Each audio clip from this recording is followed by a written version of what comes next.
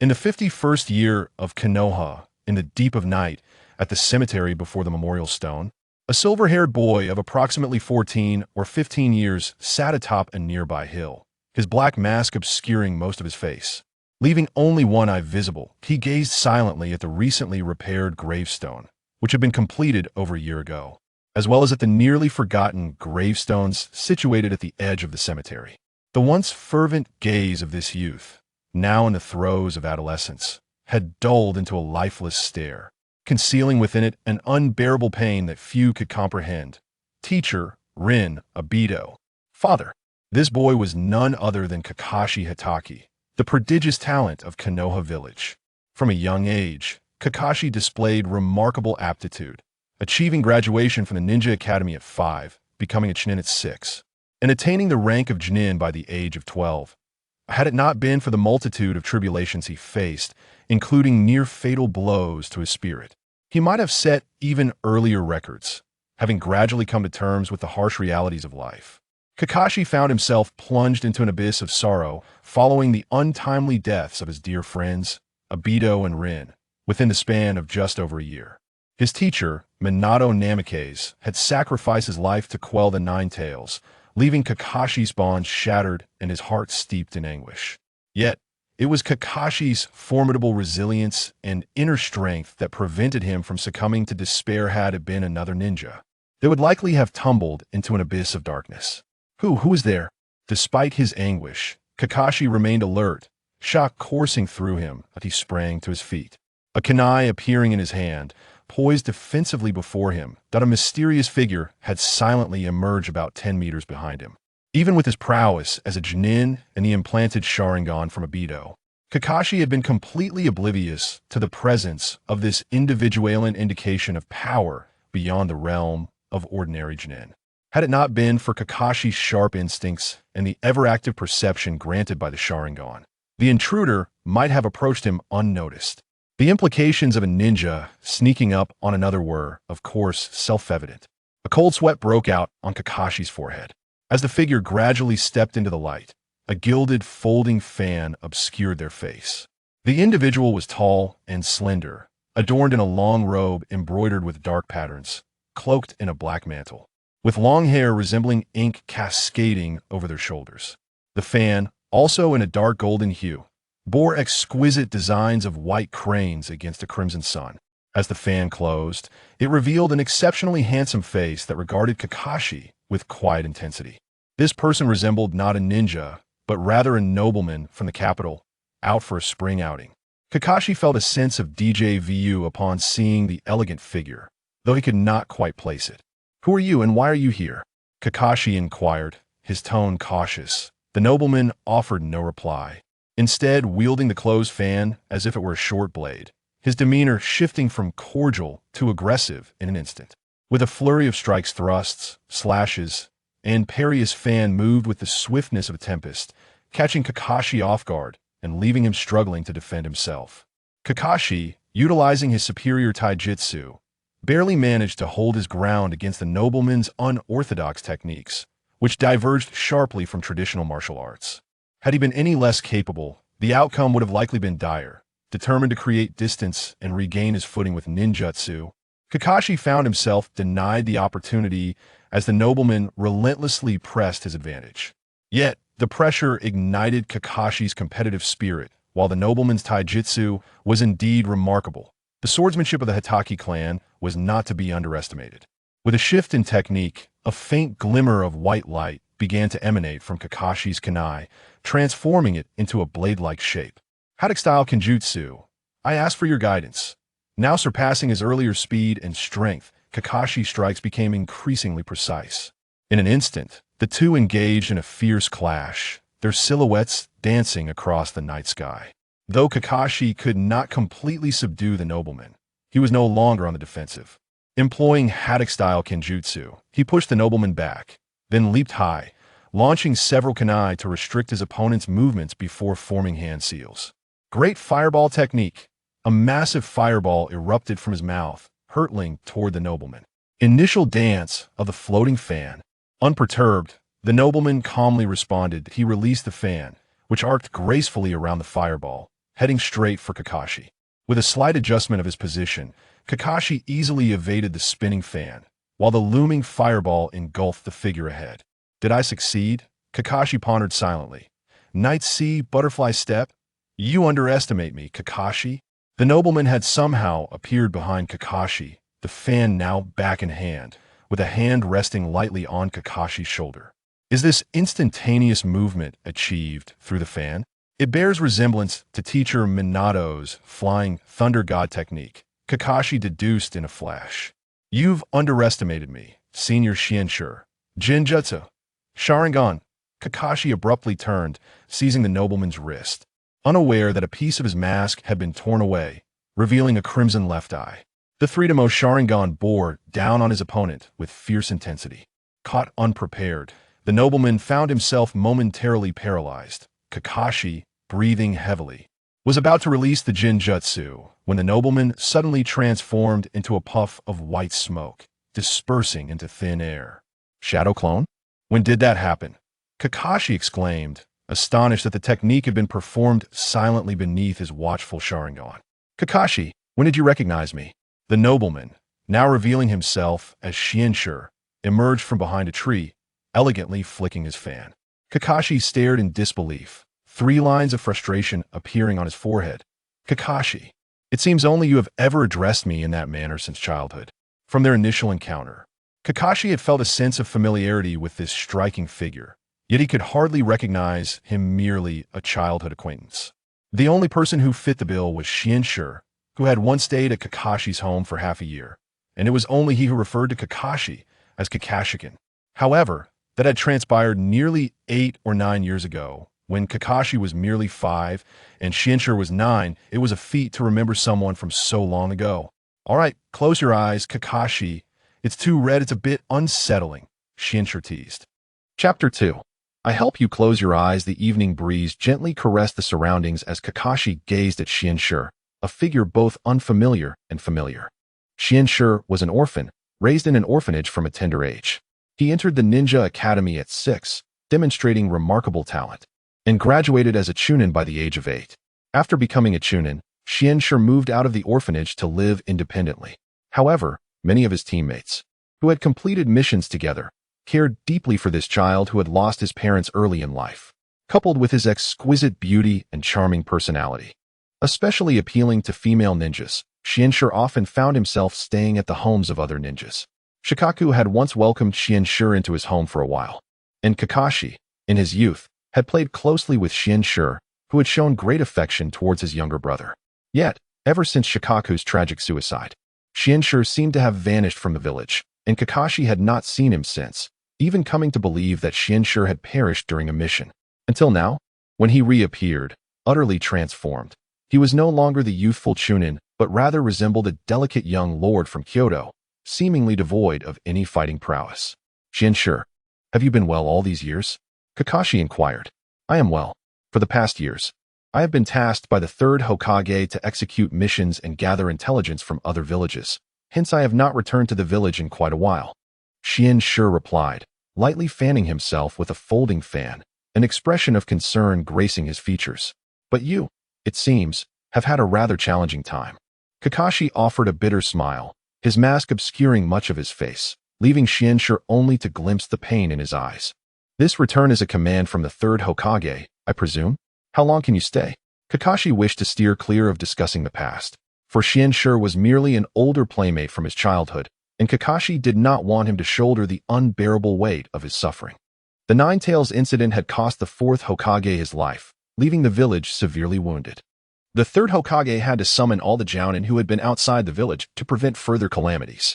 Summoning the Jounin? Kakashi blurted out. Why? Is it only you? A prodigious boy who became a Jounin at 12? I was secretly promoted to Jounin when I left the village, but I was merely 13. Shienshu teased. That's certainly not the case. Your strength surpasses mine, and becoming a Jounin is undoubtedly within your capacity. I just didn't anticipate the situation to be this dire. Kakashi hurriedly clarified. Kakashi had risen to prominence at a young age, surrounded by older ninjas, primarily chunits, and most of the Jounin he encountered were middle-aged. He had almost forgotten that he was still just a youth. Aside from himself, the youngest ninja he had interacted with was his teacher, Minato. Yet Xianxue was considerably younger than the fourth Hokage, appearing to be around 17 or 18. Thus, he was momentarily taken aback.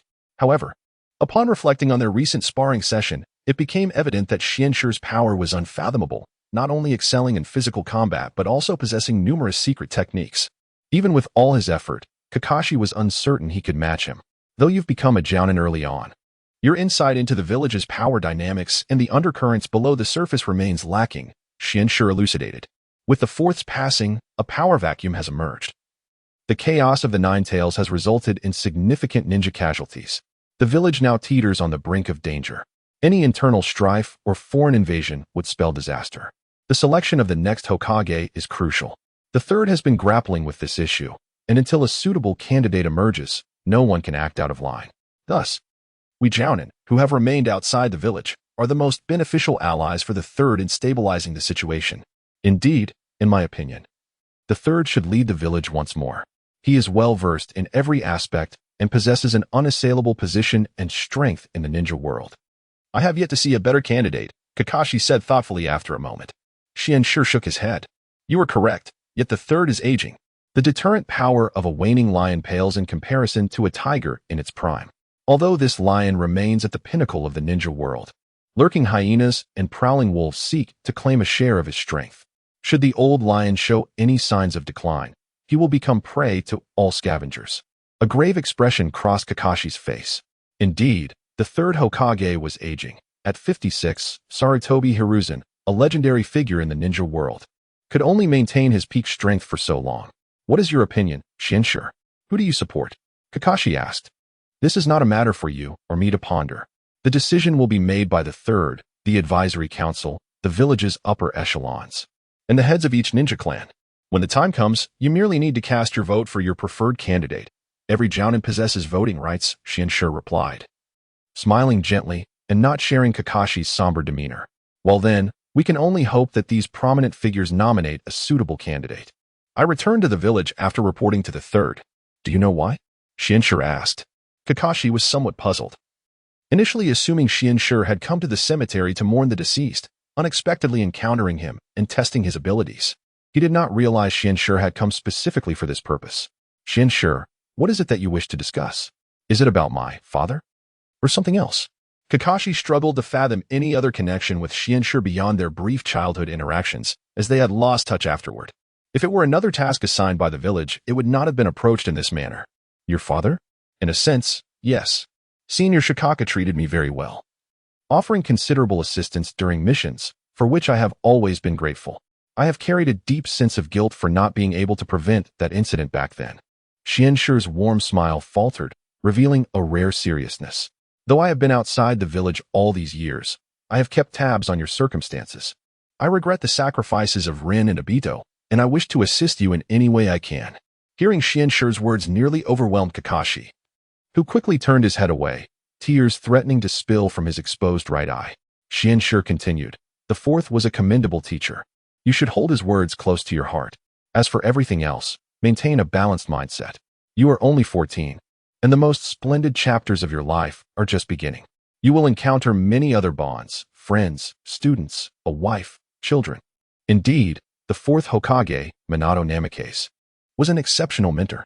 To help Kakashi free himself from the guilt of Rin's unintended death, he had joined the Umbu, hoping that the weight of arduous missions would alleviate his suffering. Later, realizing that Kakashi still could not dispel the darkness within, Minato decided to assign him as a protector for his wife, Kushina Uzumaki, hoping that witnessing the birth of new life would instill positivity in Kakashi. The thought of newborn life brought a flicker of joy to Kakashi's heart. As for friends, a bright flash of a familiar, spirited watermelon head momentarily danced through his mind. When Xianxue mentioned students, Kakashi felt no particular reaction, but the mention of a wife and children caused 3 vertical lines to reappear above his head. In his current state, he wondered if he would ever have a family. My primary purpose for coming here is to help you close your eyes, Xianxue stated. I know that the transplantation of Obito's Sharingan has significantly enhanced your abilities and granted you the formidable reputation of Kakashi, the copy ninja. However, it is also gradually eroding your body and will pose considerable obstacles to your future development. Kakashi's heart jolted with surprise. Others merely perceived him as the fortunate one, blessed with a Sharingan of 3 tomo, capable of replicating myriad ninjutsu. Yet, none could fathom the agony this very Sharingan engendered. Apart from the fact that it was a memento from his dearest friend, Obito Uchiha, the rejection reaction between the Sharingan and his body alone was a perpetual torment. Unable to be deactivated, it incessantly drained his chakra and even corroded his physical being. Should he one day fail to suppress it, his life would be in jeopardy. This predicament had significantly impeded Kakashi's progression, as the lion's share of his energy was devoted to assimilating and controlling the ocular jutsu. Venerable Master Shien, could you assist me in closing my eye? Kakashi inquired, a flicker of anticipation in his voice. I am, regrettably, unable to do so, Shien responded, concealing a smile behind his folding fan. However, I am cognizant of an individual who possesses the ability. It necessitates the collaborative effort of 2 eminent figures, arrangements for which I have already set in motion. Your only recourse is to exercise patience for a few days. I am deeply indebted to you for your concern, Senior. Thank you profoundly, Kakashi replied. He surmised that Master Shien had gone to great lengths for him, all because of a minor act of solicitude in the past. He was certain that there was no one in the entire village capable of resolving this issue, and those who could must be of considerable stature, implying that Master Shien had undoubtedly incurred a substantial price.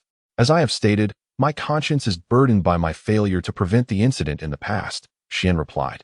Consider this an act of atonement for my remorse. Chapter 3. Origins and Guilt. Kakashi departed, enveloped in confusion and uncertainty.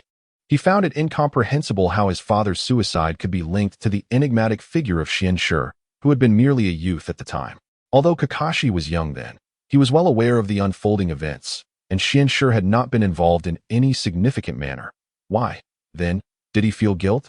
Unbeknownst to Kakashi, the guilt that plagued Xianxue was not born from participation in a specific incident, but rather from his awareness of the entire narrative. His arrogance and negligence had prevented him from altering the course of events, ultimately leading to a tragic outcome. Xianxue possessed knowledge of the entire script, the overarching narrative of the Naruto universe. Indeed, Xianxue was a traveler between worlds, a reincarnate. Originally a researcher from Blue Star, Xianxue, alongside a colleague, ventured to Chernobyl to investigate anomalies. There, they discovered one of the primordial essences known as the Sea of Chaos. With the awakening of the original creator, both fell into a deep slumber in the Sea of Chaos for 2 entire epochs. Eventually, his colleague awakened first, becoming the ancient sun god, who nearly ruled the entire world. However, the ancient sun god fell victim to severe corruption. In response, the dark angel Sazriel convened a council of angelic kings, uniting with various true deities, including the goddess of night, to form the Redemption Rose, an alliance aimed at assassinating the ancient sun god to cleanse the corruption through death and rebirth. With the aid of the dark angel, the Redemption Rose successfully struck down the ancient sun god. Yet, at a critical moment, the 3 angelic kings, Wind, White, and Wisdom, betrayed him, consuming his corporeal form and ascending as the Storm Lord, the Eternal Sun, and the God of Knowledge and Wisdom. Due to the plan's failure, the ancient sun god devised other rebirth contingencies, involving the Dark Angel, the True Creator, the illusory Angel Adam, the Time Angel Amon, and the still-sleeping Xianxue. Just before the external gods invaded, Xianxue awoke from the Sea of Chaos, his body infused with the extraordinary traits of the 4 lower paths, the Hanged Man, the White Tower, the Sun, the Tyrant, and the Dreamer. This was a deliberate arrangement by the ancient sun god, as higher-tier traits possessed other utilities. Xianxue was merely a pawn in a larger game. If his traits were too powerful, they might attract unwanted attention. Surviving cautiously in the mysterious world, Xianxue ascended to the 4th tier, becoming a demigod among the 5 great paths. However, before he could display his prowess, an invasion by external gods unfolded. The awakened Master of Secrets led half of the deities against the invaders, causing a cataclysmic battle that tore the fabric of space and time, forcing Xianxue's soul to traverse into the world of Naruto. Fortuitously, he arrived with a plethora of extraordinary traits from the 5 great paths, reincarnating as an orphan in the Hidden Leaf Village. Upon realizing he had entered the Naruto universe, Xianxue felt elation, as he no longer needed to fear corruption. The safety of this world far surpassed that of the mysterious realm. Although the Tsutsuki clan posed a threat, it paled in comparison to his previous struggles. In this world, The Sage of Six Paths, Indra, and Ashura were present to safeguard it. Moreover, given time, he could reclaim his status as a demigod, rendering the Tsutsuki unworthy adversaries.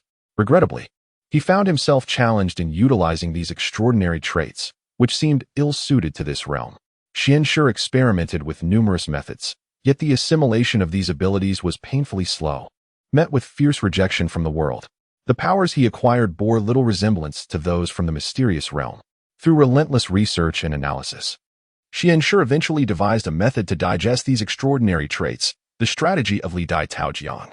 He would first allow the natives of the Naruto world to assimilate the traits, enabling their integration with this reality, after which he would extract and digest them himself, thus acquiring powers befitting the Naruto universe.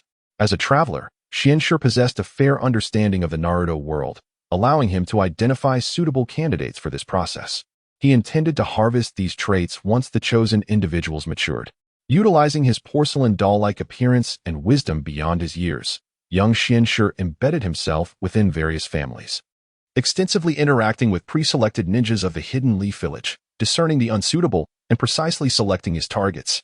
Kakashi Hatake was among these candidates, but he was eliminated early on as an unsuitable choice. Out of admiration for Kakashi's character in the manga and as compensation for his selection, Xianxue sought to alter the fate of Kakashi's father's suicide. At that time, Xianxue employed the methods of the mysterious realm to assimilate extraordinary traits, barely achieving the status of a seventh-tier psychologist. Using his powers, he provided psychological support and suggestions to the White Fang of Konoha while residing with the Hatake family. However, the outcome was starkly evident. Reality dealt Xianxue a harsh blow. The psychological tenacity of an individual of the White Fang's caliber far exceeded that of ordinary people, and the extraordinary abilities from another world did not necessarily translate effectively here.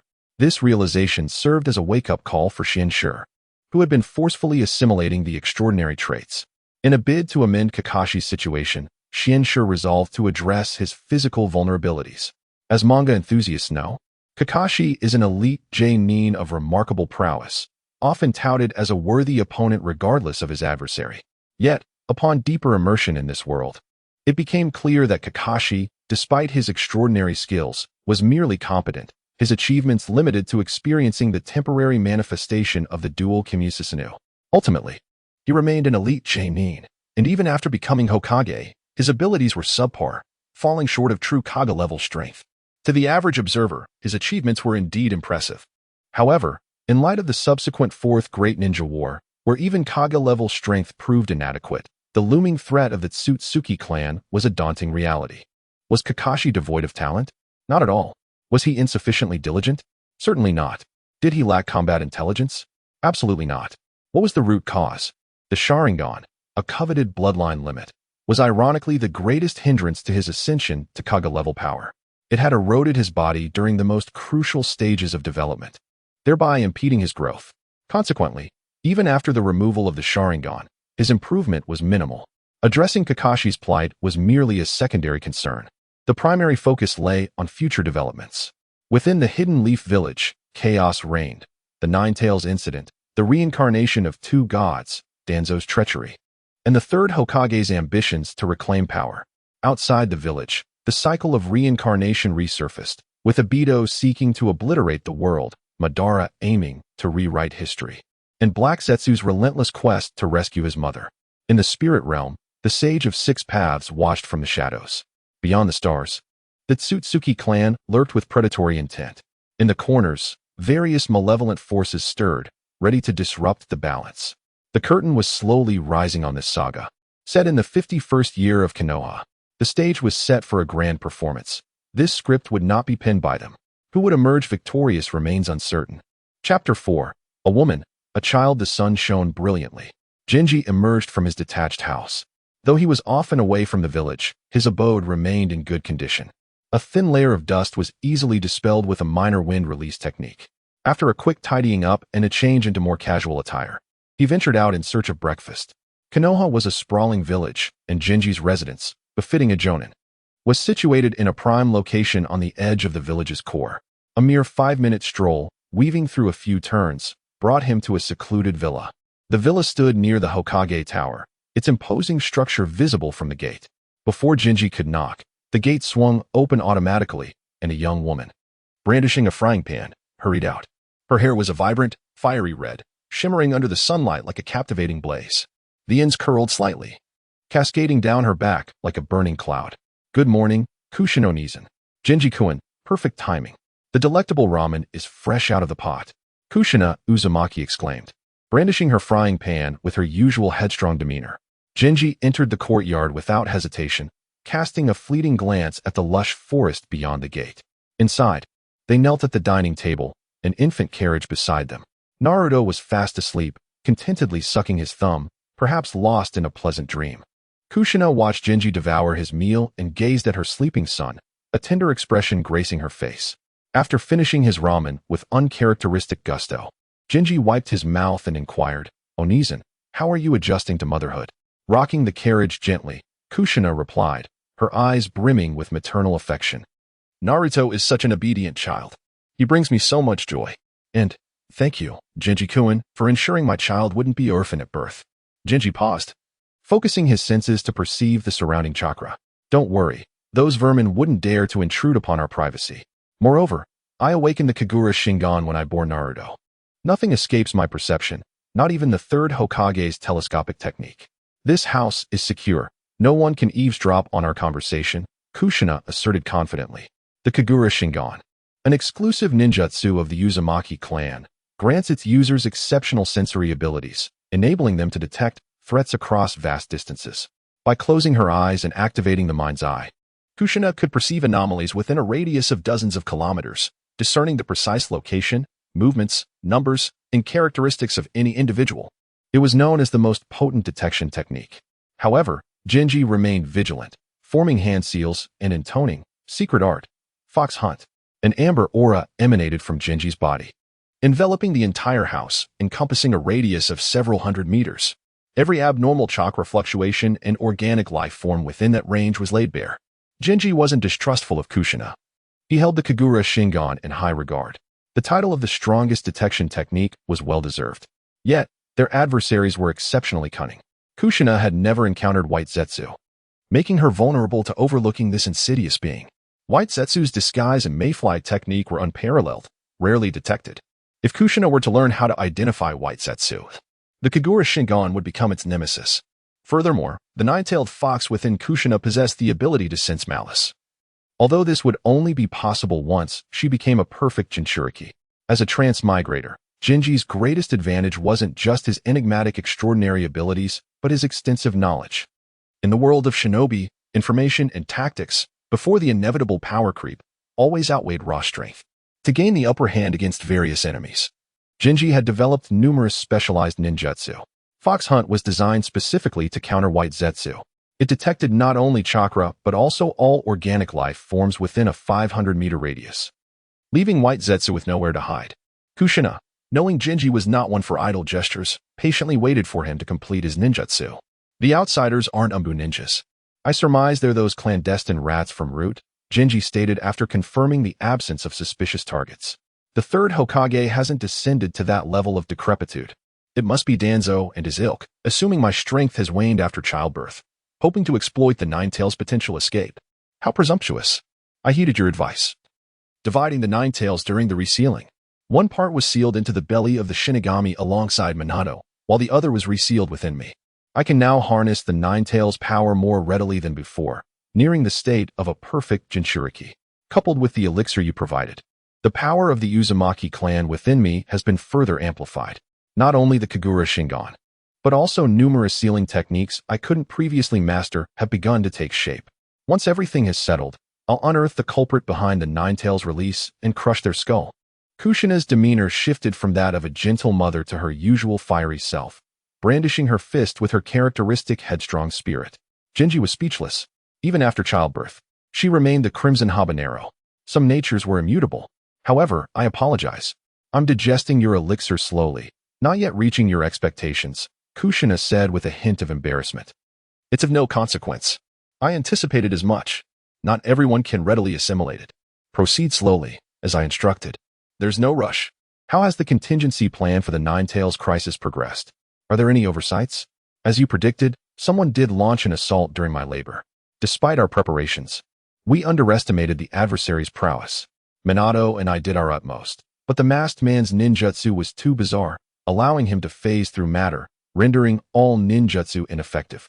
Therefore, we enacted the worst-case scenario, dividing and resealing the Nine Tails. We preserved Minato's body. Are you certain Minato can be resurrected? Kushina's voice trembled slightly. She knew she was fortunate to have survived, but human desires were insatiable. Her greatest wish was for Naruto to have both a father and a mother. Rest assured, Onizen. I've investigated. The fourth Hokage's soul is sealed within the Shinigami, not yet returned to the Pure Land. In a sense, he hasn't truly passed away. Haven't you procured the Shinigami mask of your Uzumaki clan? Now, we merely require a ninja capable of performing the impure world reincarnation to release his soul. You need only wait patiently. I assure you, within a decade, or perhaps even 5 years, that ninja will emerge. Genji had made multiple preparations. Even if Orochimaru failed, he would take matters into his own hands. That's reassuring. I'll wait patiently. Thank you so much, Genji-kun. I'll also strive to digest the elixir, hoping to assist you sooner. Indeed, in just 3 days, the confirmation of the 5th Hokage's position will take place. With Orochimaru's defection and Jiraiya's return, albeit with no desire for the high office, and Tsunade's poor condition leaving her whereabouts unknown, it appears that suitable candidates within the village are scarce. I sense from your letter that you are averse to having the 3rd Hokage return to power. Do you truly harbor such intentions? I would wholeheartedly support you. Kushina fixed her gaze upon Genji, eagerly awaiting his affirmation to lend her unwavering support for his ascension. Please, don't jest, my dear. Setting aside the fact that I have no such ambitions, I must admit that my age renders me somewhat inexperienced, with insufficient contributions to my name.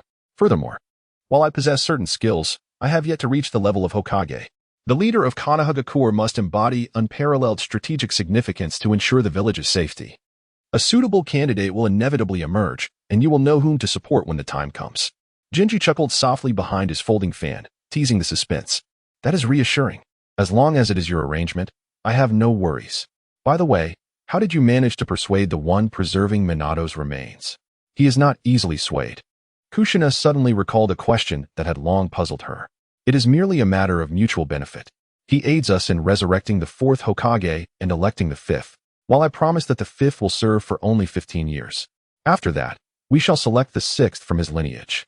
At that time, with the 2 former Hokages, you as the Jinchuriki of the Nine Tails, and I stirring the winds of change, the 6th Hokage will be within our grasp.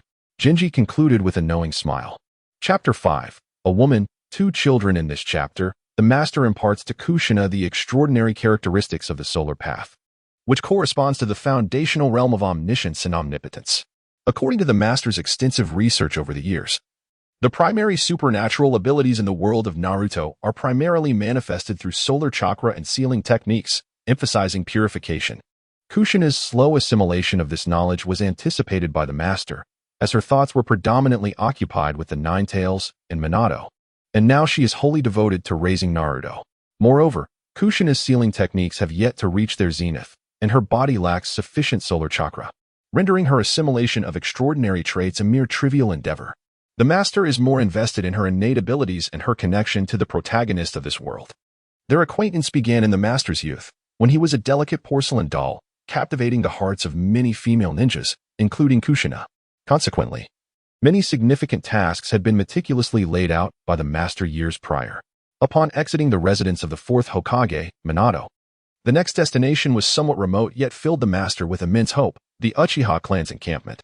The Uchiha clan represents a crucial aspect of the master's visionary potential, a vital link in the chain of borrowing strength to create new opportunities. The visionary corresponds to the realm of the mind within omniscience, while the Sharingan is reputedly the eye that reflects the soul, and the ninjutsu derived from it harmonizes perfectly with the extraordinary abilities of the visionary path. As for the candidates, the master had many in mind, yet they were all too young. His favored choice, Shursui, was merely 8 or 9 years old. Although he had already begun arrangements, substantial results were not expected in the short term. The master's pace quickened as he proceeded toward the new Uchiha residence. Upon nearing the area, he was met with numerous scrutinizing gazes.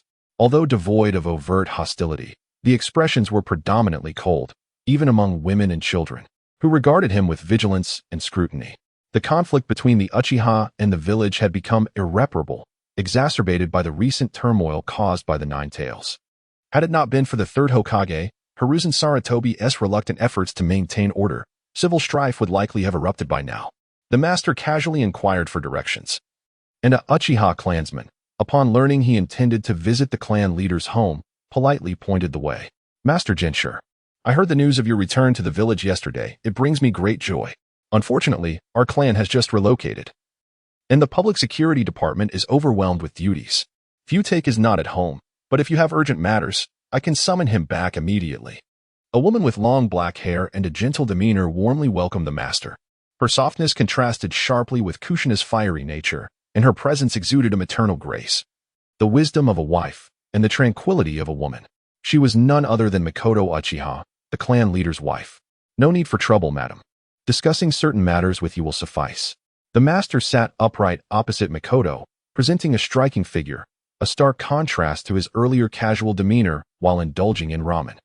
The master and Mikoto were familiar acquaintances, having shared a cordial relationship in the past. However, given her marriage to the clan leader, a degree of decorum was warranted. Itachi, bring your brother to meet Master Jinshur. He is an old friend of your mother, Mikoto called to her son, Uchiha Itachi. A small boy cradling a soft infant emerged from behind the screen, respectfully greeting, Master Jinshur, hello. I am Uchiha Itachi, and this is my brother Sasuke. Please take care of us. The master studied the young prodigy Itachi in the reincarnation of Indra, Sasuke, for the first time. Itachi, at the tender age of 5, already bore faint lines of sorrow upon his face. Despite his polite greeting, the master sensed a profound maturity and reticence within him. Sasuke, on the other hand, was adorably plump, reminiscent of the master's own childhood. Truly remarkable. I can tell at a glance that Itachi is a fine child destined to become a brilliant ninja. The master praised earnestly. Thank you for your kind words, Master Jinshur. I do not concern myself with being a genius. I merely hope for the safety and health of my brothers, Itachi's mother replied, her face radiating happiness as she spoke of her children.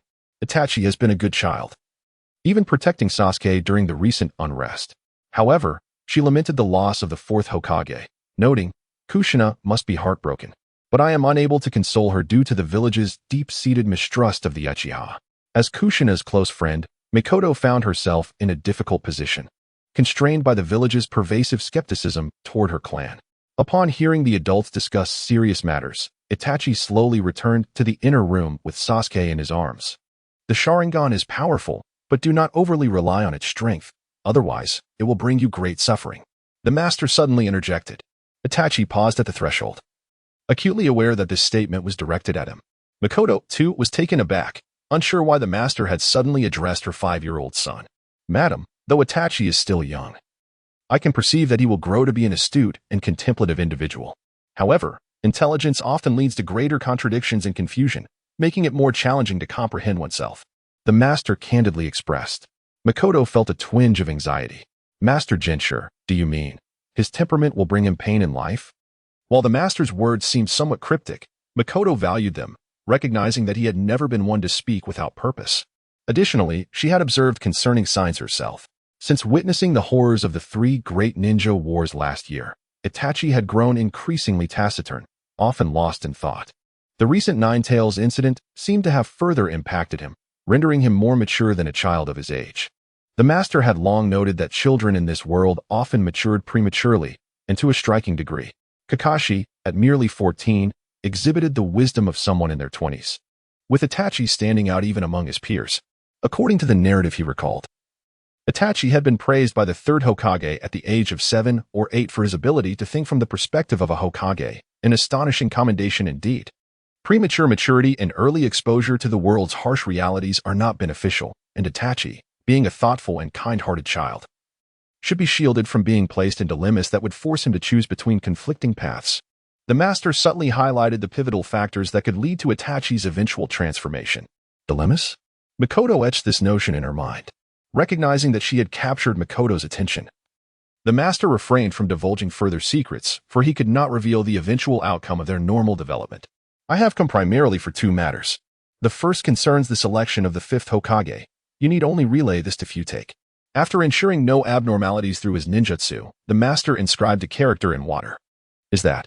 Mikoto was taken aback, but despite her astonishment, she held her questions at bay. I shall convey this to Futake with utmost sincerity, rest assured.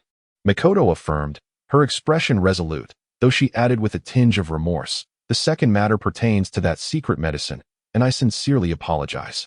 I have diligently worked to digest it as per your instructions, but it seems I still fall short. I have only managed to enhance my own strength without attaining your expectations. Mikoto, too, was among the master's chosen candidates. Regrettably, the results were still unsatisfactory. Xianxue felt a tinge of disappointment. Logically, one would assume that the visionary and the Sharingan were perfectly aligned, leaving no room for failure. Could it be that hope must be placed solely in Shursui or Itachi and Sasuke? Time seemed to be pressing. If success did not come soon, there would be no room for error. Nonetheless, diligence was paramount. If successful, not only would it aid me, but the lady's strength would also see a significant enhancement. Have you forgotten the dream you once shared with me? Power is the very foundation upon which one stands in the world of shinobi. Dream. Suddenly, Uchiha Mikoto's body quivered. Her gaze fixed upon the receding figure of Xianxue. Rest assured, Xianxue-san, I shall never allow that dream to become a reality. Her eyes glowed a deep crimson. The three tomos spinning wildly, as an eerie pattern began to emerge. Chapter 6. A woman, many children. Xianxue's mood was somewhat dismal. Since his arrival in this world, he had only experienced a significant setback during the incident involving Muyi Baiya. Otherwise, most of his endeavors had gone smoothly. However, the digestion of extraordinary traits had proven to be a perplexing challenge. Could it be that he truly could not rely on these extraordinary abilities? Doubts began to creep into Xianxue's mind. By all accounts, Xianxue could be considered a prodigious talent, akin to a second-generation genius. He had developed countless secret techniques and forbidden arts, each possessing formidable power and unrivaled intelligence. His only shortcoming was a somewhat limited chakra reserve, which hindered his ability to sustain the large-scale ninjutsu he had created. With his current combat strength, he was invincible against anyone below the level of a Kage. Even the famed first ninja hero, Sarutobi Hiruzen, would not instill fear in him. If the battle proved too taxing, he could always retreat. Yet, Xianxue envisioned that his future adversaries would not be mere Kage, but rather those inexplicable anomalies capable of materializing their desires with a mere clap of their hands. Immortal beings wielding devastating chakra and earth-shattering ninjutsu. Monsters of the six paths caliber, and some surpassing even that level, without external assistance.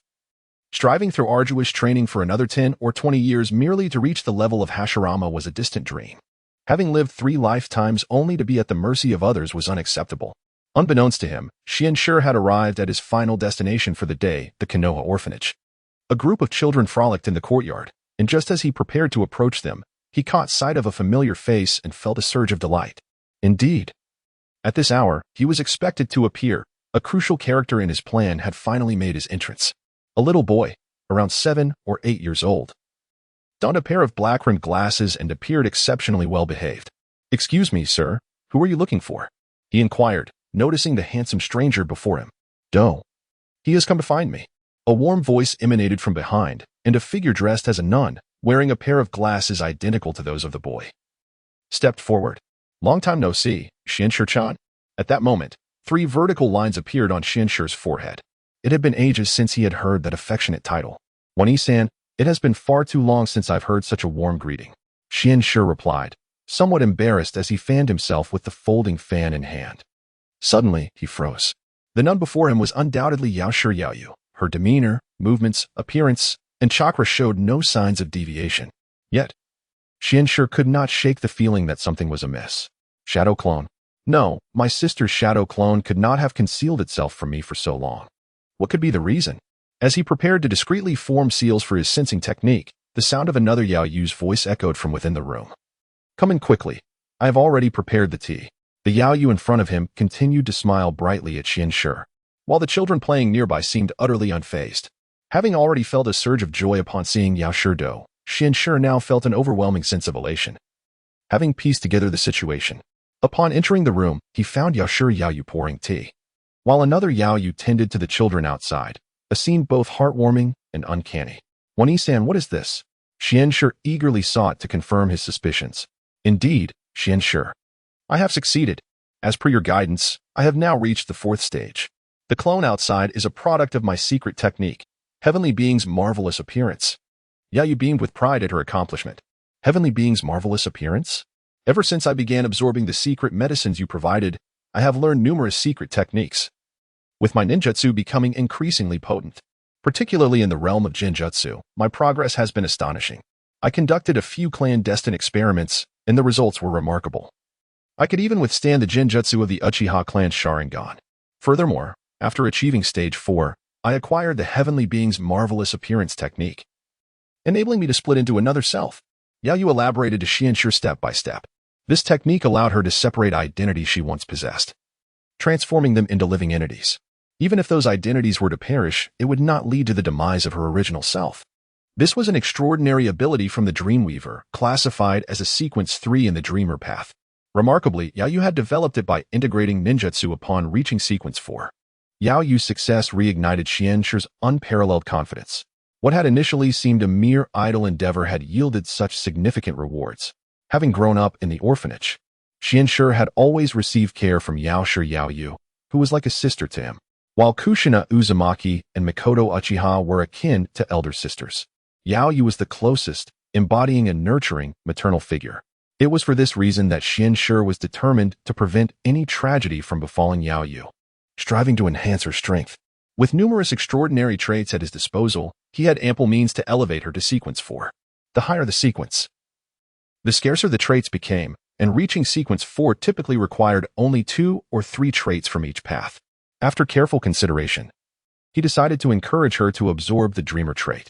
Having once been a member of Konoha's roots, Yaoyu was an elite ninja in the intelligence department, renowned for her ability to operate undercover in various countries, earning the title of a walking priestess adept at gathering intelligence.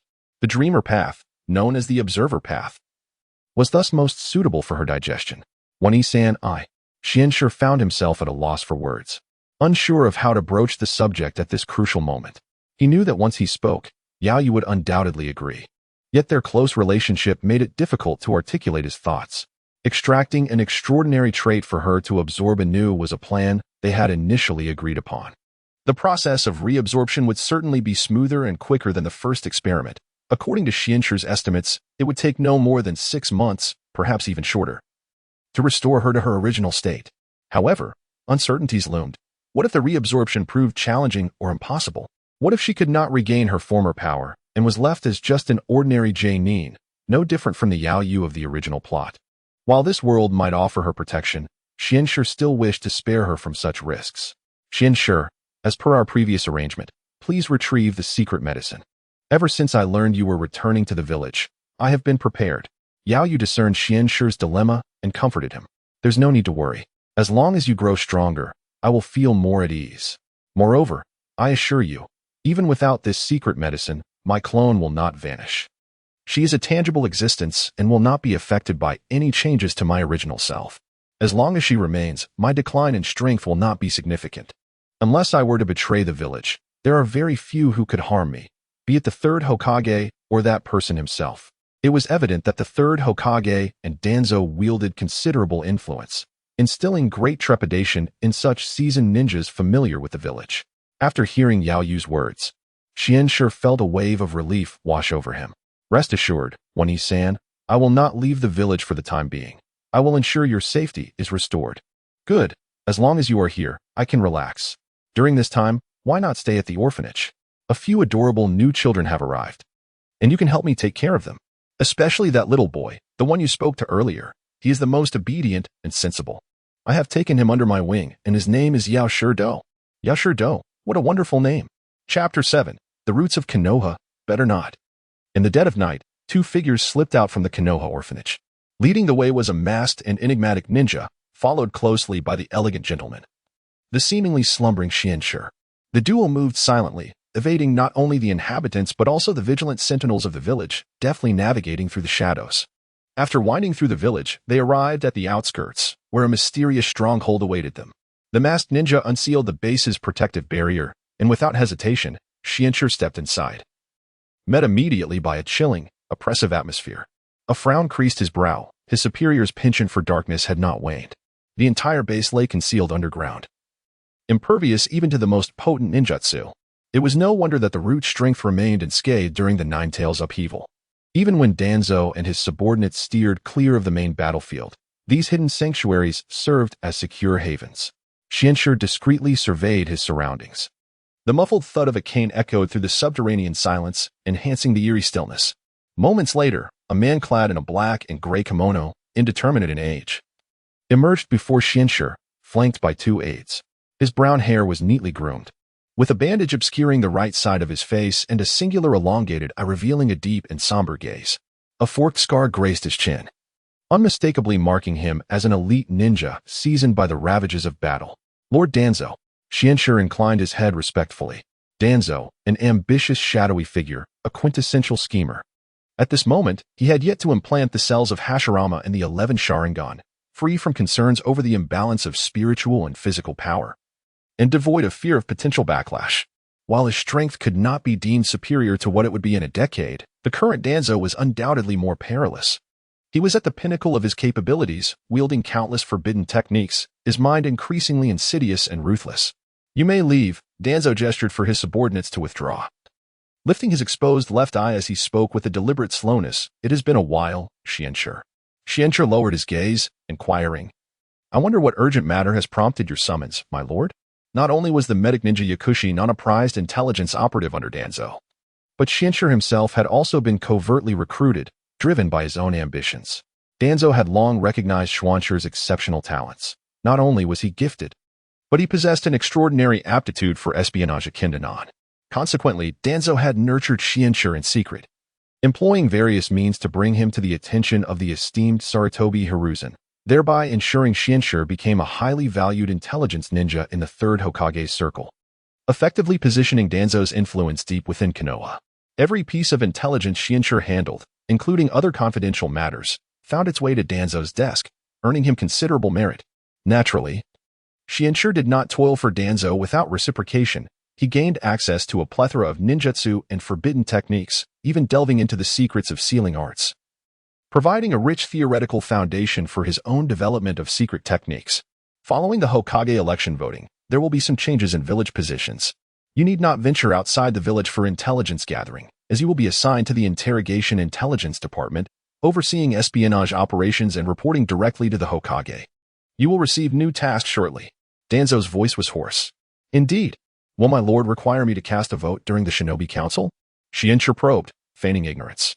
He had long surmised Danzo's prospects for election were bleak and surmised that Hiruzen had already worked on him psychologically, intending to vex the old man with this inquiry. As anticipated, Danzo's expression darkened, his demeanor increasingly grim. No need. I shall not partake in this Hokage election. Hiruzen will reclaim his position. And this has been agreed upon by the higher-ups. The voting is merely a formality. However, I shall transition from a village advisor to an assistant Hokage. Will this not raise suspicions with the 3rd Hokage regarding your direct involvement in my position? It could hinder my ability to provide you with intelligence. Xianxue feigned concern for Danzo's strategic considerations. A sinister smile crept across Danzo's face. You need not worry about that. This arrangement comes directly from Hiruzen himself. Had it been anyone else, he likely would have opposed it. To placate Danzo's influence, Hiruzen not only elevated him to the role of assistant Hokage but also made concessions in various areas, granting Root greater authority and development. However, Danzo's attempts to infiltrate other departments of Konoha met with staunch resistance from Hiruzen. The administrative department was already crowded with power players, and the 2 other advisors, Midogate and Tkk Rin, were notably displeased, unlikely to allow Danzo to insert additional personnel. The Umbu were the Hokage's direct operatives, historically under the Hokage's exclusive control, rendering outside interference impossible. Strictly speaking, Root was a faction of Umbu, officially designated as the Umbu Training Division. With Orochimaru's defection, Root had come entirely under Danzo's command, effectively becoming an independent organization, a concession from Hiruzen. The police department was dominated by the Uchiha clan, making it impenetrable even for the Hokage, and Danzo, who had a long-standing enmity with the Uchiha, found himself at a loss. The educational and medical departments, while significant, were not Danzo's focus. He merely sought to extract resources from them, leaving their operational growth to others, as human capacity is inherently limited. The final battleground for negotiation was the interrogation department, where Danzo and Hiruzen clashed most vehemently. Danzo pressed forward relentlessly, while Hiruzen stood his ground. Ultimately, they reached a compromise. The interrogation department would be restructured into the Interrogation Intelligence Department, divided into the torture division and the espionage division, granting Danzo a portion of authority. Yet the personnel would remain under Hiruzen's direct supervision. Following the contentious arrangements, Danzo appeared infuriated, as none of his subordinates had been placed in key positions, leaving them to merely execute tasks without any additional benefits. Xianxue was appointed as the head of the intelligence department, a decision directly made by Hiruzen, disregarding any external influences. As Xianxue departed, Danzo's gaze deepened with intrigue, pondering his thoughts. As for Xianxue's loyalty, Danzo held no concerns. The orphanage was firmly in his grasp. And the medic ninja Kushina, whom Xianxue regarded as an elder sister, was but a puppet in his hands. Moreover, Danzo maintained unwavering confidence in his measures against betrayal. Upon returning to the orphanage, it was already the latter half of the night. As Xianxue entered his quarters, he found the nun, Kushina, in her celestial manifestation, silently standing at the door. He felt a surge of reassurance. Indeed, his sister's prowess was extraordinary, for an ordinary ninja would have failed to detect his movements, especially considering that Nan was currently in a weakened state. "Did you meet with Danzo?" Nan inquired. "Yes, he has assigned me a new task and promoted me," Xianxue replied. "Be cautious in your next encounter. We must not allow him to discover our escape from his control. Otherwise, the orphanage may be at risk." Nan expressed her concern for their home. "Fear not, dear sister. Were it not for his utility, I would have eliminated that old man long ago. With our current strength, we need not fear him any longer. I am not afraid. It is merely the orphanage. He is a man who will stop at nothing, and his organization is both merciless and ruthless. Such a root of Konoha is better left untouched." Chapter 8. The Resilient Hero, the Professor, the Benevolent Father. It is a rare delight to indulge in a leisurely slumber. The sensation of returning home is indeed gratifying. After hastily consuming breakfast, lunch, Master Shin arrived at the very heart of Konoha, the most magnificent edifice, the Hokage Tower. Within the Hokage's office, in an adjacent room, the former Hokage, Sarutobi Hiruzen, now the village's chief advisor and effective ruler, found himself inundated with an extraordinary volume of duties. Following the tumultuous events of the Ninetales incident, the reconstruction efforts, compensation for the injured, the reassignment of vacant positions, the unsettling dynamics within the Uchiha clan, the political ambitions of his old comrade Danzo Shimura, and the subtle maneuvers of his steadfast allies, Minato Namikaze and Kushina Uzumaki, all contributed to his mounting stress. Hiruzen felt increasingly overwhelmed. As a seasoned politician, he should have managed the affairs with ease, yet of late, he felt a profound sense of inadequacy. The untimely demise of his most cherished successor, the fourth Hokage Minato Namikaze, alongside the loss of his beloved wife, Bawako Sarutobi, during the chaos, weighed heavily upon him. His eldest son had yet to find a suitable partner despite advancing age. This is my own fabrication, and his youngest son presented a perpetual source of concern. As their personalities clashed, each of these tribulations struck at the very core of his being. Most crucially, Hiruzen was aware that he was aging. At 56, he was no longer the vigorous man he had been 20 years prior, capable of working tirelessly for days on end, fueled by a fervent desire to serve his village. After the recent confrontation with the Ninetales, Hiruzen recognized a stark decline in his physical prowess, stamina, energy, and speed had all diminished significantly. This deterioration was exacerbated by his long-term administrative role, which had rendered him less active in combat. Nevertheless, this realization served as a dire warning. As Hokage and the village's patriarch, Hiruzen refused to succumb to the frailties of ordinary life. He meticulously studied the village's most guarded secret, the Book of Seals, and its myriad forbidden techniques. As a professor of ninjutsu, master of the 5 elemental chakra transformations, and adept in thousands of various jutsu, the acquisition of yet another ordinary technique or bloodline limit held little significance for him. Thus, he resolved to prepare for the worst. Learning the S-rank sealing technique Shiki-F Gene, which had recently garnered acclaim for successfully sealing the Ninetales. This technique, originating from the Uzumaki clan's powerful sealing arts, involved hand seals in the sequence of Si Hiwach and Suzy Usi followed by the joining of hands to summon the Shinigami. The Shinigami would then sever the target soul and consume it, thereby sealing the soul within. The size of the sealed soul was determined by the practitioner, and once ensnared by Shiki-F Gene, the target could not utilize jutsu. Yet, upon completing the seals, the practitioner entered into a pact with the Shinigami, selling their own soul, ensuring that after the target soul was devoured, their own would follow. leading to an eternal cycle of mutual hatred and struggle within the Shinigami's belly, preventing any possibility of reincarnation. This epitomized the final glory of the third Hokage, the Will of Fire, where the leaves of Konoha dance, the flames of life endure.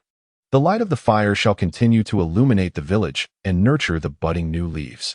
At this moment, Hiruzen, donning his conical hat and clutching his ever-present pipe, perused the towering stacks of intelligence scrolls, his office shrouded in a thick haze of smoke. Each day, an overwhelming influx of scrolls arrived from various channels, necessitating Hiruzen to dedicate considerable energy to collate and organize this information, extracting vital updates on the ninja world and the village's dynamics to respond promptly, ensuring Konoha's greatest interests. The semi-divine Hans had made a few appearances last year, but he had since fallen silent. His age likely exceeded Hiruzen's. Perhaps he too had sensed a decline in strength and was plotting accordingly? Yet, the land of Rain remained embroiled in civil war, such a tragic state. The village hidden in the clouds continued to seek secret techniques, tormenting many small ninja clans, who now eyed Konoha with suspicion. Vigilance was paramount. The legacy of the Raikage had always been one of aggression, and the current Raikage had already clashed with Minato, proving to be a formidable adversary. Sunigakure had suffered greatly during the Third Great Ninja War. The rampages of the One-Tail were still a frequent occurrence, leaving them preoccupied and relatively inactive externally. However, rumors spoke of a young prodigy puppeteer who had defected from the village, something to keep an eye on. Iwagakure remained as ever, with their nefarious intentions. Noki was a fearsome opponent. Presently, Hiruzen felt confident in a confrontation, but in a few years, as his strength waned, how could he contend with his dust-release techniques? Additionally, the Jinchuriki of Iwagakure possessed considerable power, unlike the One-Tail and Nine-Tails, necessitating increased intelligence personnel. As for Kirigakure, isolated overseas and distant from the mainland, intelligence was scant. Previous arrangements had yielded little information, and entering the village was nearly impossible, had it not been for Shien's youthful brilliance. Hiruzen might have remained oblivious to Kirigakure's stringent secrecy policies, which classified all shinobi intelligence as confidential while ruthlessly exterminating those with bloodline limits. But was it not time for Shien to arrive? Knock, knock, knock. Just as Hiruzen was immersed in the scrolls, a knock interrupted his contemplation. Come in. The visitor was none other than Shien. I pay my respects to you, Lord Third. Your subordinate, Shien, has arrived. Before Shien could finish, he was assailed by the pungent smoke, causing him to furrow his brow as he lowered his gaze. Uncertain if the third had sensed his discomfort or was simply aware of the smoke-laden atmosphere, Hiruzen waved his hand, and the nearby window swung open. With a single hand seal, a gust of refreshing wind swept through, dispersing the smoke out the window. This display of ninjutsu was executed with graceful fluidity, devoid of any trace of clumsiness. The breeze did not even disturb a single page on Hiruzen's desk, leaving the office impeccably tidy. Shien marveled inwardly, recognizing the prowess of the man revered as the professor of ninjutsu, adept in all forms of elemental transformations.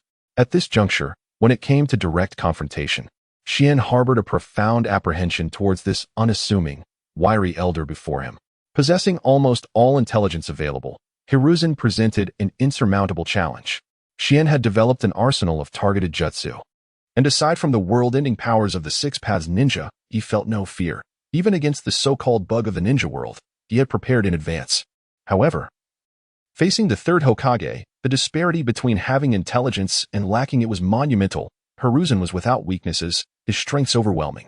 If it came to combat, escape would likely be the only option. Shien meticulously recalled the intelligence from his original timeline. Hiruzen's attributes were astonishing. With 5 out of 8 categories achieving perfect scores, almost no one else in the ninja world could rival him. The remaining 3 categories, strength, speed, and precision, were not perfect. Yet they represented the incredible prowess of Hiruzen, who was now 69 years old, 14 to 15 years into the future. At this moment, Hiruzen was at the tail end of his peak strength, and even if his scores were not perfect, he could still achieve around 8 points, undoubtedly formidable. Of course, statistics did not equate to power, but they did reveal a significant portion of it, regardless of others' opinions. Shien remained convinced that Hiruzen still stood as the preeminent figure in the ninja world, overshadowing even the semi-divine Hans and the renowned Noki. While the legendary Sannin had yet to reach their original timeline's pinnacle of strength, remaining somewhat inferior. You have arrived at a fortuitous time. I have thoroughly reviewed the intelligence you provided about Kirigakure upon your return to the village a few days ago. It is of great importance and has greatly benefited the village. You must be duly rewarded. Sarutobi Hiruzen continued to smoke his large pipe, taking intermittent puffs.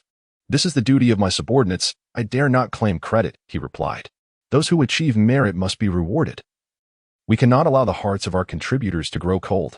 I recognize your exceptional talent in the development of ninjutsu. Here is a collection of research notes from my mentor, the second Hokage, Senju Tobarama. Consider it a reward for this mission. Sarutobi Hiruzen retrieved 2 scrolls from his drawer and handed them over. The other scroll contains my insights from years of ninjutsu research. Peruse it, as it may prove beneficial to you. Only when the youth truly mature can the future of Konoha hold hope. Thank you, Lord Third. I shall not disappoint your expectations. At the moment Sarutobi Hiruzen opened the drawer, Genji inadvertently caught a glimpse of another scroll labeled Shiki FN. The second's research notes were indeed a delightful surprise, aligning perfectly with Genji's aspirations. As for the third's research insights, they were also of great significance. More importantly, they stirred a sense of gratitude within him. This scroll embodied the culmination of the third's lifelong dedication. While it may not be an extraordinary technique, it symbolizes the hope passed down by an elder. Genji had just confirmed that the third had only recently begun studying the Shiki FN, which signified that he was prepared to sacrifice his own life to safeguard the village.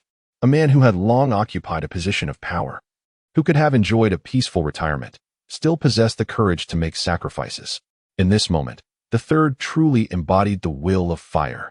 The first Hokage, a titan of the ninja world, a master of ninjutsu, gentle and accommodating, the benevolent father of Konoha.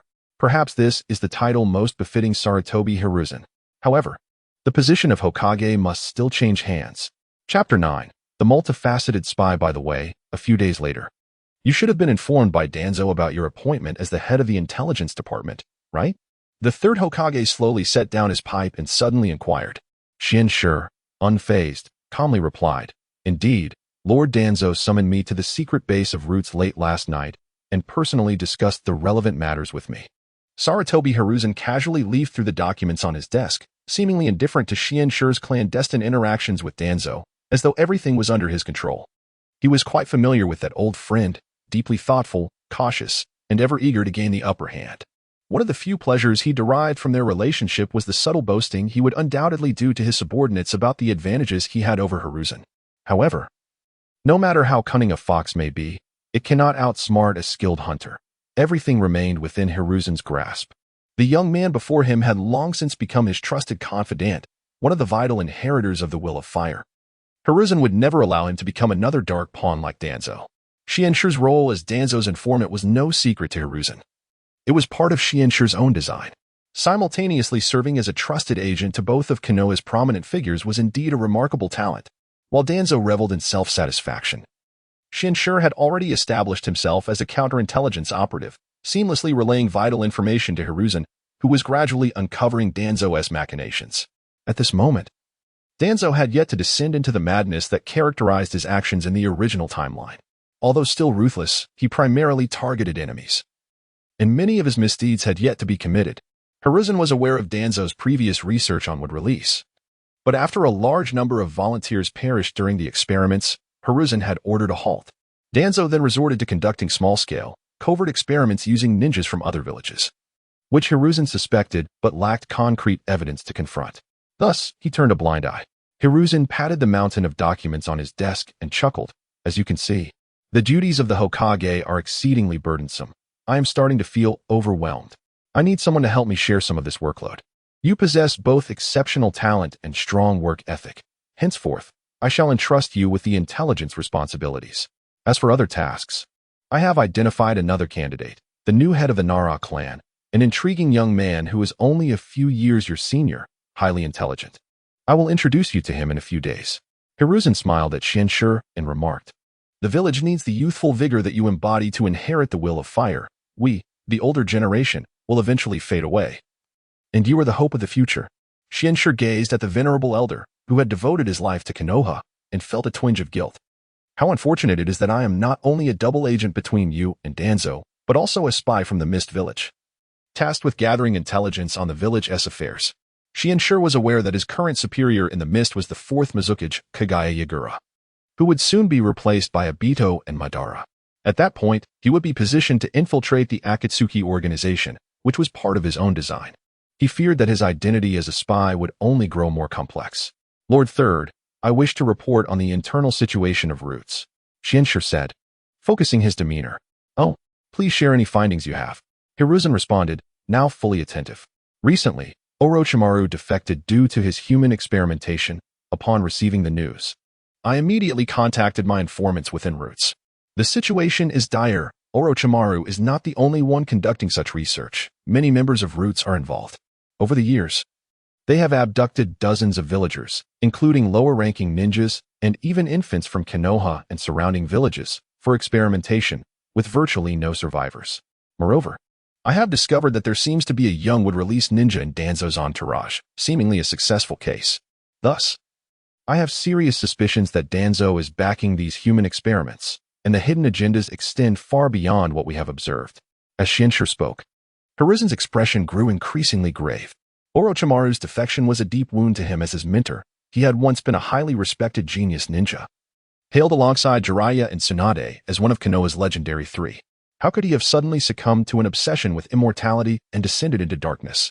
Had he not shown restraint back then, Orochimaru might not have existed at all. Hiruzen regretted his compassion. As for Danzo, this old friend had always been ruthless in his actions. Although he coveted the position of Hokage, he had dedicated his life to the village, becoming the very root of Konoha. Could he too have been consumed by darkness? The bond between Hiruzen and Danzo was difficult for many to comprehend. They were both comrades and rivals, their friendship rivaling that of family. However, under the subtle influence of Xianxue's intelligence, Hiruzen no longer trusted Danzo unconditionally as he had in the original timeline. He began to harbor numerous doubts and defenses against Danzo's actions, questioning the very essence of his will of fire. Hiruzen fixed his steely gaze on Xianxue and declared, investigate thoroughly. No one shall harm the village's interests. If your findings prove true, I will not show leniency. Also, do not alert the enemy. Ensure the safety of that young-would-release child. Understood. As Xianxue exited the Hokage building, he felt a pang of remorse. This period had been exceedingly hard on the elder. He felt somewhat guilty for adding salt to the wound that Danzo had inflicted upon Hiruzen. However, some truths are best unveiled sooner rather than later.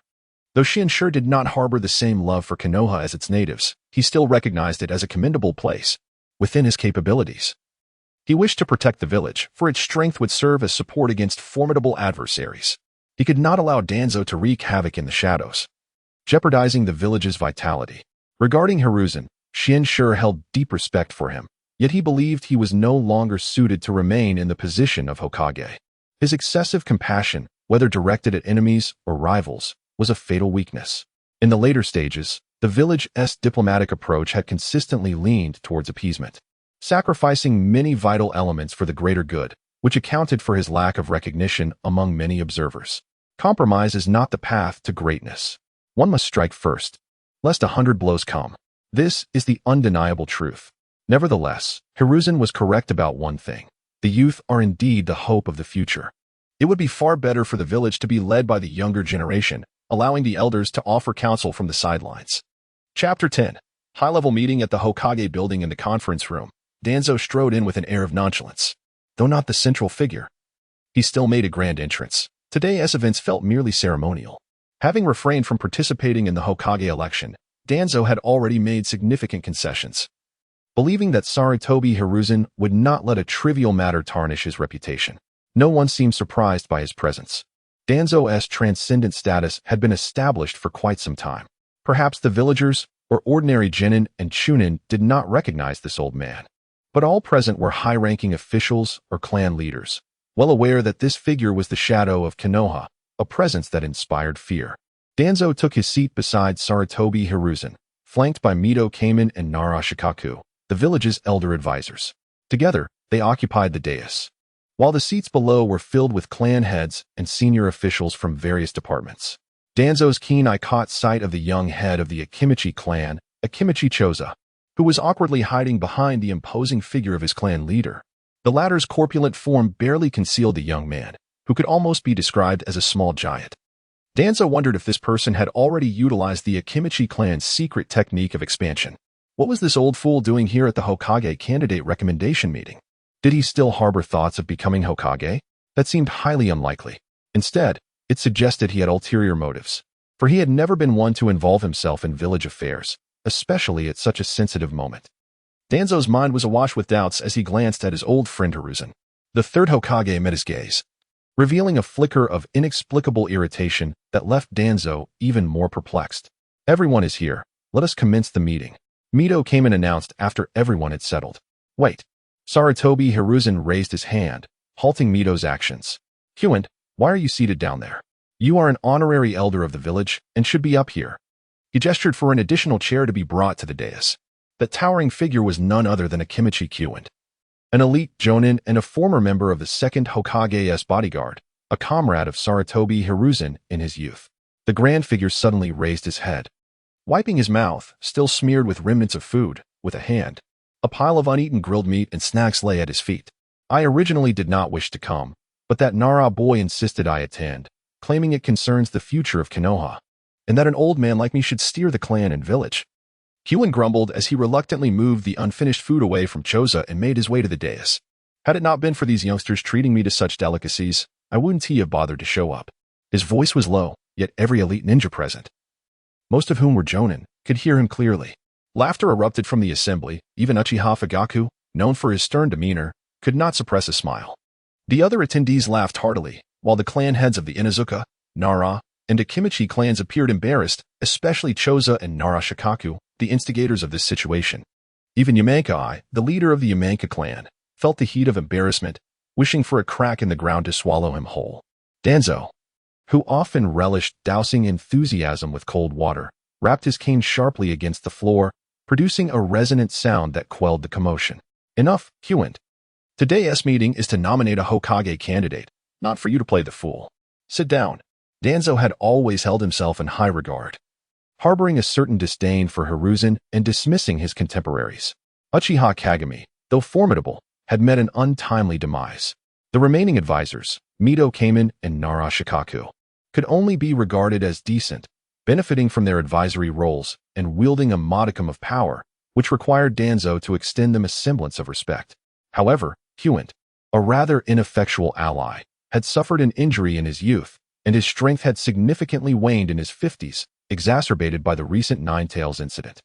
According to the intelligence from Root, he had barely managed a few moves before being compelled to retreat due to his old injuries, spending considerable time recuperating. Were it not for the backing of the Akimichi, Inazuka, and Nara clans, he would not even hold the honorary elder position. Having witnessed Huant's laborious movement to sit beside Mito Kamen, Danzo signaled for the meeting to commence. He was eager to depart from this moment of playing second fiddle to Hiruzen. "I hereby officially commence the meeting. Today's agenda is..." Mito Kamen began, only to be interrupted. "Wait, not everyone is present. How can we begin?" Just as he spoke, a voice called from the entrance. Everyone turned to see a red-haired woman striding in, cradling a sleeping infant. The iconic red hair resembled flames, none other than Uzumaki Kushina. Little Naruto was a bit unruly and just fell asleep. "Thankfully, I'm not late," Kushina explained as she gently patted Naruto while addressing the crowd. Danzo furrowed his brow and admonished, "Today is a high-level meeting to nominate a Hokage candidate. It is not yet time for the Jonin Trust vote. What are you doing here? Leave at once." Throughout Konoha's history, beginning with the second Hokage's reign, a meticulous and orderly system for Hokage elections had been established. The process began with the previous Hokage or elder advisors recommending suitable candidates, followed by a trust vote among all Jonin. Only those who successfully passed this voting test could ascend to the prestigious Hokage position.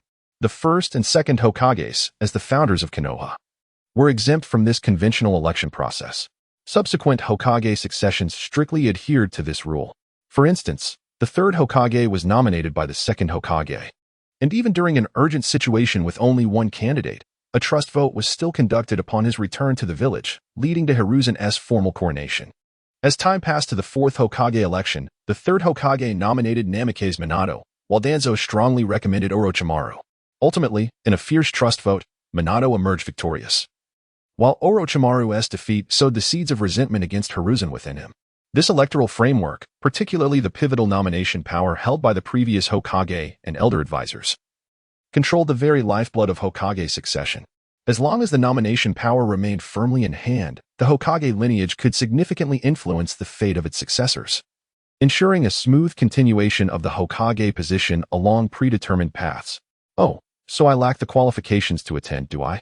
Kushina disregarded Danzo's admonition, instead addressing Hiruzen. You. Danzo fumed. Since Hiruzen had assumed power, no one had ever ignored his words. Hiruzen intervened, calming Danzo's rising fury as he glanced at Kushina and the sleeping Naruto, feeling a complex swirl of emotions and a growing sense of losing control over the situation. The untimely arrival of Q-Wind was already peculiar, but Kushina's unexpected presence was even more astonishing. Of course, you are an important member of the village and have the right to attend this meeting. Hiruzen suppressed his doubts, choosing to observe the unfolding events.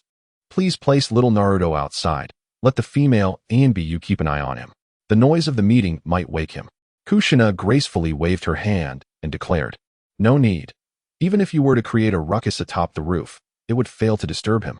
Surrounding young Naruto, runes shimmered with ethereal light, indicating that Kushina had long prepared a quaint barrier for him, impervious even to typical ninjutsu, let alone the noise of the gathering.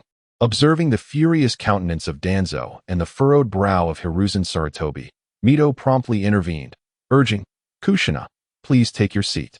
Chapter 11. Where shall I sit? Kushina Izumaki surveyed the crowd with a keen gaze before fixing her eyes upon the podium, inquiring directly, if there are no seats, where am I to sit? Mito Minyan found himself at a loss, as the room, despite its many attendees, still had numerous vacant seats, including several in the front row, akin to those occupied by the clan leaders of Uchiha and Hyuga.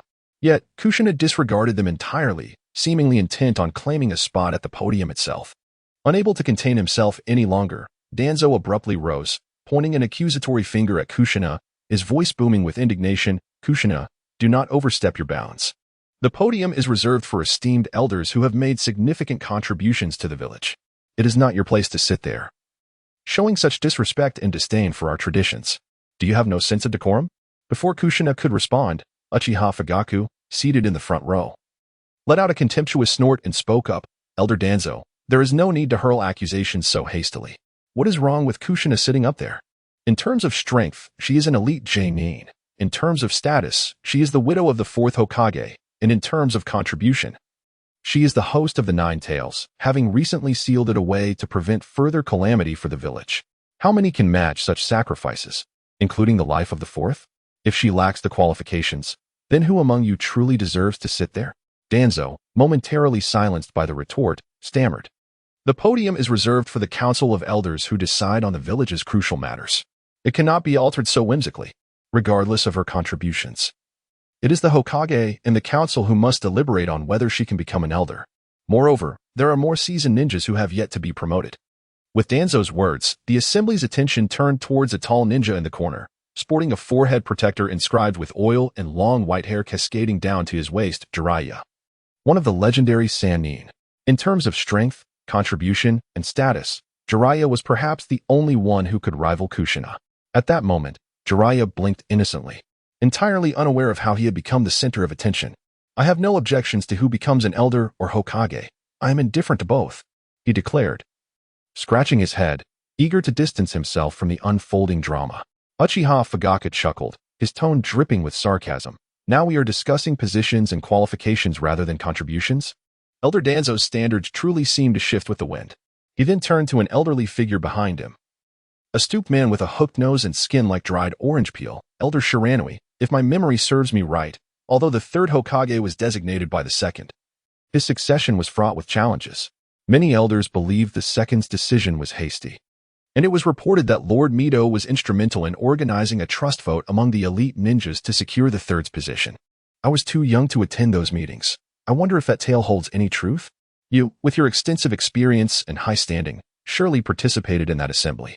Could you share the details with us? Elder Shadowy slowly opened his triangular eyes, their murky yellow hue reflecting the wisdom and weariness of age. His disheveled white hair clung to his scalp as he grinned, a chilling smile reminiscent of a ghostly flame in the dead of night. While others may have forgotten, he could not. As a leading figure of the Uchiha faction, he had been a vocal opponent of the 3rd Hokage's ascension. Had it not been for the departure of Uchiha Madara, there would have been no one capable of rivaling Mito Uzumaki. Though age may dull the memory, he would never forget the commanding presence of Lord Mito. It was within these very walls, in the seat now occupied by Danzo, that the elder had forcefully rallied support. pushing the third Hokage onto the throne. Both are widows of Hokages, both are hosts of the Nine Tails, both are elite ninjas of the Uzumaki clan. Why then can Kushina not occupy the podium? Fugaku's remarks rendered Danzo speechless, leaving the assembly in stunned silence, with no one daring to counter his argument. All eyes turned expectantly to the silent Sarutobi Hiruzen, hoping he would provide a resolution. Internally, Hiruzen wrestled with a tempest of emotions. The addition of another elder did not concern him, nor did he mind Kushina being appointed as Hokage.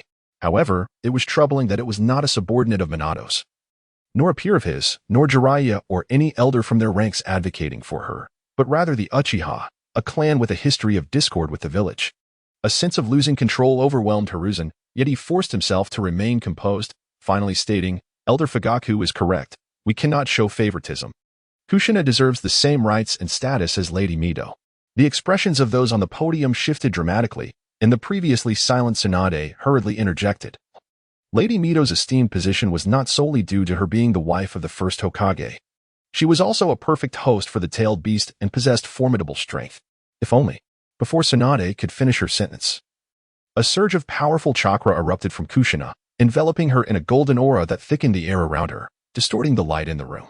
The elite ninjas present, save for a few of the strongest, found themselves rendered speechless by the overwhelming pressure. In the eyes of ordinary citizens and even some lesser ninjas, Tsunade remained a formidable kunoichi, but in this moment, she paled in comparison to Kushina, whose chakra alone rendered her immobile. "I can now wield the Nine Tails power just as Lady Mido did," Kushina declared, dissipating her chakra cloak and gently cradling little Naruto in her arms. Her demeanor softened. Soon after, a chair was brought forth for Kushina to sit beside Tsunade, where she simply lowered her gaze to watch over Naruto, falling silent once more. The previously balanced assembly now felt cramped with the sudden addition of two more figures, leading Mido and Tsunade to exchange covert glances, both feeling helpless to change the situation. "All right, we must formally commence the meeting," Mido announced, standing once more to regain control. Suddenly, a loud crash echoed through the room as the heavy doors burst open, flung wide by a powerful kick. Mido, usually composed, could no longer contain his fury, shouting, "Who dares?" Chapter 12. An appearance at the Konoha orphanage on the rooftop. Xianshi and Yaoshi Yinayu sat facing each other, sipping the exquisite tea that Xianshi had brought back from his travels. Yaoshi Yinayu appeared somewhat weakened, his complexion pale, yet overall he seemed in good spirits. Unlike in the previous timeline, the orphanage was no longer solely Yaoshi Yinayu's burden, sustained by his mission rewards and the village's funding. Although Xianshi spent little time in the village, he regularly sent funds back, sufficient to maintain the orphanage's current state. While they could not afford a lavish lifestyle, Yinayu felt quite content. Dissimilar to traditional ninjas, Xianshi was never troubled by financial concerns. In this world, there were plenty of wealthy patrons. He was not rigid or overly benevolent towards certain brigands. Were it not for the fear of drawing unnecessary attention due to large financial transactions, Xianshi would have aspired to transform the orphanage into a five-star hotel, reaping the rewards from affluent benefactors. After all, how could he uphold his aristocratic facade without sufficient funds? The gilded cloak, the gold-embellished fan, and the pure gold ninja tools, no, rather, the chakra-infused tools, could not be maintained solely through meager mission rewards. "At this hour, I presume that esteemed individual has arrived," Yaoshi Yinayu mused, gazing towards the Hokage building. "I sensed earlier that Shizen is still at the village entrance. That individual has already reached the meeting venue," Xianshi replied, wearily rubbing his forehead and shaking his head. "I suspect she was out all night gambling again and only just arrived in a frenzy." Yaoshi Yinayu chuckled. "That certainly aligns with Lady Tsunade's character. I heard tales of the legendary fat sheep while on a mission outside. By the way, although the matter is confidential, I have received word that Lady Tsunade suffers from severe hemophobia, and it is rumored she has grown weary of the ninja life, wandering with Shizen instead. How did you manage to convince her to return as Hokage? Oh, dear sister, have you forgotten the extraordinary powers of the secret medicine? I merely induced a few dreams and provided some subtle psychological suggestions, and her condition healed itself. As for her swift return to the village, it was merely because I resolved a significant debt for her. I am now her largest creditor." Recalling these events caused Xianshi a pang of anguish. Though his wealth was also acquired through fortunate circumstances, the amount was staggering, enough to nearly render him faint upon first hearing it. He had no idea how many times he had to rely on luck to gather that sum, leading him to the brink of financial ruin. In a bid to take revenge on Tsunade, she sure held nothing back. To alleviate her hemophobia, or perhaps her psychological block, he relentlessly tormented her in her dreams. Even if Tsunade were to endure Itachi's Tsukuyomi unscathed, she sure would not be surprised. Moreover, having learned from the White Fang incident, she sure stayed close to Tsunade for a full year, employing psychological suggestions, mental comfort, and even consciousness manipulation. He exhausted all his knowledge and skills. If he failed now, retirement would be his only option. After a year of companionship, a profound bond had formed between them. Tsunade had missed him dearly during their time apart, and she sure remained vibrant, primarily due to his swift movements while gathering intelligence. Tsunade had not seen him in quite some time, and the substantial debt she owed him. Once Tsunade appeared, the situation would be settled. The third Hokage was not someone who clung to power. His desire to return was merely due to the lack of suitable candidates in the village. Tsunade's willingness to shoulder the responsibility was welcomed by the third Hokage. As for Danzo, he had no chance. Tsunade's strength, background, and status were indisputable, impervious even to the fourth Hokage's resurrection. Danzo's influence was merely tolerated by the third. Without the towering support of the third Hokage, the roots buried deep would never have a chance to flourish. In a moment of contentment, Yu suddenly stiffened. Casting a glance at Shinsure, "Dear brother, did you sense that? As I suspected, on such a significant day, he would undoubtedly make an appearance to gather intelligence. The fact that he has come near our stronghold only makes it all the more logical. Let us proceed according to plan." The orphanage was already situated on the outskirts of the village, in a secluded area with little human presence. In the small grove behind the orphanage, space warped, and a mysterious figure clad in a black robe appeared silently, eyes glinting with cold light as they gazed towards the Hokage building. He. Beside the mysterious figure, a creature resembling a half-black, half-white pitcher plant slowly emerged from the ground, its white half emitting a jovial sound. "Is there any news?" the mysterious figure asked. "The sensory barriers of Konoha are plentiful. Despite your intelligence, there remain many areas difficult to probe, especially that woman, the Jinchuriki of the Nine Tails. Since her recent resealing of the beast, her sensory abilities have intensified, nearly discovering me several times. Now that she is in the Hokage building, I dare not approach." The mysterious figure replied coldly. "So, there is no valuable information to be had?" No. The pitcher plant creature waved its hand. "How could my Lord Black Zetsu emerge without a gain? While I may not dare to approach the Hokage building, I did catch sight of someone significant. He. Who? The legendary Sannin, the Princess of Slugs, Tsunadeheim. Tsunadeheim." The mysterious figure pondered for a moment, then declared, "It seems the next Hokage is virtually assured. The strongest medical ninja." The mysterious figure, unconcerned with the presence of the pitcher plant creature, raised a hand and clenched it into a fist, shaking it dismissively. "It matters not who takes the stage. No one can thwart my Moon Eye plan. One more thing." The pitcher plant creature, housing another presence within, spoke in a raspy, low voice. "I have discovered several promising candidates within the village that warrant further observation, as they may assist our plans in the future."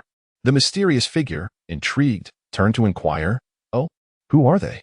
You should be familiar with them. They are from your Uchiha clan. One is named Uchiha Shursui, and the other, Uchiha Itachi." The mysterious figure was none other than Uchiha Obito, the architect behind the Nine Tails chaos. Now risen from the dead, Shursui and Itachi. Uchiha Obito fell into deep thought. These two youths were well known. Shursui was a celebrated prodigy of the Uchiha clan. Only 8 years old this year, already possessing 2 tomo in his Sharingan. Itachi, the eldest son of the clan leader, was merely 4 or 5 years old, a mere toddler when Obito departed the village, but he had evidently demonstrated remarkable talent to catch Black Zetsu's attention. Obito held Black Zetsu's judgment in high regard. Unlike White Zetsu, who was erratic and unreliable, Black Zetsu possessed an extraordinary wisdom and vision beyond the norm. "Understood. I shall keep a close watch on them." As Zetsu departed, silence enveloped the grove once more, leaving Obito in contemplation. Swish, swish, swish. Several shuriken flew towards him from a distance. "You wretched hound of Root, do not approach the orphanage." A female ninja, dressed as a nun, appeared before Obito. Chapter 13. The first encounter. Uchiha Obito found himself perplexed and bewildered by the harsh words directed at him. The newcomer was none other than the orphanage director, a figure he had only met a few times and had no deep connection with. To his surprise, she was a skilled elite ninja. capable of appearing so silently and without detection. This alone testified to her remarkable prowess. Inform Danzo that he should not attempt to manipulate me, nor should he think to use the children from the orphanage as leverage. If he does, he shall pay a heavy price. Kushina Noyu declared sternly. Danzo? Manipulation? In an instant, Obito's mind conjured a sinister plot. This shadowy figure from Konoha sought to recruit the elite ninja before him into his roots, threatening the lives of innocent orphans as a means of coercion. However, this would backfire, for Kushina Noyu was fiercely independent and unwilling to submit to Danzo's control, even if it meant mutual destruction. Such tactics are not new to Danzo, Obito mused silently. Ever since he devised the Moon's Eye plan, he had amassed a wealth of intelligence on various tailed beasts and ninja villages, with Konoha being of paramount importance. With Uchiha Madara as the founder of the village and White Zetsu as a master of espionage, Obito possessed an intimate understanding of Konoha's inner workings. Knowing far more about its clandestine schemes than even the third Hokage, most of which were linked to Elder Danzo. For instance, the forced conscription of elite ninjas from various clans into the roots, or the manipulation of Hanzo of the Salamander to eliminate the first leader of Akatsuki, Yahiko. Be cautious. He is not a member of the Roots, but rather the instigator of the Nine Tails incident, responsible for the fourth Hokage's demise. He is formidable. Xianxue swiftly joined Kushina Noyu, warning her. Another one. Obito was familiar with this aristocratic-looking ninja, a genius espionage ninja dispatched by the third Hokage. He had been unmasked and successfully turned by the fourth Mizukage in the Land of Water, later returning to Konoha as a double agent, showcasing considerable strength. His jutsu allowed him to become intangible, evading harm, yet when he attacked, he became corporeal, an opportunity for Obito. I will take the lead while you provide cover, protecting the village and avenging the fourth. Xianxue strategized while sharing information about Obito. Oh, has the information already been leaked? It must be due to Kushina Uzumaki. Obito furrowed his brow. On the day of the Nine Tails incident, only the fourth Hokage Minato Namikaze was privy to the details of his jutsu, and prior to his death, he had only brief contact with Kushina, suggesting that the information was likely divulged then. The notion that a traitor would risk everything for the fourth's vengeance was laughable. Obito found the situation absurd. This world was indeed mad. After all, this was the heart of Konoha, with a host of experts nearby in the Hokage Tower. While Obito had confidence in his abilities, he was not so arrogant as to believe he could escape unscathed amidst such overwhelming strength. Observing the two before him, he resolved to retreat. In the next moment, the space around him warped, and he vanished. Chase him. Secret technique. Fox hunt. Xianxue commanded, employing his sensory jutsu as he and Kushina Noyu pursued him beyond the village's borders. In a brief span, they had chased him into the forest outside the village, where Xianxue sensed Obito's chakra nearby. Damn it! If he seeks death, I shall not be to blame. Obito's anger flared. He had intended to remember their names, but their reckless pursuit left him no choice. They were far enough from the village that eliminating them and retreating would be feasible. A swirling vortex rapidly formed beside Kushina Noyu, and Obito emerged from it, a kunai poised to pierce her throat. Obito was aware of Xianxue's capabilities, having encountered the fourth Mizukage in the Land of Water and held his own in battle, indicating that he was at least an elite J-nin. Thus, he chose to target Kushina Noyu first, both to gauge her true strength and because he assumed she might not excel in taijutsu. A slight delay in her reaction could leave her vulnerable to his attack. As anticipated, Kushina Noyu was caught off guard, and the kunai struck like a gale. Yet, Obito felt no resistance, as she, too, had become intangible, suffering no damage. Intangibility? No, that's not right. A clone? No, that's incorrect. It's an illusion. The figure before him was but a mirage, akin to a mirage in the desert. What kind of illusion could deceive the kaleidoscope Sharingan in such a way? Secret technique. Dreamscape shift. Before Obito could regain his composure, Kushina Noyu transformed from a mere illusion into her physical form. Hidden weapon, tongue needle. Hidden weapon, needle barrage. With a swift motion, several poison needles shot forth from Kushina Noyu's mouth, while poisonous saban erupted from her arms at an incredible speed, rendering them nearly impossible to evade. Remaining calm under pressure, Obito once again became intangible, narrowly dodging the needles and saban. Without waiting for Kushina Noyu to make her next move, he thrust the kunai toward her once more. Ninjutsu, tangled hair hell. Xianxue, already prepared for action, denied Obito a second chance to strike. His inky black hair surged forth, weaving into a net of hellish proportions, each strand as fine as silk but razor-sharp, capable of cleaving even the lightest leaf in two. Obito found himself ensnared, unable to materialize. Should he be caught in the hair net, he would likely be torn to shreds. Seizing this opportunity, Yakushi Nanoyu transformed back into an illusion, easily escaping the confines of the web. Realizing that he had underestimated his opponents, Obito recognized that they were exceptionally formidable. Shinshire's jutsu seemed designed specifically to counter his Kamui, making close combat impossible. Should he materialize, he would be injured by the hair net. He needed to alter his strategy and seek victory through ranged attacks. Yet, what astonished Obito the most was Yakushi Nanoyu's jutsu.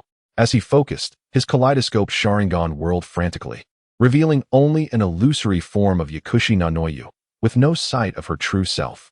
From their earlier confrontation, it became apparent that aside from her illusion, she possessed a space-time ninjutsu that allowed her to swap places with her illusion in an instant. This was the true challenge. Space-time ninjutsu was notoriously troublesome, as evidenced by his own Kamui. What Obito did not realize was that Shinshire also mastered this space-time ninjutsu, both having evolved from the dream-traveling abilities of the Daydreamer. Yakushi Nanoyu had developed her illusion from a psychological invisibility technique. The Mirror Flower, Water Moon technique leveraged her understanding of her target's psyche, exploiting psychological blind spots to remain hidden, thus creating the effect of being right in front of someone yet completely undetectable. Consequently, Obito's Sharingan was momentarily unable to discern this unprecedented illusion. Yakushi Nanoyu created another illusion to mask her presence, utilizing this illusion infused with her chakra to execute her secret technique, Dreamscape Shift, causing her jutsu to exhibit a back-and-forth dynamic between the real and the unreal, though fundamentally different in principle. Meanwhile, Shinshire's space-time ninjutsu was taught to him during playful sparring sessions with Kakashi. The Night Sea Butterfly Step was a technique that utilized a folding fan. The first dance of the floating fan allowed him to manipulate the fan like a butterfly in flight, serving as both a weapon and a means of spatial navigation, akin to the Flying Thunder God technique in principle. However, the spatial ninjutsu of the two individuals is limited, with a maximum range of approximately 500 meters. Their execution speed is considerably inferior to that of the Flying Thunder God and Kamui techniques. Therefore, their cooperation is essential to restrict Obito's use of Kamui. Given that the infallible Kamui has proven ineffective, let us attempt the legendary technique that enabled the first Hokage to dominate the ninja world. Would release. Chapter 14. The Grand Display of Might, the Art of Fire Release. Tempestuous dance unleashed a swirling vortex of flames, engulfing the entire forest in a blaze of light. Uchiha Obito, wielding his Meijiki Sharingan, combined it with the fire release technique. First, he distorted the surrounding space using Kamui, creating a tempest, then expelled flames from his mouth. The power and range were magnified tenfold, transforming a mere C-rank technique into one with the ferocity of an A-rank. Yaoshi Yinayu made no attempt to evade, allowing the inferno to consume her entire form. Such a vast technique failed to reveal her true self. Ninjutsu Needle Gourd. With a soft exclamation, Shinshire's raven hair rapidly contracted, enveloping her entire body and hardening into an impenetrable armor, spikes protruding outward, gleaming with a metallic sheen. Let us see whether your black hair armor is tougher than my wooden spikes.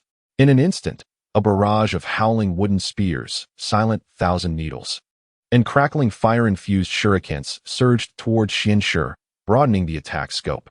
Faced with such a multi-directional assault, even if confident in the defense of Needle Gourd, she could not guarantee complete resilience, especially with Obito poised to strike from various angles using Kamui. Earth Release, Earth Prison. The soil around her swiftly congealed into a semicircular earthen prison, securing Shinshire within. The incessant barrage of wooden spears and shurikens battered the surface of the earthen dome, producing a deafening cacophony. Inside the prison, Shinshire crouched, channeling chakra into the walls while panting heavily. The limited chakra supply was a persistent flaw. Having withstood only a few waves of attacks, she was already feeling the strain. Outside, Obito continued assaulting the earthen prison while keeping a watchful eye on Yaoshi Yinayu. She occasionally shifted into her physical form to throw a few kunai or cast some relatively potent wind release techniques, but none were poisoned, and she hesitated to engage in close combat. Obito, dismissing her as a threat, simply blocked and dodged with ease, underestimating the mysterious female dean. Despite the bizarre nature of her stealth techniques, her offensive capabilities were undeniably lacking. Once he discerned her hiding patterns, her demise would be inevitable. Currently, Xianshi was wholly focused on defense.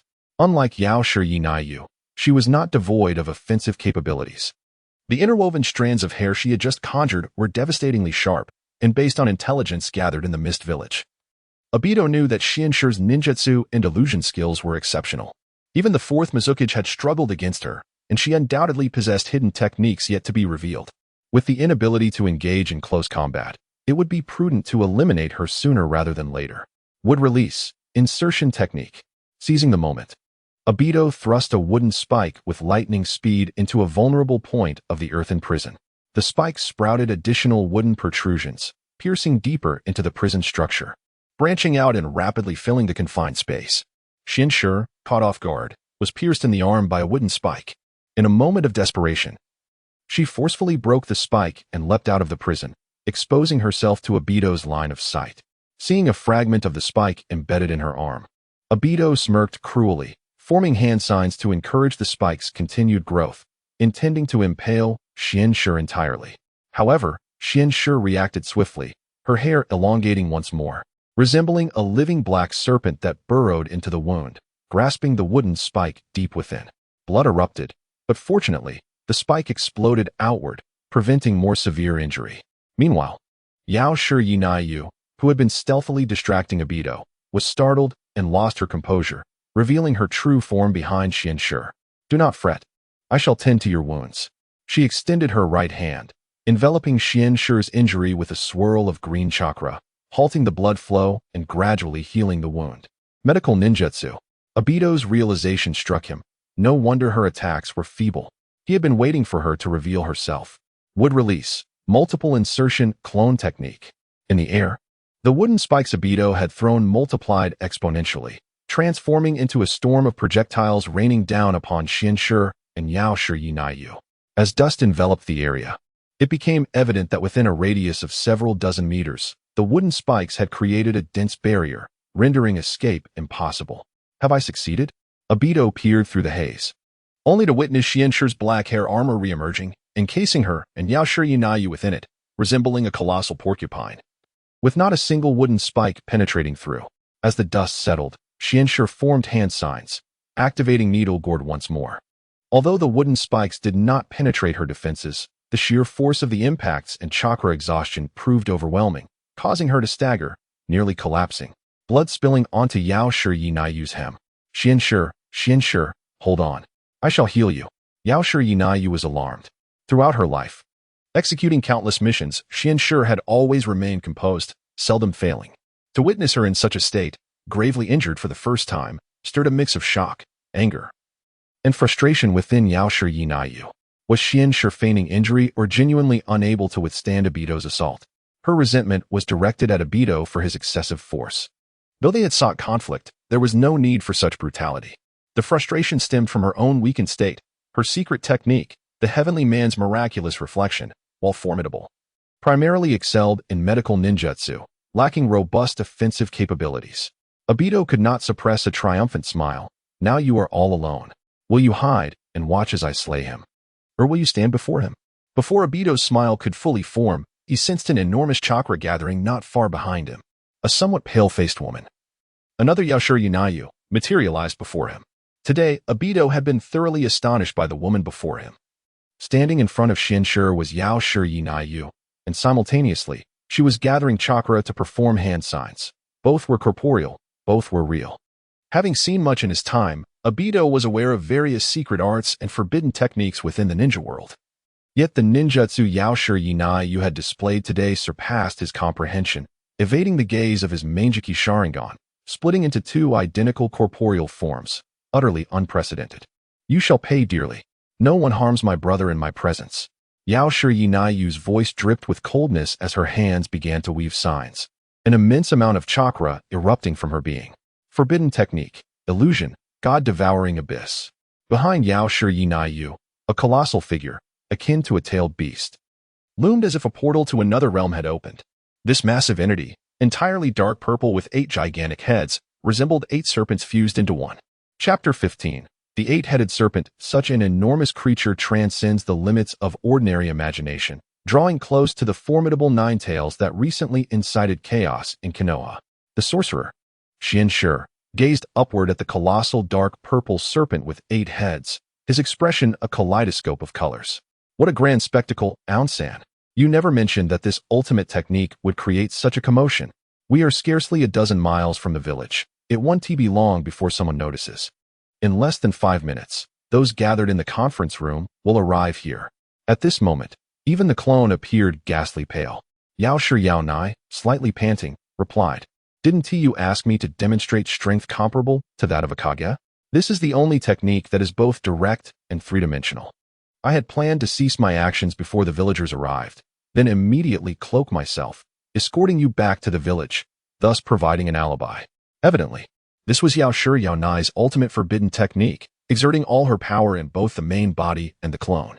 However, as Xianshi observed the monstrous entity, a sense of familiarity washed over him. "Aun-san, the creature you summoned cannot possibly be the eight-headed serpent, can it? How do you know its name?" Yaonai inquired, her expression one of surprise. "Are you familiar with Orochimaru's forbidden techniques?" It turned out that during her time in the Roots, Yaonai had worked alongside Orochimaru. By mere chance, she had stumbled upon a scroll of forbidden techniques and inadvertently caught a glimpse of it. Although such a careless act required a level of skill beyond the ordinary. While this forbidden technique was not suitable for Yaonai, nor could she master it.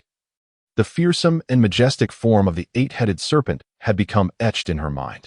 Eventually, she put the matter aside, yet as her extraordinary traits as a dreamer evolved, she felt an unknown beast stirring within her.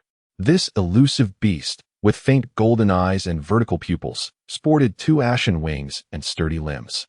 Its scales bore intricate, three-dimensional symbols, intertwining with flesh and extending into the surrounding void, creating a vision that seemed to belong to a realm beyond reality, inducing madness and distorting thoughts, as if compelling one to tear asunder their very being.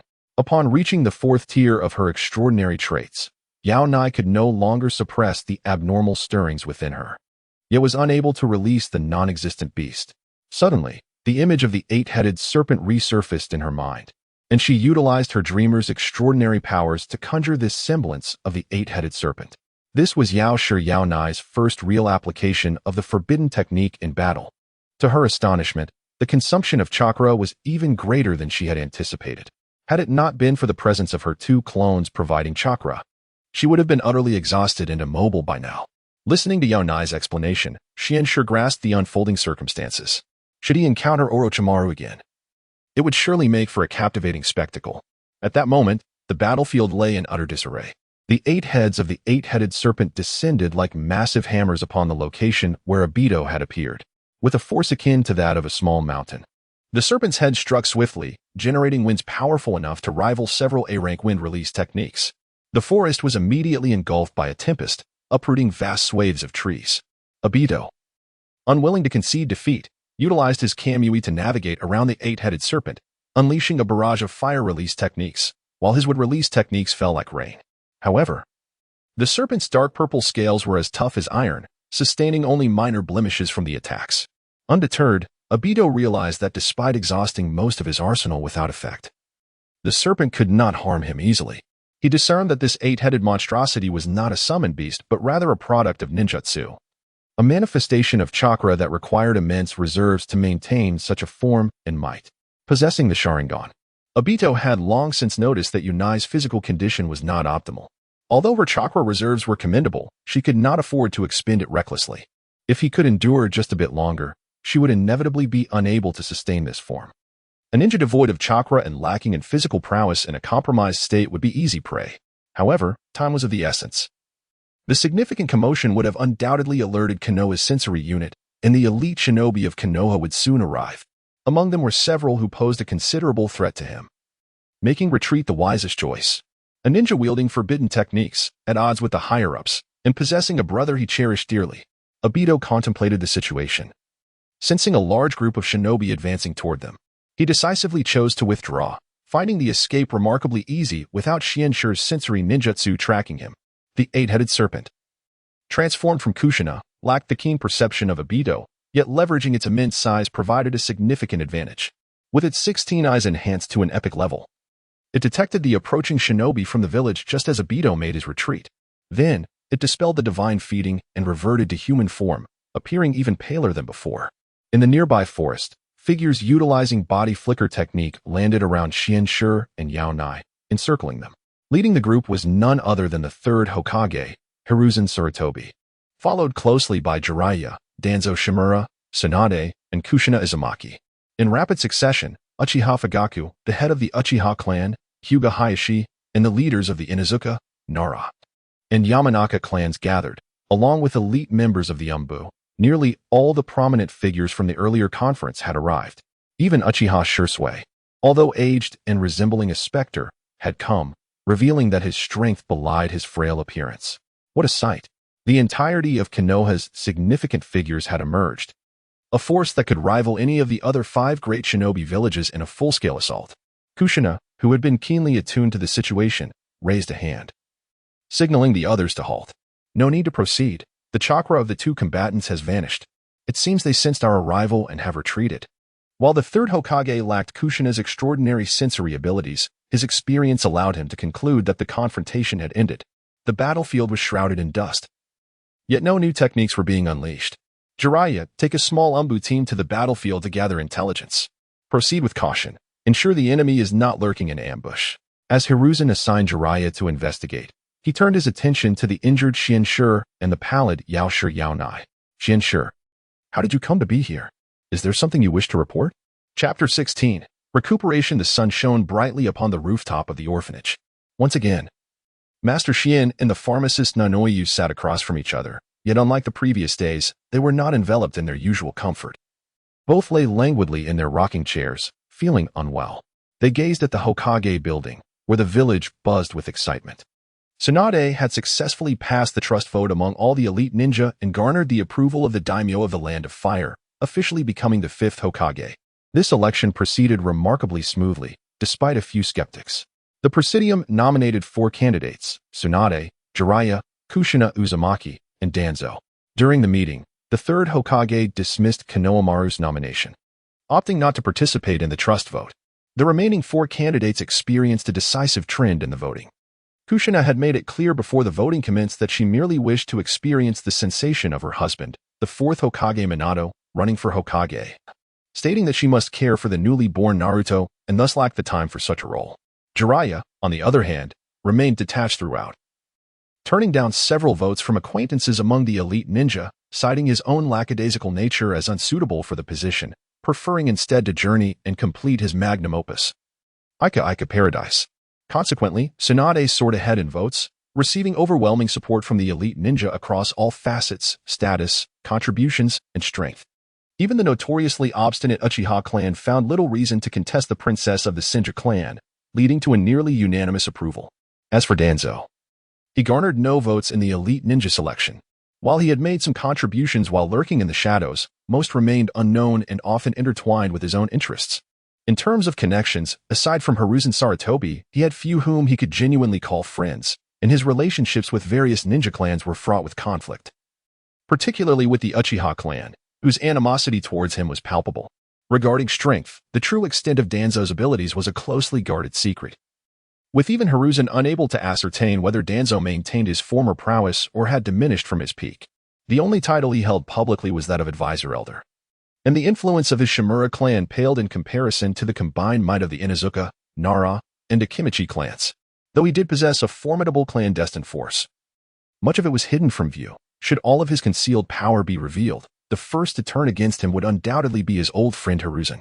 The final outcome left Danzo in a state of quiet disgrace.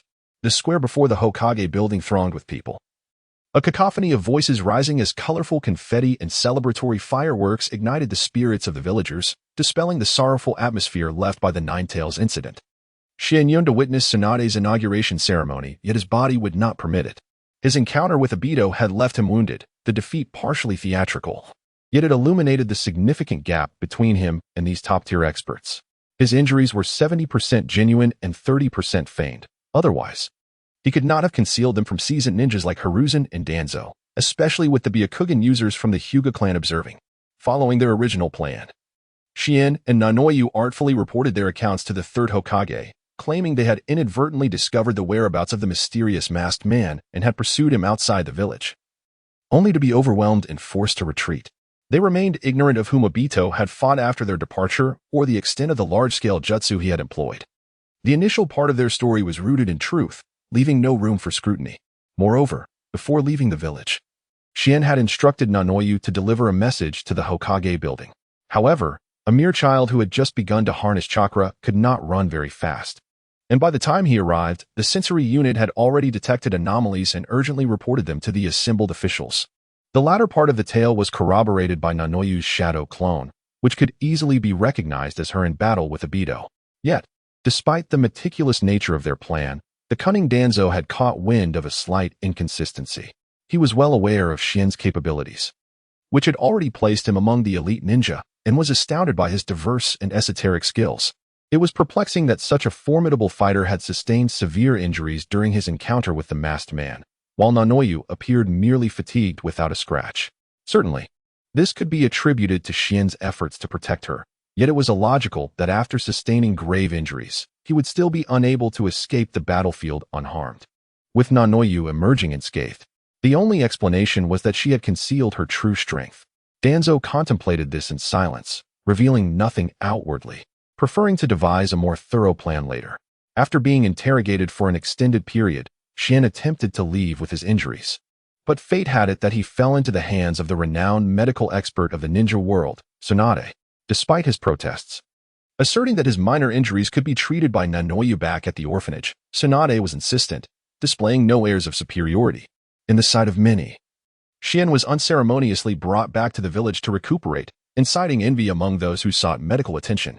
Tsunade's medical ninjutsu proved extraordinary, coupled with her high standards that bordered on perfectionism, as she scrutinized the efficacy of her healing techniques to an almost absurd degree. Shien's fractured ribs were repositioned 18 times within a day, each time due to a mere millimeter misalignment, necessitating further adjustments. Ultimately, all his injuries were flawlessly healed, his body restored to its original state. After 3 days of lying in bed at the orphanage, Shien took advantage of the disorder pervading the village, which spared him from assignments as a wounded ninja. Thus, he seized the opportunity to absorb the extraordinary traits of the fourth sequence of the Dreamer from Nanoyu. As anticipated, the assimilation of these extraordinary traits from another realm into the natives of the Naruto universe proved to be a seamless endeavor. Within merely a few days, he had progressed further than in years past without experiencing the intense discomfort of acclimatization. It appeared that the plan was indeed feasible, given time. Should he assimilate the extraordinary traits from the 5 major paths, he could face not only Obito but even the Ten Tails Jinchuriki with confidence, and perhaps even challenge the Sage of 6 Paths himself. Shien glanced at Nanoyu, the pioneer of extraordinary trait assimilation in this foreign world, and could not help but smile. He was not fighting alone. His ally, Nanoyu, was formidable in her own right. Chapter 17. Appointment at the Hokage building. After several days of relentless busyness, filled with various ceremonies, meetings with dignitaries, and handovers of relevant matters, Tsunade finally found a moment of respite today. She reclined in the Hokage's chair, savoring the rare tranquility. "Hokage-sama, the expert has arrived," came the voice of Shizen from outside, breaking the serene atmosphere. "Let him in," Tsunade replied lazily, half closing her eyes, showing little semblance of a dignified Hokage or an elegant lady. In the presence of the expert, Tsunade bore no secrets. This young ninja, who could well be her son, was perhaps the person who understood her best in the world, surpassing even Shizen, who had been by her side for years. During the years spent with the expert, he had effortlessly won her trust, opening the doors to her once closed heart. Tsunade found herself willing to confide in him, revealing her past scars without reservation. Strangely, as she spoke of these wounds, the excruciating pain gradually diminished. Even her fear of blood, which had arisen from the loss of her lover, Dan, healed quietly over time. Although the journey was painful, the outcome was ultimately positive. "Greetings, Hokage-sama." The expert today exuded an air of nobility, elegantly fanning himself. Tsunade did not even lift her eyelids, responding languidly, "With the weather as it is, it's cool enough without the fan. Spare me the pretense of elegance." Unfazed, the expert continued to fan himself with calm composure, no longer intimidated as he had been in previous days. After all, The new Hokage wouldn't resort to violence in her office.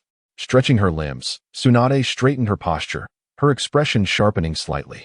Let us discuss serious matters. I have accepted the proposal from the third Hokage to reorganize the interrogation department into the interrogation intelligence department, which will be divided into the torture division and the intelligence division, with you overseeing the latter. The expert appeared somewhat taken aback. Oh, you've accepted the third Hokage's plan? That was a result of Danzo's scheme to decentralize power, regardless of whose proposal it is, as long as it benefits the village. It is a good plan. As for any power struggles, that depends on who occupies this position, Tsunade replied with a charming smile, exuding an irresistible allure before swiftly regaining her composure. Not just the interrogation department. I intend to implement reforms in other departments as well, Tsunade declared, producing a stack of reports and placing them before the expert. Upon reviewing the documents, the expert noted the considerable changes. First, Tsunade, as the Hokage, would oversee the operations. Beneath her, 6 advisory elders would be appointed: Sarutobi Hiruzen, Danzo, Midoriya, Tsurugi Kamaki, Akimichi Torafuku, and Uzumaki Kushina, who would assist the Hokage in making significant decisions for the village. Additionally, 10 representatives would be newly established, comprised of seasoned and respected ninjas, tasked primarily with supervising village affairs, providing counsel, and participating in major decision-making processes. The 6 main departments and other direct departments would remain largely unchanged, but each would have an appointee to manage them directly under the Hokage's governance. The administrative department would be managed by Midoriya, the medical department by Tsurugi Kamaki, the education department by the ninja professor and third Hokage Sarutobi Hiruzen, while the interrogation intelligence department would be overseen by Kushina, with the experts serving directly under her. The police department would not be managed by an advisor but would report directly to Tsunade, thus preventing further escalation of tensions between the Uchiha clan and the village. Most crucially, the Umbu, or the Special Assassination and Tactical Force, would be managed by Danzo. Traditionally led by the Hokage, its members typically served as loyal confidants. However, Danzo's route had gradually distanced itself from the Hokage's control, becoming his private force. Tsunade intentionally placed Danzo in a visible position to prevent any clandestine machinations, ensuring that he was under her watchful eye. She aimed to gradually integrate Root into the Umbu, where its members would collaborate with Jiraiya to form a new Root, directly answering to the Hokage. Besides maintaining a shadow guard, the remaining Umbu would follow Danzo into perilous missions, for it would be a waste not to utilize such a master of wind techniques. Lastly, a special decision was made. Due to the repeated hints about the expert's demise and her own travels throughout the ninja world, Tsunade sensed an undercurrent of turmoil brewing. The rampage of the Nine Tails was merely the beginning, and more unexpected incidents were sure to follow. The death of the fourth Hokage and the formidable strength of the mysterious masked man served as a wake-up call for Tsunade. Facing such foes, ordinary ninja teams stood no chance. Only by consolidating their most powerful forces could they confront these threats. Thus, Tsunade resolved to create a special operations team dedicated to handling these exceedingly difficult tasks, serving as a deterrent against restless forces both within and outside the village. The team would be led by Sarutobi Hiruzen, with members including Danzo and Jiraiya, and supplementary members comprising Tsunade herself and the Nine-Tails Jinchuriki, Uzumaki Kushina. With such a formidable lineup, Tsunade felt confident about facing any opponent head-on. It was no exaggeration to claim invincibility. Even if her grandfather, Hashirama Senju, were to be resurrected, or the legendary Uchiha Madara were to return, the strength of this team would be equally formidable. After perusing the proposal, the expert couldn't help but exclaim, "This is rather ruthless. The plan is excellent, but implementation may not go as smoothly. The primary obstacle would be Danzo, who would not easily be deceived." Tsunade's expression darkened, her face freezing into an icy demeanor. He will have no choice but to comply. Unlike teacher Sarutobi, who showed leniency towards Orochimaru due to their past relationship, I hold no personal ties with Danzo. I will not permit another S-rank rogue ninja to emerge in our village. I have already discussed this matter with teacher Sarutobi. He will fully support me, and he will handle negotiations with Danzo. As for the worst-case scenario, he is prepared, Tsunade asserted. If it comes to that, I will take action myself. The expert couldn't help but smile wryly. Compared to the Tsunade of his original timeline, this version was more youthful and vigorous, taking decisive actions. Danzo would be wise not to harbor any ulterior motives, lest he face the wrath of Sasuke years later. And what of the two advisors, Midoriya and Tsurugi Kamaki? According to your proposal, their authority has significantly diminished. Surely, you want to resort to eliminating them over a disagreement? Of course not. While they can be quite exasperating at times, they genuinely care for the village's welfare, and I need their counsel. As for their reluctance to relinquish power, Tsunade suddenly revealed a mischievous smile. The 10 representatives I've appointed are drawn from various ninja clans, ensuring broader participation in village governance. If the two advisors refuse to cede power, I will let the free citizens resolve it, without me lifting a finger. An excellent strategy to drive away wolves and swallow tigers, the expert remarked, receiving a playful glare from Tsunade. Had I known that being Hokage would be this challenging, I wouldn't have anticipated so many complications. There are indeed countless matters to attend to. Fortunately, the old man's advice proved beneficial. I managed to get Nara Shikamaru into the office next door. He can help me tackle a significant portion of these issues. As for you, I want to confine you to the village. Your primary task now is to deal with that mysterious masked man. Yes, Hokage-sama. By the way, about that matter I mentioned earlier. Oh, I've reviewed it and prepared a plan. Let us proceed tomorrow. Considering your standing, I'll give you a discount. The fee will be 1 million ryo. Chapter 18, The Twins' Pain. An excruciating, penetrating agony. From a lower ninja to a higher one, Kakashi had faced countless perilous missions, endured numerous injuries, and tasted the bitterness of suffering. He had even confronted death on several occasions. Kakashi once believed he could withstand all the torment this world had to offer. What was mere physical pain to him? However, at this moment, he truly comprehended the meaning of heart-wrenching agony, the essence of suffering worse than death. Gradually, Kakashi sensed the once unceasing influx of chakra from his Sharingan diminishing, his entire chakra network collapsing, and his body cooling as if the very blood within him was being drawn away, drop by drop. Could he truly not endure this? Was his life about to end here? He felt an overwhelming sense of unwillingness. Kakashi's consciousness grew increasingly hazy, threatening to plunge him into an abyss of darkness. In this blurred state, he could faintly hear voices around him. Kushina, prepare the sealing technique. Yes, Lord Fifth. The ever-dedicated Shizun rushed forward to wipe the beads of sweat from Tsunade's forehead. This procedure was exceedingly arduous, far surpassing the complexity of other surgeries. Following the instructions of the sage, they aimed to meticulously sever the nerves in Kakashi's eyes without compromising the integrity of his body or Sharingan. They sought to rectify all the latent dangers from the initial transplantation and restore the nerves to their original state. Tsunade was not one to boast, but there were few in the world capable of executing such a delicate and intricate surgery, and she was among the elite, unmatched in her perfection. To ensure the success of the operation, Kakashi had to remain conscious throughout, preventing any stress reactions during unconsciousness that might lead to nerve misalignment. This meant he had to endure tenfold the agony of bone scraping, and the surgical site was his very eyes. How was Kakashi faring? The sage, who had been waiting anxiously, felt uncertain. Although Tsunade was a top-tier medical ninja, he understood the surgery's complexity. To safeguard Kakashi's potential for growth and the Sharingan imbued with potent abilities, the sage had set the highest standards. Were it not for the substantial debt Tsunade owed him, she would never risk her illustrious reputation on such a nearly impossible procedure. As Kushina prepared to cast the sealing technique on Kakashi's eyes, he succumbed to the pain and lost consciousness, but the surgery was complete, rendering his unconsciousness inconsequential. Tsunade stretched and remarked, "Now I worry that the Sharingan has drained him of significant chakra. If the newly generated chakra within him cannot sustain the sealing technique, the chaotic chakra flow could lead to meridian damage. However, it is not a grave issue. With a year of rest, I can ensure his recovery without any lingering effects." A year? That would squander a year's prime training time.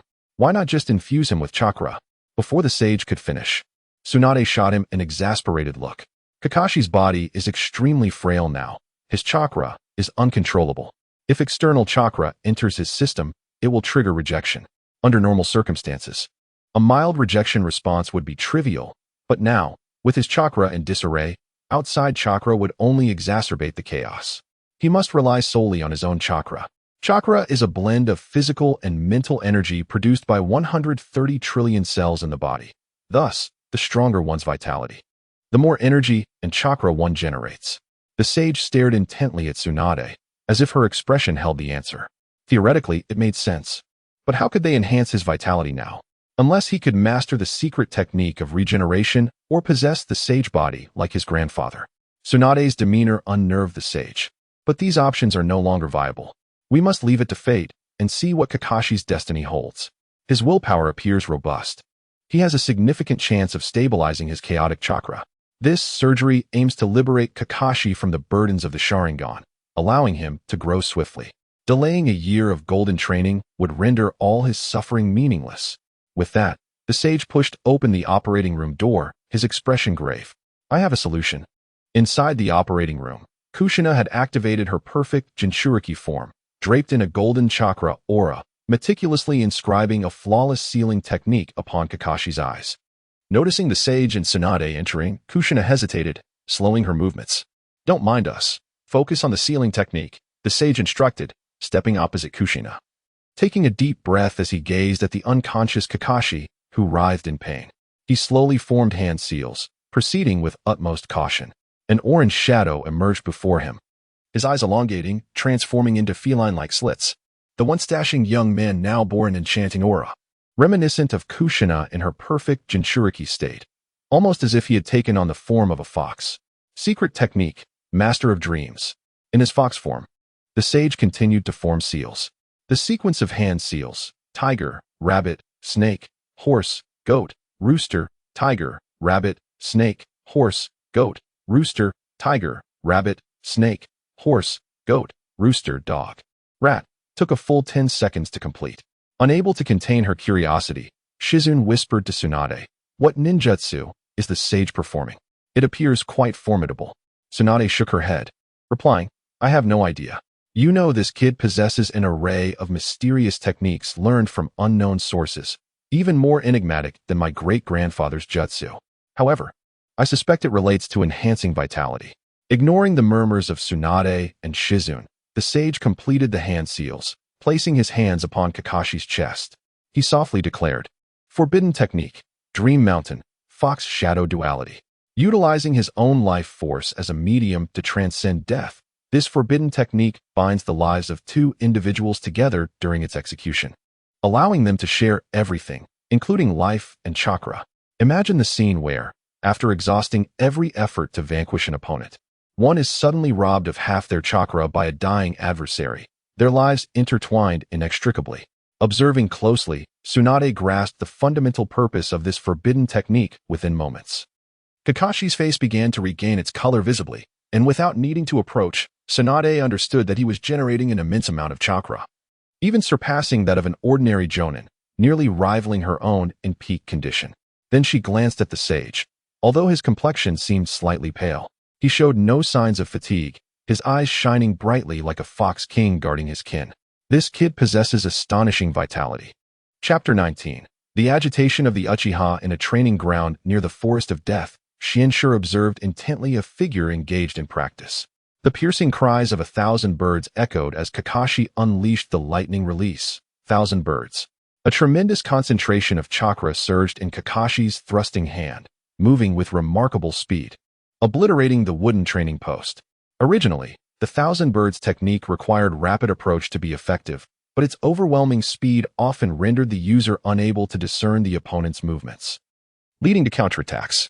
The fourth Hokage, Minato, had critiqued it as an incomplete technique, necessitating the Sharingan's perceptive abilities to mitigate its shortcomings and maximize its potential. Xianxue nodded in appreciation.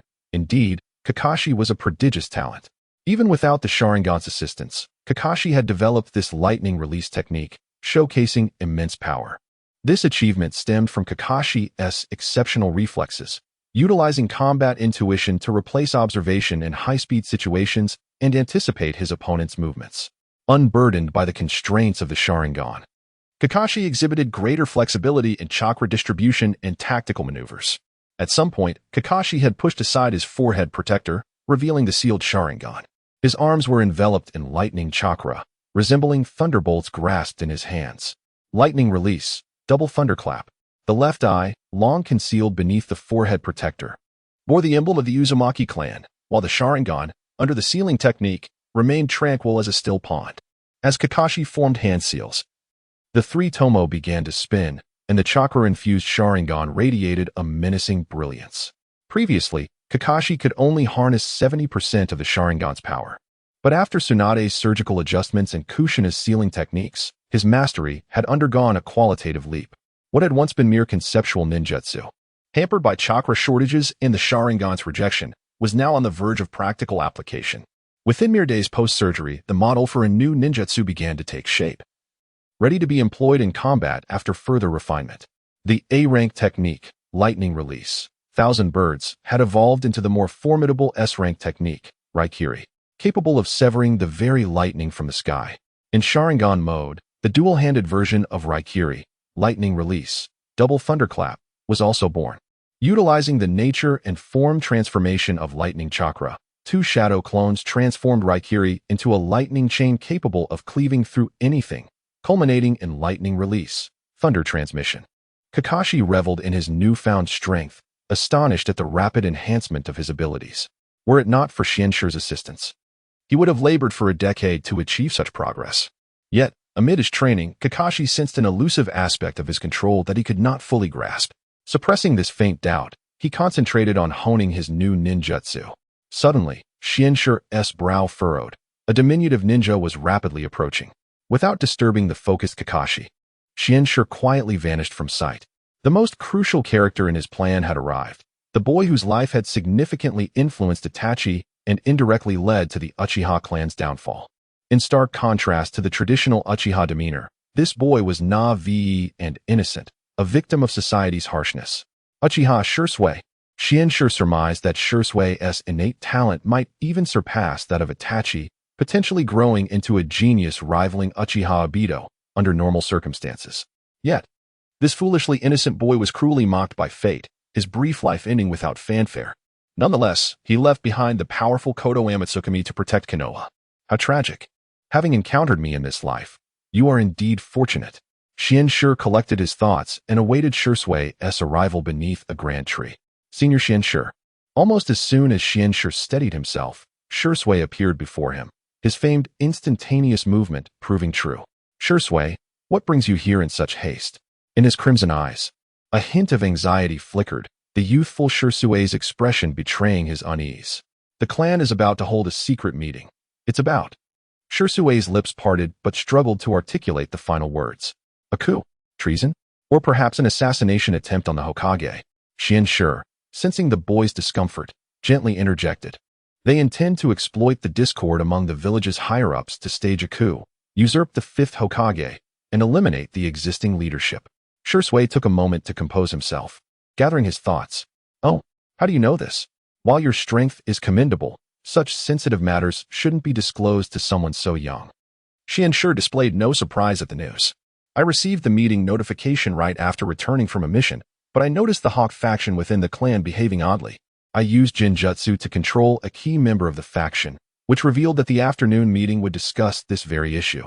Oh, you control the key member of the Hawk faction? An elite Uchiha? Your Sharingan has already awakened to 3 tomo? Xianxu seemed far more intrigued by Shisui's awakening than the Uchiha meeting itself. Shisui was momentarily taken aback. How could Xianxu be so dispassionate at a time when internal conflict loomed? Yes, I have awakened the 3 tomo. It's been less than a week since I opened my eyes, and with your secret medicine, controlling an elite shinobi is now effortless. I can easily manage an Uchiha elite as long as I exert myself. How disheartening. A child not yet 10 had already awakened the 3 tomo, while he himself, at 18, was on the verge of becoming a shadow-level ninja, merely grappling with the extraordinary characteristics of the Visionary series. Back to the main topic. Shisui, do you believe your Uchiha clan will approve this coup? Xianxu asked earnestly.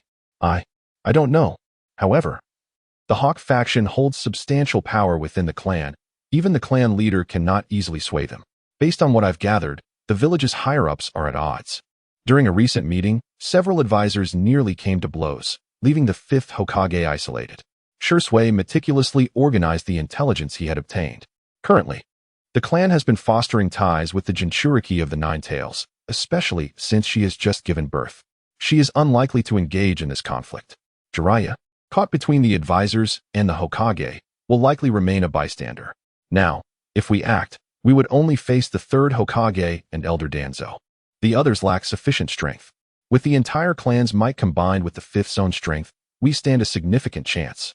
Hence, the elders believe this is a once-in-a-lifetime opportunity to seize control of the village amid the higher-ups' division. Xianxue covered his mouth with a fan, nearly bursting into laughter. While the Uchiha clan's might was undeniable, their political acumen was sorely lacking. Very well, even if everything you say is true, in the end, strength is the ultimate truth.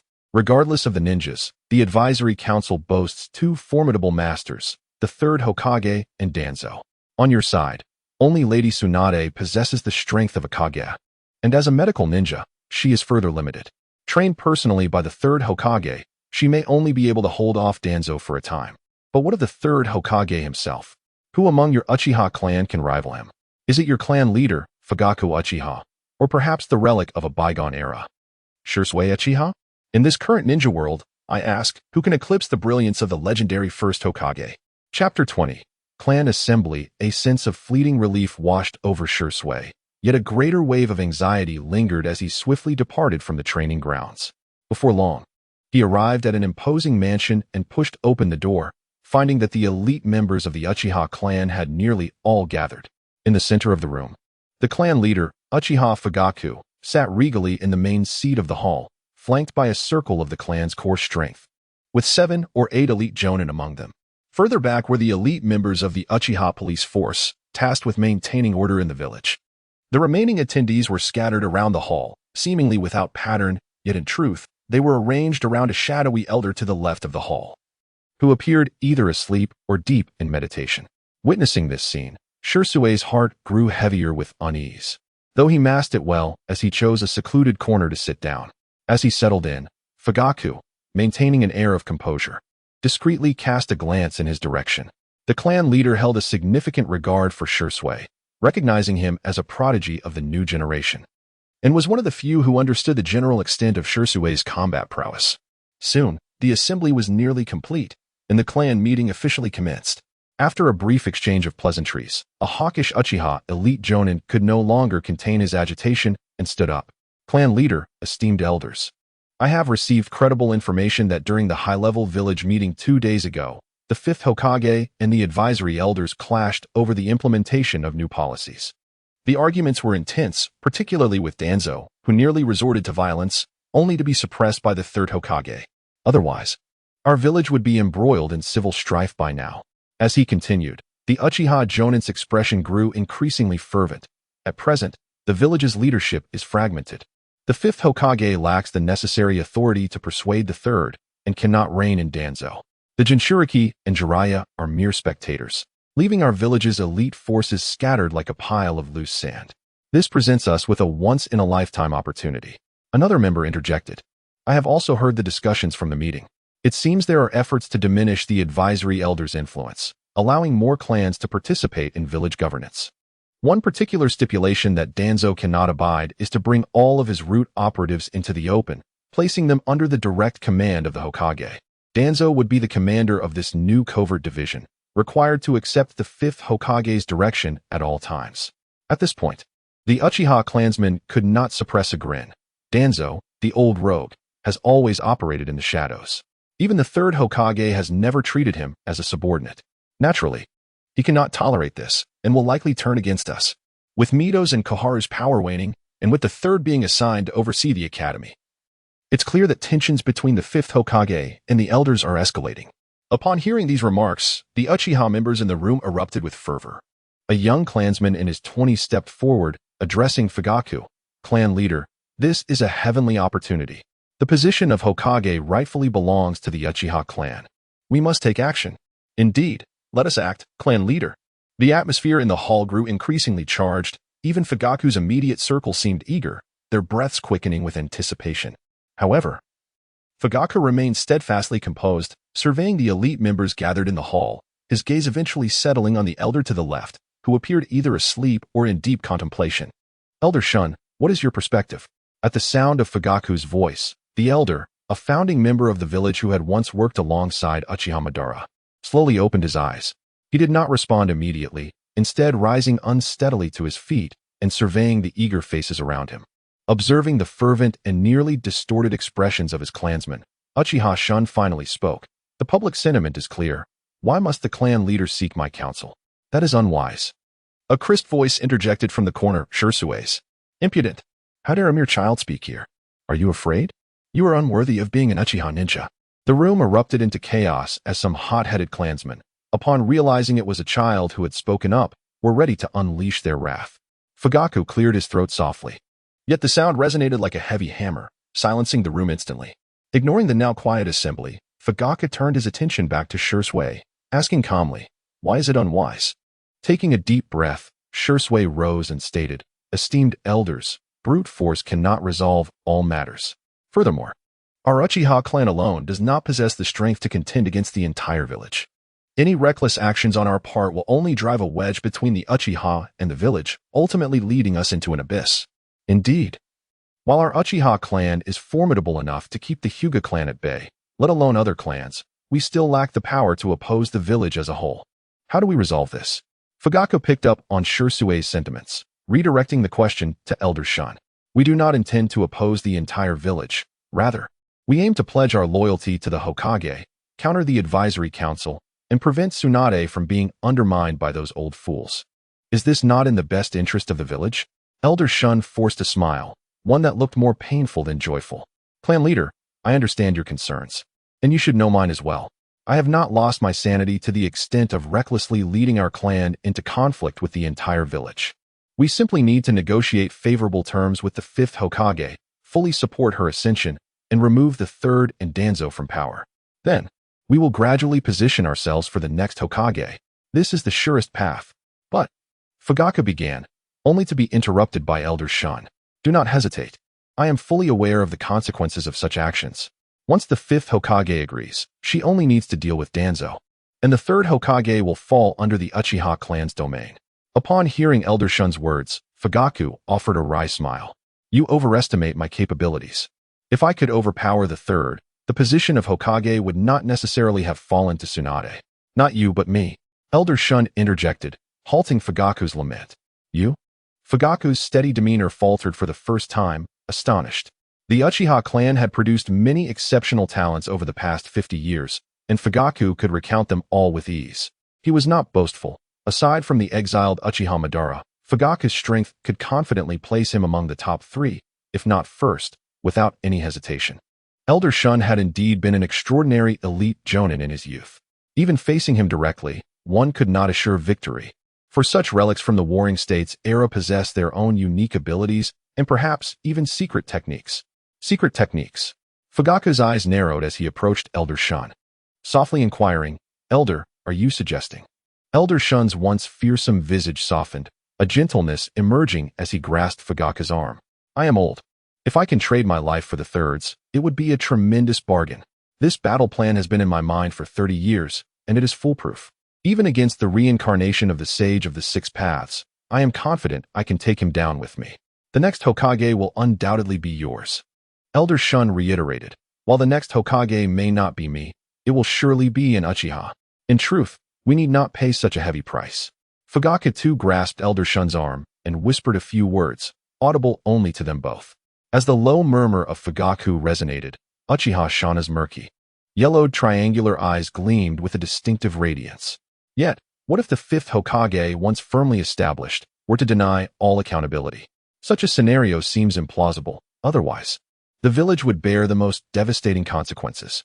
Uchiha Shana gazed into the blood-red eyes before him, where the 3 tomos spun wildly, resembling 2 whirling pinwheels. Chapter 21. Secret meeting in the blink of an eye. Several weeks had swiftly passed. The anticipated internal strife within the higher echelons of Konoha, foreseen by the Uchiha clan, dissipated without a trace, failing to stir even the slightest ripple. The 5th Hokage's various reforms progressed with an unexpected smoothness. Shimura Danzo, who was regarded as the most difficult and obstinate figure, astonished everyone by being the first to implement Tsunade's directives. He led a clandestine assembly of numerous enigmatic ninjas from Root, who were largely unknown, to form a new generation of Umbu. Within a matter of weeks, they accomplished several exceedingly challenging missions, exhibiting efficiency that rivaled, if not surpassed, that of the previous elite Umbu. The prowess of the previous route was indeed no exaggeration. The diversity of ninja clans, elemental affinities, and roles within the team showcased an extraordinary synergy that could only be described as perfection. This formidable team would have little trouble breaching any ninja village, apart from the 5 great shinobi villages. Noteworthy was the presence of a legendary wood-release bodyguard beside Danzo, marking the first wood-release ninja to be publicly acknowledged since the first Hokage, garnering the attention of countless individuals, both overtly and covertly. With Danzo no longer leading the charge, the advisors, Midogate Kurinai and TK Kin, were left floundering like flies in a room, eventually conceding authority after a series of heated but inconsequential debates.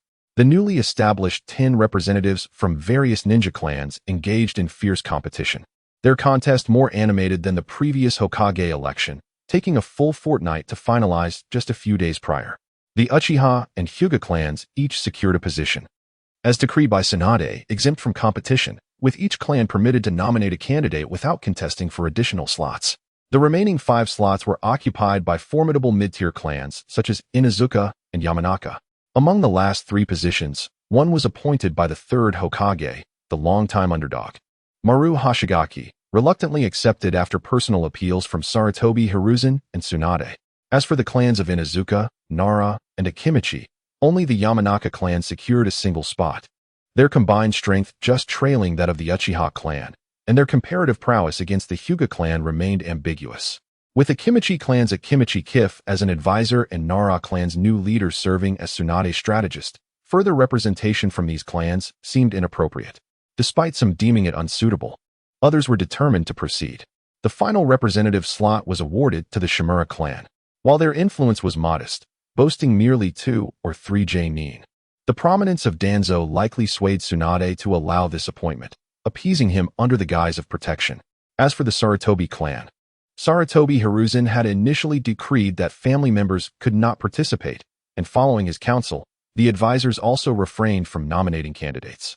To reciprocate goodwill, Tsunade integrated Sarutobi Hiruzen's eldest son, Sarutobi Shin, into her personal bodyguard unit, alongside a female peer from his cohort. Unbeknownst to others, Tsunade, having returned to the village merely half a month prior, discerned a budding connection between the two and orchestrated opportunities for the 3rd Hokage to embrace grandparenthood sooner. As a gesture of gratitude for his contributions during her tenure, while the village buzzed with fervent election activities, Jinji found himself overwhelmed in his office. In this moment, he truly grasped the complexities faced by the Hokage, managing a mere intelligence department with a handful of teams and fewer than 10 operatives. He was inundated daily with information from spies embedded in the various ninja villages and across the globe. The intelligence varied widely, from grandiose confessions of world-altering schemes by inebriated ninjas to mundane reports of individuals seeking medical attention for minor ailments, each detail meticulously relayed by the diligent informants. The 3 teams under his command worked around the clock, sifting through the deluge of information, verifying and categorizing it to extract genuinely significant intelligence, which Jinji would then assess before determining whether it warranted the Hokage's attention. With years of intelligence experience, Jinji found himself beleaguered by the sheer volume of irrelevant data, as seemingly crucial information proved difficult to authenticate, posing a significant challenge. The Hokage, meanwhile, was burdened not only with the intelligence presented, but also with an avalanche of village affairs requiring hands-on attention. Fortunately, Tsunade was supported by Nara Shikaku and Shizen, her personal secretary. With power decentralized and advisors managing their respective domains, Tsunade found herself in a considerably more fortunate position than her predecessors.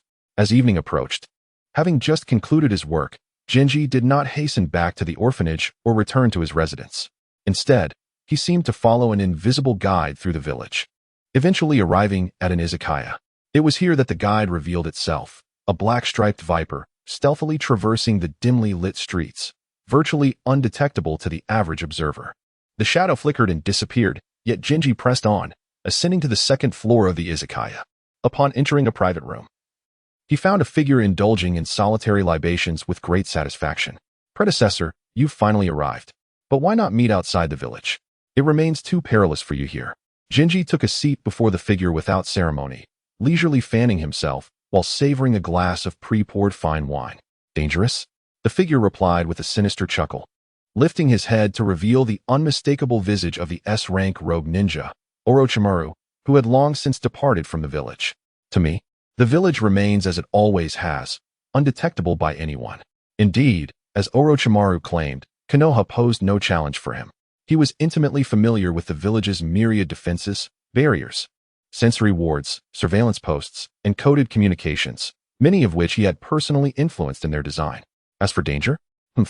What would it matter if the old man discovered my presence? Orochimaru sipped casually, seemingly unfazed. Observing Orochimaru's nonchalant demeanor, Jinji felt a stirring in his mind. Your confidence suggests that the rumored technique has indeed been completed. I was beginning to wonder why you had been absent for the past 6 months. Orochimaru's slitted eyes bore into Jinji's. You appear quite knowledgeable about my ninjutsu. Do not forget my expertise. I excel in gathering intelligence. I have meticulously studied your previous endeavors, including residual data from your experiments in Konoha. I have compiled my findings and can surmise some of your research directions, Jinji responded, undeterred by the oppressive aura emanating from Orochimaru, feeling as though a gentle breeze had brushed against him. Suddenly, Orochimaru's demeanor shifted, a smile breaking through as he retracted his earlier intensity. Jinji, what secrets do you harbor? Your growth and strength over just half a year has utterly astonished me. In the shadows, it seemed a serpent was eyeing its unsuspecting prey. Chapter 22. Transaction. Upon hearing the words, the expression of the master shifted slightly, but he quickly regained his previous composure. Although somewhat surprised, the master chose to adopt a stance of denial, politely responding, "You flatter me excessively. What secrets or growth are you speaking of? It is merely some insights gleaned from recent training." Indeed, the newly transformed Orochimaru proved to be even more formidable, as he swiftly discerned the changes in his own strength through mere conversation. If one were to compare, 6 months prior, Orochimaru's overall capabilities were akin to that of a standard Kage-level ninja, powerful yet not comparable to the current iteration of himself. Having lurked in the village for many years, Orochimaru had availed himself of the abundant resources provided by the mighty Konoha, engaging in countless forbidden experiments that garnered substantial financial, material, and human support. In a remarkably short span, the theoretical data amassed was rapidly transforming into tangible results within Orochimaru himself. Based on the master's conjecture, Orochimaru's signature ninjutsu had likely reached a mature stage. The conventional snake techniques, such as I spit snakes, snake spit me, were undoubtedly commonplace, while the 8-headed serpent technique was probably mastered prior to his departure from the village. The forbidden technique, Edo Tensei, had likely been executed as well, leaving uncertainty as to whether the Orochimaru before him was the original. The current Orochimaru had seemingly undergone complete serpentine transformation, his entire being now resembling a phosphorescent serpent. Otherwise, it would be implausible for him to keenly sense the master's strength changes without expending chakra within such a brief time frame. After all, snakes are innate hunters, adept at discerning the information that permeates the air. The phosphorescent serpent had all but become an immortal entity, and with the aftereffects of his rebirth yet to manifest, his overall strength had transcended that of an ordinary Kage-level ninja. This was the very foundation of Orochimaru's audacity in stealthily returning to the village. It was likely that he still harbored resentment towards the third Hokage, yearning for another confrontation to demonstrate his current formidable prowess. Orochimaru, unfazed by the master's evasive responses, refrained from pressing further. He set down his cup, his gaze piercing as he addressed the master. "Let us discuss serious matters. You summoned me through the messenger I provided. Is there something you wish to discuss?"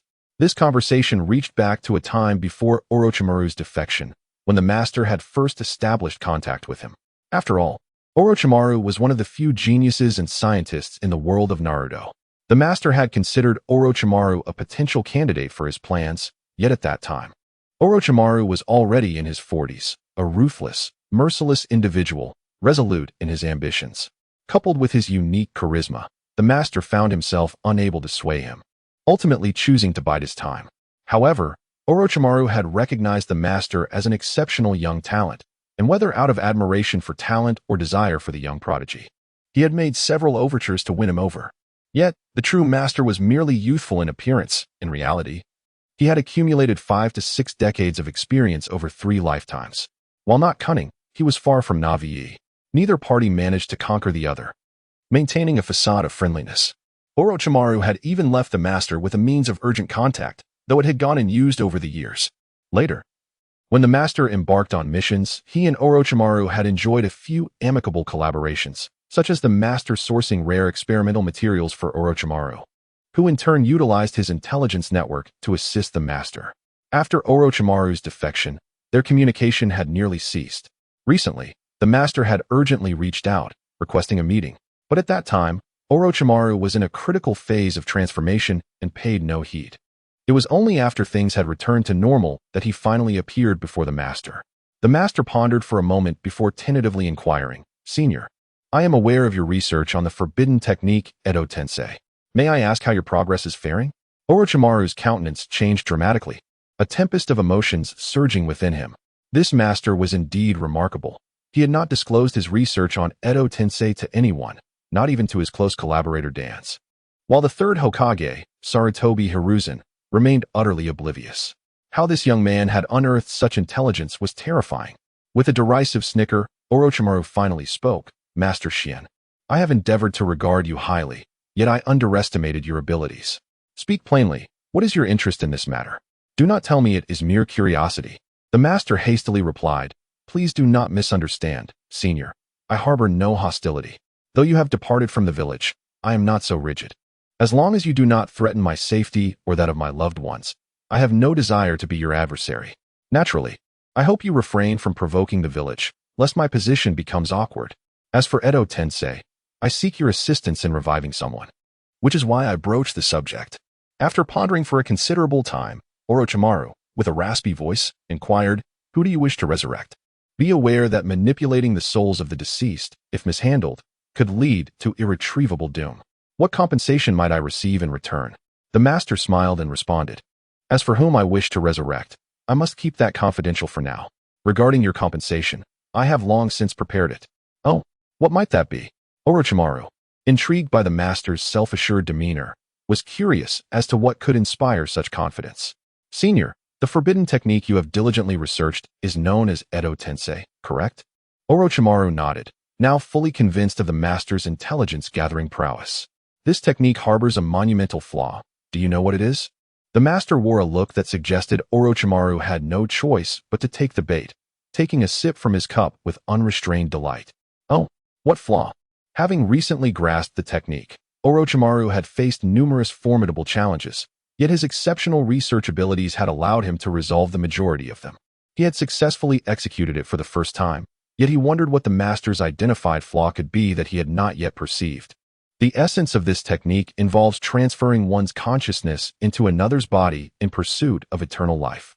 However, during this transference, the soul suffers immense damage. While you may not yet feel it, after 2 or 3 more executions, you will undoubtedly notice the effects. The most evident manifestation of soul damage is a drastic decline in resistance to illusions. If you doubt my words, I suggest you test yourself after our meeting concludes.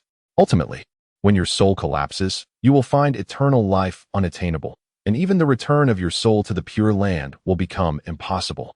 Though he had not previously detected the drawbacks of this forbidden technique, upon hearing the master's account, Orochimaru was convinced to a significant degree, maintaining an air of indifference. He replied, "You exaggerate. There is no need to frighten me. I possess my own solutions. Nevertheless, I have not fully mastered Edo Tensei and fear I cannot fulfill your wish to resurrect the deceased." "Solutions? What solutions?" In the original timeline, the illustrious Orochimaru, one of Konoha's legendary Sannin, had been bested by a mere glance from Itachi. Truly a disgraceful defeat. Had your soul remained unscathed, the outcome against Itachi's fragile body would have been uncertain, yet, assuredly, it would have been Itachi who perished, while you, the cunning serpent, would remain unscathed. Without exposing the stubborn Orochimaru's facade, the master acknowledged that his Edo Tensei was indeed still in a nascent stage. He did not press for Orochimaru's acquiescence, merely stating, "There is no rush regarding Edo Tensei. I hope you can assist me in this matter within 3 years. You need not hastily refuse. You should first hear the compensation I offer."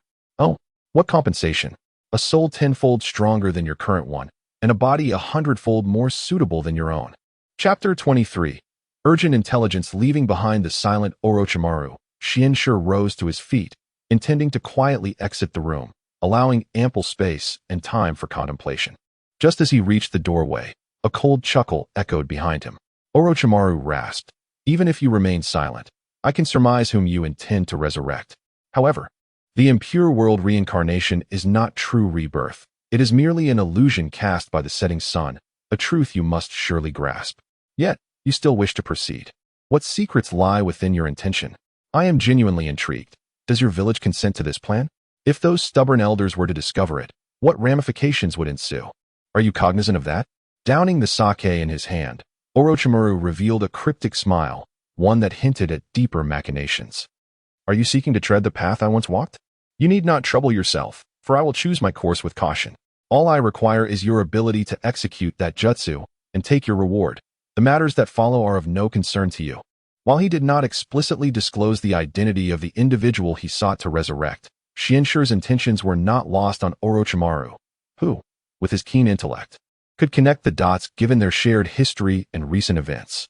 Shinshire, unfazed by Orochimaru's insinuations or veiled threats, exited the room with an air of nonchalance. As he observed Shinshire's departing figure, Orochimaru found himself deep in thought. What manner of being was this young man? Despite his youth, he possessed an unfathomable depth. Having traversed the ninja world for decades, Orochimaru had encountered all manner of shinobi, from the legendary Senju Hashirama to his own mentor, the illustrious Sarutobi Hiruzen, and the famed Jiraiya and Tsunade. Even adversaries like the demigod Hanzo of the Salamander and countless cunning ninjas from various villages could not compare. Yet, this young man left him most astounded, not due to sheer strength, but rather a disconcerting sensation of being perpetually scrutinized and led by the nose. Such feelings were genuinely vexing. Before Orochimaru could collect his thoughts, Shinshire reappeared at the doorway, a cheerful demeanor gracing his features. "Senior, let us meet outside the village next time." After the Nine Tails incident, Sister Kushina has grown considerably stronger. She now wields the capabilities of the godly eyes with finesse. You may evade the scrutiny of the barrier division, yet you may not escape her senses. If she were to discover your infiltration, do you suppose she would refrain from acting against you? Uzumaki Kushina? Just her? Orochimaru retorted with unwavering confidence and arrogance. Even if she can harness some of the Nine Tails' power, defeating me would still be a tall order. At this moment, Orochimaru's strength had surged once more, evolving from a mere shadow-level ninja into a near-immortal entity. His burgeoning power had engendered an overabundance of self-assurance. Indeed, only the third Hokage, Sarutobi Hiruzen, elicited any degree of wariness from him. Everyone else, mere inconsequential opponents, including former comrades like Jiraiya and Tsunade, were hardly worth his concern. The Nine Tails Jinchuriki was nothing more than a moderately bothersome adversary, unworthy of his attention. Shinshire, undeterred, continued, "Then allow me to impart another piece of intelligence free of charge.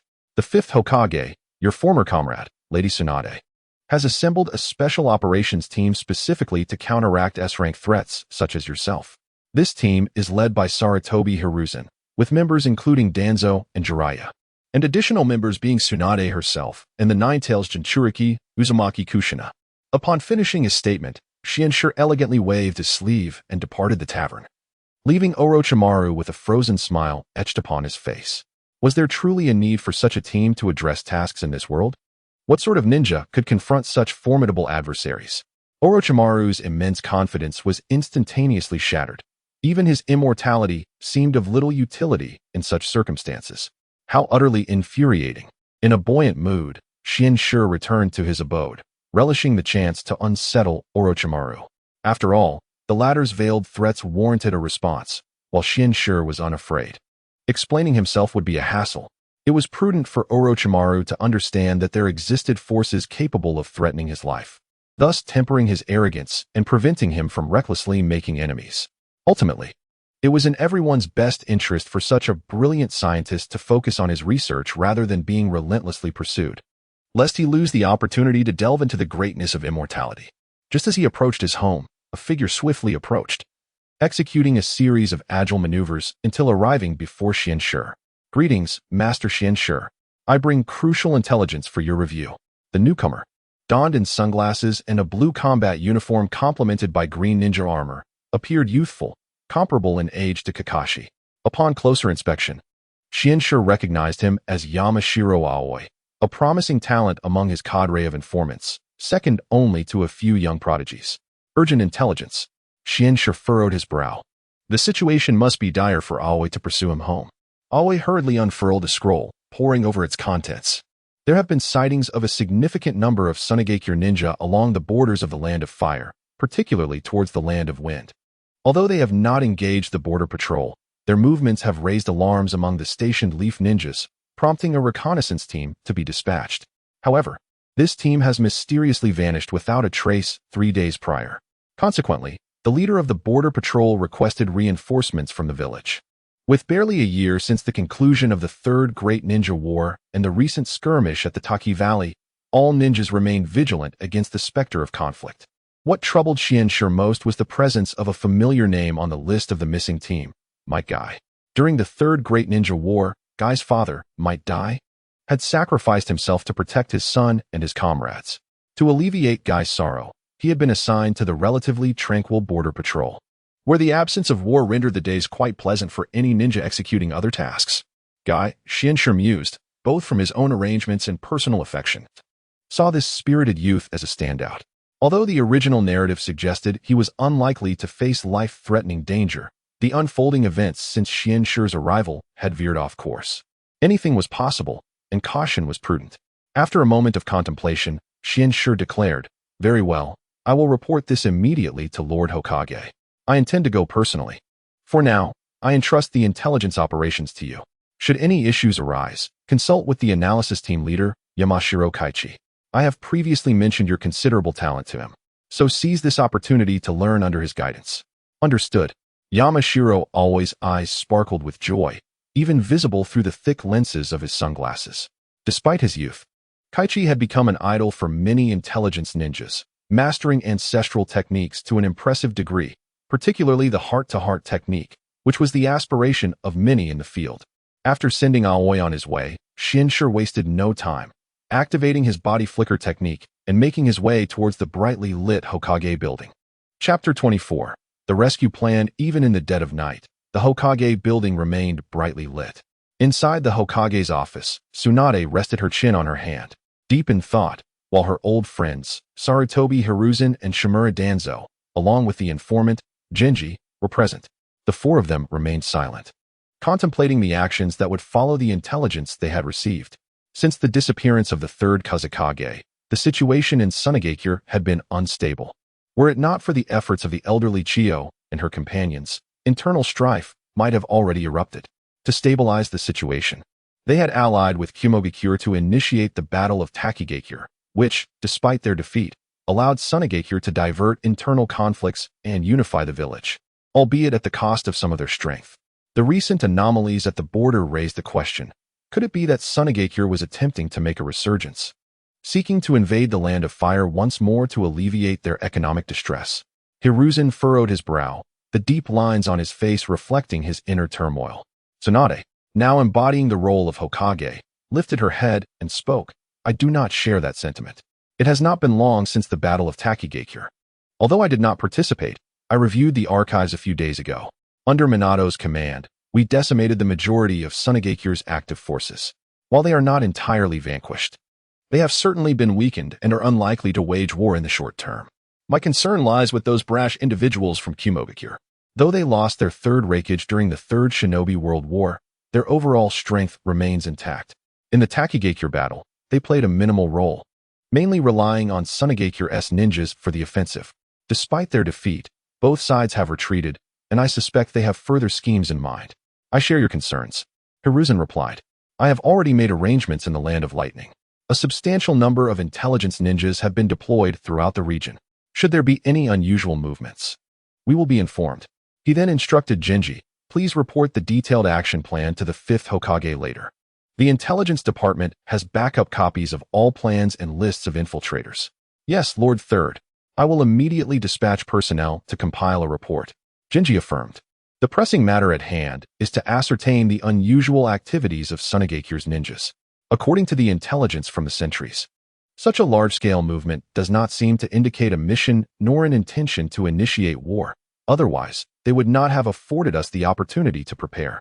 I propose we assemble a formidable reconnaissance team to delve into the rear of Sunagakure to uncover the reasons behind these anomalies and search for the missing personnel. What do you think, Elder Danzo? Jinji suddenly addressed Danzo, who was seated on the sofa.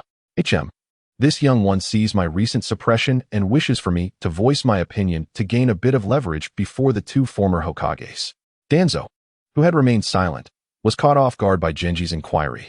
Reluctantly, he cleared his throat and spoke. Regardless of the external changes, we must prepare for war. It would not be unwise to strike first. I am willing to take the lead. No, we cannot so lightly speak of war. Have we not suffered enough from the hardships of war in recent years? Hiruzen was quick to oppose. Sensei, you are too soft-hearted. Only by overcoming our adversaries can we secure a lasting peace. Danzo retorted disdainfully, regarding Hiruzen's compassion as a lack of the kingly spirit. Hiruzen started, but fell silent.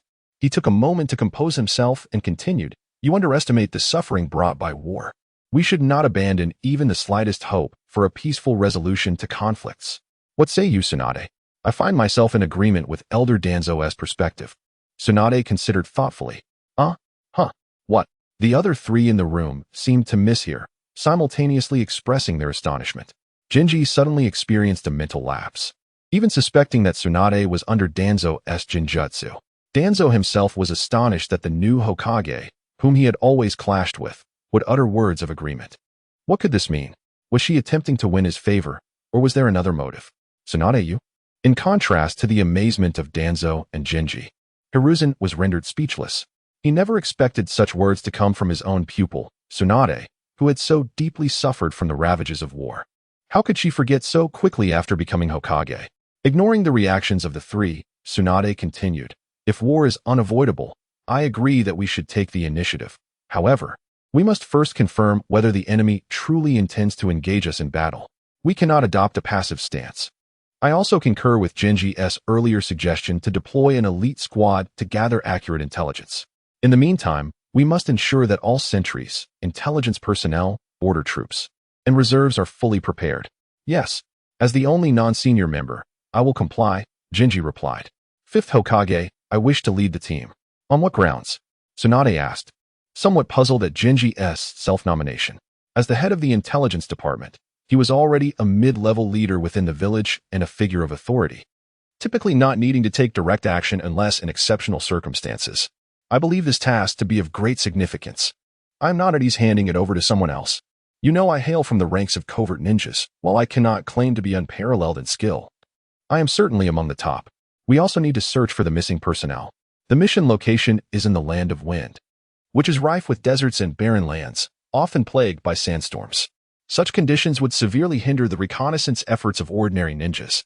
My sensory abilities are quite proficient, and my strength is adequate for this endeavor, hence my desire to take part personally. Very well. I authorize you to select your team tonight and set off without delay. There must be no errors. After a brief contemplation, Tsunade added, furthermore, Elder Danzo, select an elite team from the Umbu for a separate reconnaissance mission. This task will be classified as A rank. Understood. In less than a quarter of an hour, Jinji appeared at the gates of Konoha, accompanied by two temporary team members, Uchiha Shadowy and Uchiha Kakashi. This reconnaissance team had been meticulously considered by Jinji. The strength and balance of the trio were formidable. Without resorting to hidden cards, Jinji did not feel he could easily outmatch either of them individually.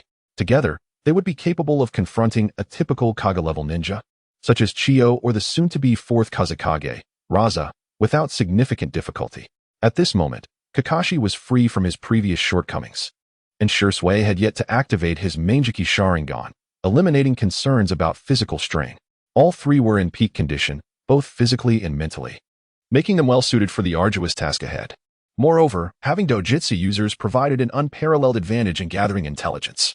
Jinji intentionally avoided selecting members of the Hyuga clan, as the frequent sandstorms would greatly hinder the Byakugan's effectiveness.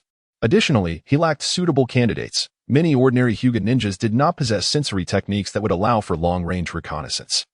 It would be unreasonable to bring the clan leader or his brother for a mere reconnaissance mission, as that would undermine the Hyuga clan's status. Lastly, both Shadowy and Kakashi could be considered allies, particularly Obito, who had been secured by Jinji years prior. Kakashi, following recent events, had begun to see Genji as a trustworthy figure. Should unforeseen circumstances arise, he believed they would keep their true capabilities concealed. Moreover, Kai is Kakashi's lifelong companion. Should an unfortunate event occur at this moment, Kakashi would indeed face a life of solitude. Hang in there, little watermelon head. I am coming to rescue you. Chapter 25. The mysterious master of fully armed trio sped along the border of the Land of Fire, emerging from the forest into the Land of Rivers. A hilly nation nestled between the Land of Wind and the Land of Fire, renowned for its dense forests and intricate waterways. Often referred to as the Land of 1,000 Rivers. Xianxue gleaned information about Kai's team's mission and trajectory from a border guard ninja stationed at a watchtower. Their objectives were largely aligned: to discern the reasons behind the sudden large-scale mobilization of the Sand-Hidden Village's ninjas, including numerous squads appearing in the minor border nations of the Land of Rain and the Land of Rivers, which raised suspicions among the border guards. The terrain of the Land of Rivers was complex, transitioning from forest to river to hilly landscapes and finally to desert, its overall area modest yet elongated. Xianxue and his companions soon arrived at the boundary between the Land of Wind and the Land of Rivers, where desolation stretched before them. The trail of Kai's group had vanished without a trace, leaving no further information. Kakashi, Shirzue, scout around and see if you can uncover any useful information, Xianxue instructed. Yes, senpai. They responded in unison. Shirzue activated his Sharingan, splitting off to search according to their agreed-upon plan. Although the Sharingan lacked the long-range scouting ability of the Byakugan, it still surpassed that of ordinary ninjas, ensuring that no subtle clue escaped its scrutiny. Meanwhile, Kakashi, unwilling to lag behind, formed hand seals: boar, dog, bird, monkey, and snake, before exclaiming, summoning jutsu, for ninja hounds. With a puff of white smoke, for dogs of varying sizes, adorned with the Leaf Village's forehead protectors, appeared. Some donned sunglasses or were wrapped in bandages, exuding an air reminiscent of streetwise gangsters, their fierce demeanor softened by an endearing clumsiness. Please assist in locating Kai's whereabouts, Kakashi requested. Is it your watermelon-headed friend? No problem, leave it to Brew. One of the larger hounds boomed. Xianxue observed Kakashi and the 4 hounds sniffing the ground, marveling at the presence of the famed 4 ninja hounds, one of which was the clever and personable Pakin. It appeared that the team still required some time to coalesce. However, the 4 ninja hounds were remarkably efficient. Within half an hour, Kakashi had discovered a lead approximately 1 kilometer away. On the eastern edge of the desert, he found several drops of dried blood. While he could not ascertain whose blood it was, Kakashi deduced that Kai had engaged in combat here. Despite the wind and sand obscuring much of the evidence, a few indentations on the rocks clearly bore the marks of a vigorous martial technique, likely left by Kai's steel fists. Upon receiving Kakashi's message, Xianxue left a signal at their location and hurried to the scene. He found the 4 ninja hounds circling the bloodstains in a cacophony of barks, leaving Kakashi unable to interject. In their frenzy, the hounds were so animated that they acted on instinct, creating a ruckus but fortunately refraining from violence. What are they arguing about? Xianxue inquired, appearing beside Kakashi with a curious expression. Impressive speed, Kakashi thought to himself, astonished. Though his Sharingan was sealed at the moment, he had anticipated Xianxue's swift arrival. Nevertheless, the speed of his body flicker technique was astonishing, likely surpassing even Shirzue's. If compared, Shirzue's reputation might not be so easily upheld. Gathering his thoughts, Kakashi spoke gravely. They are debating whether these bloodstains are from 4 or 5 days ago. However, it is certain that this is not Kai's blood. It could belong to other ninjas from the squad or their opponents. There are no large pools of blood or corpses nearby, indicating that this was merely an exchange of blows rather than a life-and-death struggle. Kakashi stepped closer to point at a shattered rock, saying, Senpai, look. The other signs of battle have been eroded by the wind and sand, but these rocks still bear the distinct impressions of a scuffle. Upon close examination, some resemble the marks left by Kai's steel fists. Xianxue scrutinized the rock and noticed a bowl-sized indentation, deeply embedded without any cracks around it. The force behind it was unmistakably powerful. This is not a fist mark, but rather the impression of an elbow strike. There is no doubt that this was left by Kai. No one else in this world employs such a technique, Xianxue declared confidently. Kakashi appeared puzzled at this assertion. While Kai's martial prowess was formidable, many skilled practitioners existed in this realm. It was not an exclusive technique like the gentle fist of the Hyuga clan. He himself could wield techniques of similar might. How could it be said that no one else could replicate this? Kakashi voiced his confusion, and Xianxue discerned his doubts from his expression. He felt compelled to clarify. This is a unique power technique, vastly different from the martial arts you practice. The reason I claim it to be unparalleled is that even his teacher cannot replicate it. Only Kai has mastered it. Kakashi's confusion deepened. Enough of this for now. Let Brew continue the search in this direction. I believe they are still alive, Xianxue asserted. Understood. While Xianxue and Kakashi examined the traces left by Kai, Shirzue found himself in a dire predicament. Concealed beneath the shifting sands, Shirzue held his breath, daring not to reveal even the slightest hint of his presence. In the distance, two shadowy figures stood several meters apart, somewhat obscured by the storm of sand. Nearby, several fallen sand ninja lay sprawled on the ground. Moments ago, the distant figures had effortlessly dismantled a squad of sand ninjas, and the second reinforcement team had swiftly succumbed to the bloodied ground, despite the presence of a formidable Jainin among them. The second figure remained unmoved, showing no intention of engaging. Thanks to Shirzue's extraordinary three-tomo Sharingan, he discerned that the assailant was a humanoid puppet, while the still figure was the puppet master. For reasons unknown, this individual had not concealed his vulnerable body, unlike typical puppet masters, exposing himself confidently to enemy eyes, evidently believing no one could breach the defenses of the puppet before him. As anticipated, the Sand Ninja Squad had no means to retaliate, including the powerful Jainin, who fell after only a few exchanges under the puppet's relentless assault. Should he engage with this opponent in the future, Shirzue contemplated leveraging the puppet master's overconfidence, using his body flicker technique to bypass the menacing puppet and launch a surprise attack on the master himself, potentially yielding unexpected results. While buried beneath the sands, Shirzue devised a combat strategy in mere moments. Though it was merely a fantasy, he sought only to gather intelligence, unwilling to engage such a formidable foe without cause. After dispatching the remaining sand ninjas, the puppet master rummaged through the corpses, seemingly in search of something. Finally, he sealed the fallen Janin's body within a scroll and prepared to depart, satisfied. Just as Shirzue assumed the puppet master intended to retrieve his puppet and leave, he turned and took a few steps towards Shirzue's direction, mockingly taunting, "Little mouse beneath the sand, why don't you come out?" At that moment, Shirzue realized he had been exposed. The enemy had discerned his presence long before. Jishue reluctantly rose from the concealed sand pile, gradually standing before his opponent. At that moment, he discerned the figure before him. The puppeteer was entirely shrouded in a gray-brown cloak, even his face obscured by a cloth mask, revealing only a pair of youthful, luminous eyes. Yet, within those seemingly youthful eyes lay a chilling, tremulous coldness, as if Jishue stood before a lifeless corpse devoid of warmth. Who exactly are you?" Jishue inquired, his expression grave in the presence of this formidable adversary. He had witnessed the recent skirmish in its entirety. The two Sand Ninja squads were undeniably powerful, especially the second, which comprised a seasoned Jonin accompanied by two adept Chunin. Their tactics and combat prowess were impeccable, unmistakably the elite of Sunigakure. However, before this puppeteer, such a configuration appeared as mere clay pigeons, utterly defenseless. Could he truly contend with this individual? He resolved to stall until his mentors, Xianxue and Kakashi, could arrive. Together, their combined strength would surely secure victory. Stealing his resolve, Jishue steadied himself and spoke. "I am unaware of the conflict between you and the Sand Ninja. But I am a Leaf Ninja, merely passing through this area, and I harbor no desire to involve myself in your grievances." "Leaf? A Uchiha ninja, how intriguing." The puppeteer erupted into hearty laughter upon glimpsing Jishue's Sharingan, adorned with its three-tomo.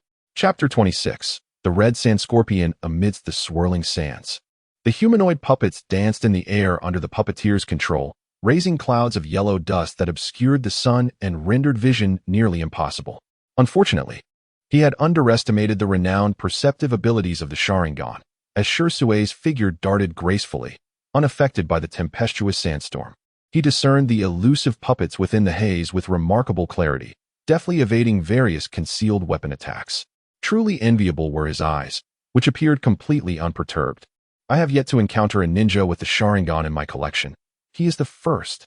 As the strategy of blinding attacks proved ineffective, the puppeteer remained undeterred, expressing admiration. After a brief pause, the sands gradually settled, and with a subtle change of gesture, the previously human-sized puppet transformed instantaneously, sprouting 4 arms, each wielding a menacing whip. A long blade, a broad sword, and a spiked club, all glinting ominously, their edges razor-sharp. The joints of its body sprouted barbs, and even its mouth underwent a transformation, enlarging to conceal unknown mechanisms. Witnessing the grotesque transformation of the puppet, which was now armed to the teeth, Shui quickly deduced that the puppeteer intended to shift from ranged attacks to close combat. In their initial exchanges, Shui had already sensed the lethal poison laced on all the puppeteer's weapons. A mere scratch could spell disaster. It seemed that he must adhere to his earlier combat strategy, circumvent the puppet and target the puppeteer directly. If the puppeteer were defeated, what use would the puppet be, no matter how formidable? Fortuitously, the puppeteer was overly confident and had not concealed his true form from the outset. Otherwise, the situation could have been far more challenging. Now, let him pay a price for his arrogance.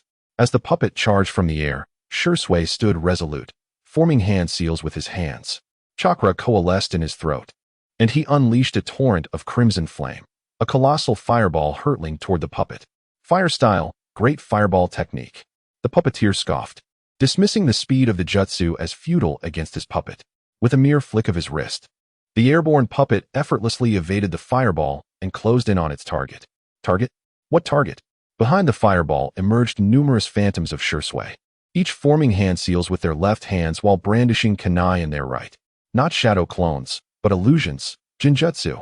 The puppeteer was taken aback, for the Uchiha clan was indeed famed for its mastery of illusions. Despite his extensive experience, he struggled to discern the real from the mirage. Then let us shatter them all. Resolutely, the puppeteer swung his whip, dismantling the nearest illusion, yet before he could execute his next move, the dispersed phantoms reformed unscathed. Ninjutsu, phantom instantaneous technique.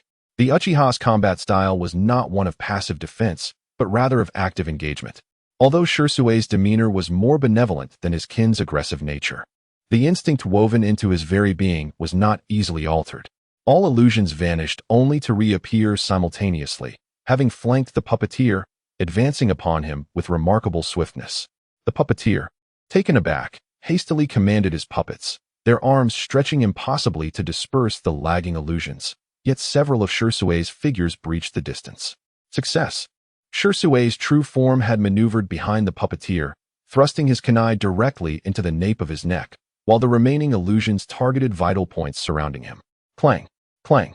A cacophony of metallic clashes echoed as, unbeknownst to him, a bizarre puppet emerged from behind the puppeteer, enveloping him entirely, revealing only his eyes.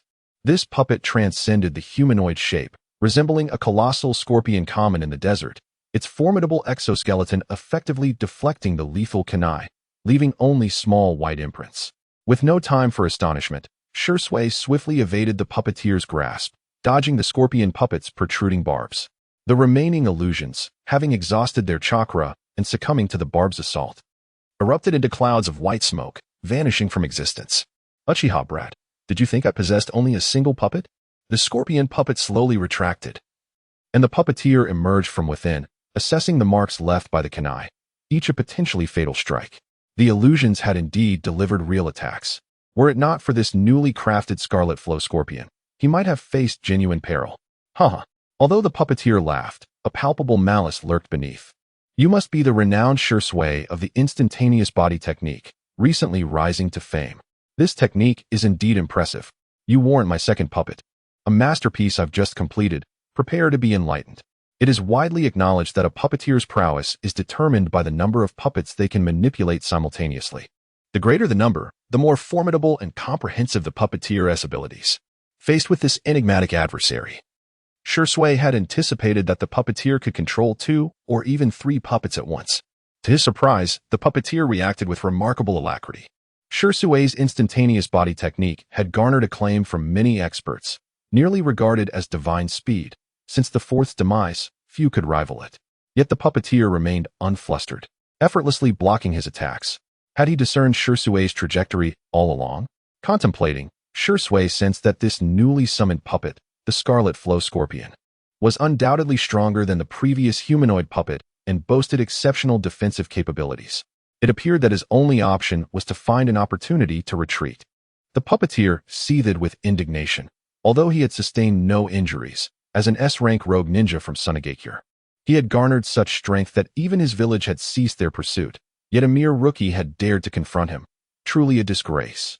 Enraged, the puppeteer unleashed his full might. The two puppets advanced, one close and one distant, transforming the ground within a radius of several dozen meters into a battlefield strewn with various deadly weapons. Hiruzen, reacting swiftly, relied on his instantaneous body technique to evade the onslaught. However, the ground was now littered with poisoned sunbon and shuriken, leaving him with fewer safe landing spots. The escalating assault forced him into a defensive stance, leaving no room for counterattacks, and any kunai he managed to launch were effortlessly deflected by the Scarlet Flow Scorpion. The humanoid puppet escalated its aggression, especially with its whip, which spun into a whirlwind, enveloping the nearby area. The situation grew increasingly dire. Hiruzen's defeat seemed imminent. Just then, a piercing cry of 1,000 birds echoed, and a figure surged into the fray. Lightning style, 1,000 birds. The whip of the humanoid puppet was severed in an instant. The figure was none other than Kakashi Hatake, his hands crackling with blue lightning chakra. With a commanding shout, he declared, lightning style, double lightning strike. His hands moved with an elegance that resembled wielding two divine weapons, cleaving the puppeteer's long sword, broadsword, and spiked club into halves, dissipating the immediate threat. Kakashi-sensei, be careful. The weapons are laced with deadly poison. Hiruzen gasped, calling out. Kakashi stood protectively before him, not bothering to look back as he replied, no worries. My hands are enveloped in lightning chakra. I cannot be harmed by the poison. Another brat has arrived. They shall all perish. The puppeteer, startled by the newcomer's ease in severing his weapons, remained undaunted and bellowed, fire style, flame prison. The humanoid puppet's maw gaped wide, revealing a dark abyss as a powerful chakra surged forth. In a fleeting moment, a folding fan appeared beside the puppeteer, fluttering gracefully like a dancing butterfly. Seemingly slow yet swift, the puppeteer scoffed, and from the demon-faced aperture on his back, the guardian, Filiahu, extended a scorpion tail made of steel. With a gentle flick, he sent the fan soaring through the air. The dark golden fan spun faster and faster, reminiscent of a windmill wound tightly, transforming into a small, mystical shuriken that whirled into the heart of the battlefield. At the instant it touched the ground, a figure confidently grasped the fan, standing firmly in the center of the fray. The humanoid puppet, poised to unleash a formidable fire release jutsu, suddenly fell silent, becoming nothing more than a lifeless object. Indeed, what a remarkable maneuver. A mere fan managed to sever my chakra threads. You cannot be an insignificant figure. Reveal your name. The puppeteer, having been astonished numerous times that day, felt a sense of numbness wash over him. Clad in a flowing robe, the dark-haired sorcerer, with hair cascading like a waterfall, gently waved the fan and chuckled softly. I am but an unknown junior, yet your illustrious name resonates in my ears like thunder.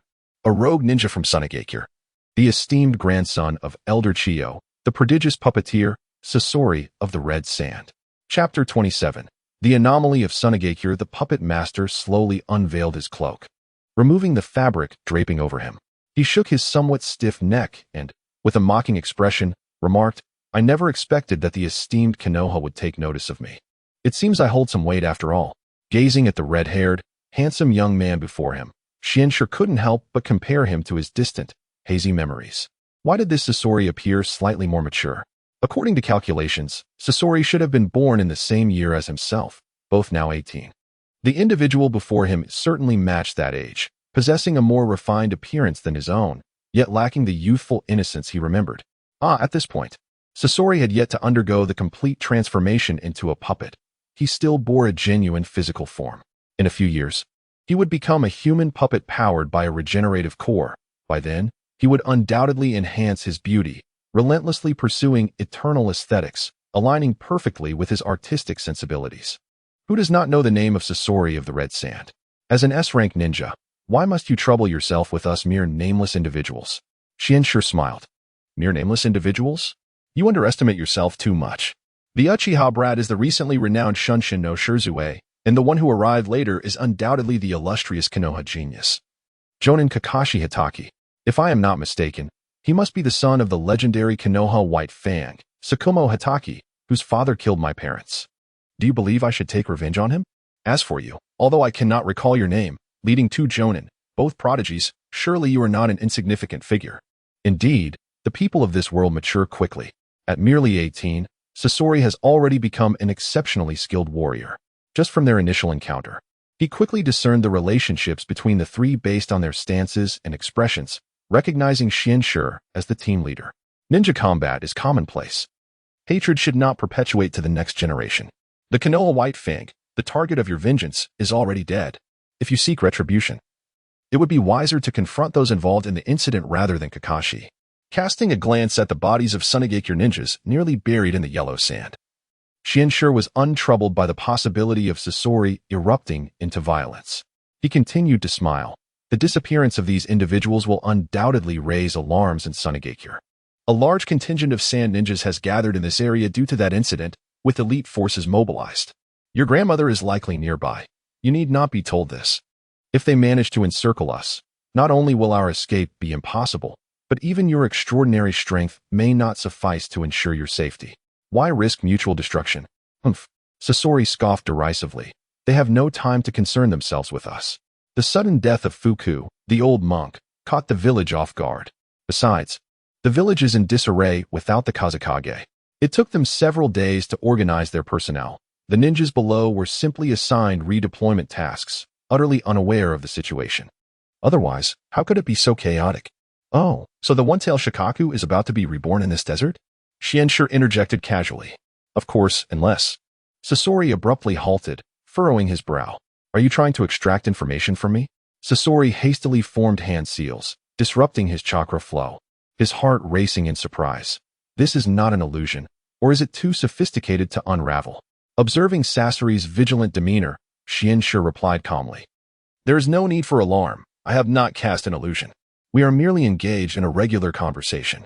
If I possess such formidable genjutsu, wouldn't we have apprehended you by now? This is certainly not an illusion, but rather the extraordinary ability of a visionary, albeit one whose effectiveness diminishes significantly in this ninja world. Nevertheless, it can yield unexpected results on occasion. Despite confirming no abnormalities, Sasori remained highly alert, fearing he might unwittingly fall into Xianshi's trap. Glancing at the distant, disconnected puppet and then at his latest creation, the Scarlet Flow Pearl, he pondered silently. Alone, this single puppet would not suffice for the current predicament. Thus, he would have to take the risk of employing his trump card. Stealthily reaching into his ninja tool pouch, he grasped a scroll, ready to unfold it and summon his secret weapon, only to have Xianshi extend his hand, halting Sasori's next move. Deep down, you know that even if you resort to other means, you cannot guarantee victory over the three of us.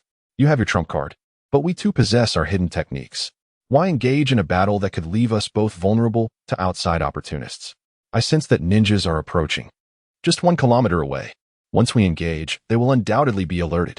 Let us leave it at this for now. We can settle the score upon our next encounter. Without waiting for Sasori's response, Xianshi began to retreat slowly with Kakashi and Hiruzen. Sasori remained rooted in place, refraining from pursuing them, lost in thought. It was only after both parties vanished from sight that Xianshi formed hand seals to sense his surroundings, detecting a formidable surge of chakra rising into the sky, which soon disappeared from his radar's range. Did you sense anything? Xianshi turned to the still tense and vigilant Kakashi and Hiruzen. Kakashi shook his head, indicating he had sensed nothing. Hiruzen paused, expressing a hint of regret. I didn't detect anything either, but I did see a shadow shoot up from the previous location. Unfortunately, my Sharingan lacks the range of the Byakugan, so I could not discern what it was. A dead person? A dead puppet? What could possibly fly that is dead? Hiruzen and Kakashi exchanged alarmed glances. Flight, in the realm of conventional ninja techniques, is an extraordinary buff skill. If one can fly, their combat prowess increases dramatically, unless they encounter powerful figures like Minato Namikaze or Obito Uchiha, who wield space-time ninjutsu. They remain virtually invincible. Of course, space-time ninjutsu itself is an extraordinary buff. Even during the Fourth Great Ninja War, amidst an array of six-path powers and shadow-level warriors akin to super soldiers, it still stood out as one of the most remarkable abilities. In today's ninja world, the ninjas possessing the ability to fly are few and far between. The most notable among them is Noki, the Tsuchikage of Awagakure, known for being one of the most formidable ninjas feared by the third Hokage. Were it not for Naki's ability to fly, he would lack substantial mobility, rendering him vulnerable to the agile third Hokage, regardless of how powerful his dust release techniques might be. Aside from Noki, there was also the third Kazekage, reputed as the most potent wind user, who utilized his bloodline limit, magnet release, to mold iron sand into wings for flight, an approach entirely distinct from Naka's earth release. Thus, it is implied that Sasori assassinated the third Kazekage and transformed him into a puppet. But why would he kill the leader of his own village? Why indeed? Kakashi inquired. Perplexed, Shinsure couldn't help but chuckle, responding, "Haven't I already provided the answer? The third Kazekage was one of the individuals responsible for the death of his parents. Your father, Sakumo, is deceased, leaving only Sasori's grandmother, Chiyo, and the third Kazekage as the remaining parties involved. Thus, Sasori channels his hatred toward the third Kazekage while simultaneously seeking revenge on Chiyo. Senior, how do you know this?" Shirzue gazed at Shinsure with admiration. Even Sunagakure is unaware of the full story and is still searching for the whereabouts of the third Kazekage. By compiling intelligence from various sources, I was able to discern a general direction, and the rest was mere speculation. Your guesses are remarkably accurate. Shirzue praised sincerely. Shinshure's forehead was now adorned with 3 vertical lines of exasperation. All right, let us proceed with the arrangements for our next task. I shall await the resurrection of a fish here in still waters, while you infiltrate the hidden village of sand, seizing this opportune moment of emptiness within its confines to ascertain if any other vital intelligence can be gleaned. As for Kakashi, continue to pursue the trail of Team Guy. Should you encounter any peril to your life, immediately abandon the mission and return to inform me. Understood. The two responded in unison. Chapter 28. Do not approach upon a towering sand dune. A robed sage stood at its pinnacle, gazing into the distance where figures scurried about like ants. In the midst of the chaotic throng, a translucent, gossamer-like barrier encapsulated an area equivalent to the size of the entire Hidden Leaf village. Surrounding this barrier were the shinobi of Sunagakure, meticulously encircling the desolate desert, some forming seals while others set various techniques, with numerous squads patrolling diligently. Yet, the sage remained as inconspicuous as air itself. Neither the sensory ninjas of Sunagakure nor the hawks soaring above could discern his presence, oblivious to the fact that a figure was brazenly observing from afar. It appeared that the one-tail, Shikaku, was on the verge of resurrection. The sage contemplated the scene before him. Nearly a year had passed since the disappearance of the renowned third Kazekage, who had been secretly assassinated by the scorpion. The village continued to languish in disarray, having shifted focus from the escalating internal strife following the war with the Hidden Leaf. Yet the bitter aftermath had severely diminished Sunagakure's strength. At present, the village had relinquished hope for the Kazekage's survival, while Raza, who had distinguished himself during the war, emerged as the leading candidate among the successors. However, the power struggles within the village hampered his ascent. Raza belonged to the esteemed Sabaku clan, historically powerful. Yet he faced formidable opposition from Chiyo, the elder advisor of Sunagakure. Chiyo was a proud disciple of the second Kazekage, representing the legitimate lineage of Kazekage authority. The third Kazekage held her in high regard, referring to her as the flower of shinobi, a luminary from the earliest days of the village's establishment, whose credentials and status matched those of the legendary Sarutobi Hiruzen, the third Hokage. Behind Chiyo lay her enigmatic brother, Ice, whose influence rivaled that of Danzo in the village, a dark sovereign hidden beneath layers of sand. Furthermore, she had a grandson, the prodigious puppet master, Sasori. Had Sasori not succumbed to hatred and fled the village, the position of the fourth Kazekage would likely have been his for the taking. In summary, to secure the title of Kazekage, one must garner Chiyo's approval, a formidable obstacle indeed. Raza's path to promotion was further obstructed by a powerful bloodline user, the scorching elemental ninja, Yakura. Chiyo wavered between supporting Raza and favoring the more controllable Yakura. At this moment, resealing the rampaging one-tail due to the death of its host, and showcasing his formidable magnetic abilities represented a crucial opportunity to earn Chiyo's endorsement. Moreover, Raza had acquiesced to Chiyo's suggestion to appoint his newborn son, Gaara, as the new Jinchuriki of Shikaku. This strategic move would not only secure Chiyo's support, but also consolidate the Jinchuriki as a vital asset for his future standing. Seated upon the arid yellow sands, Raza meditated with his eyes closed.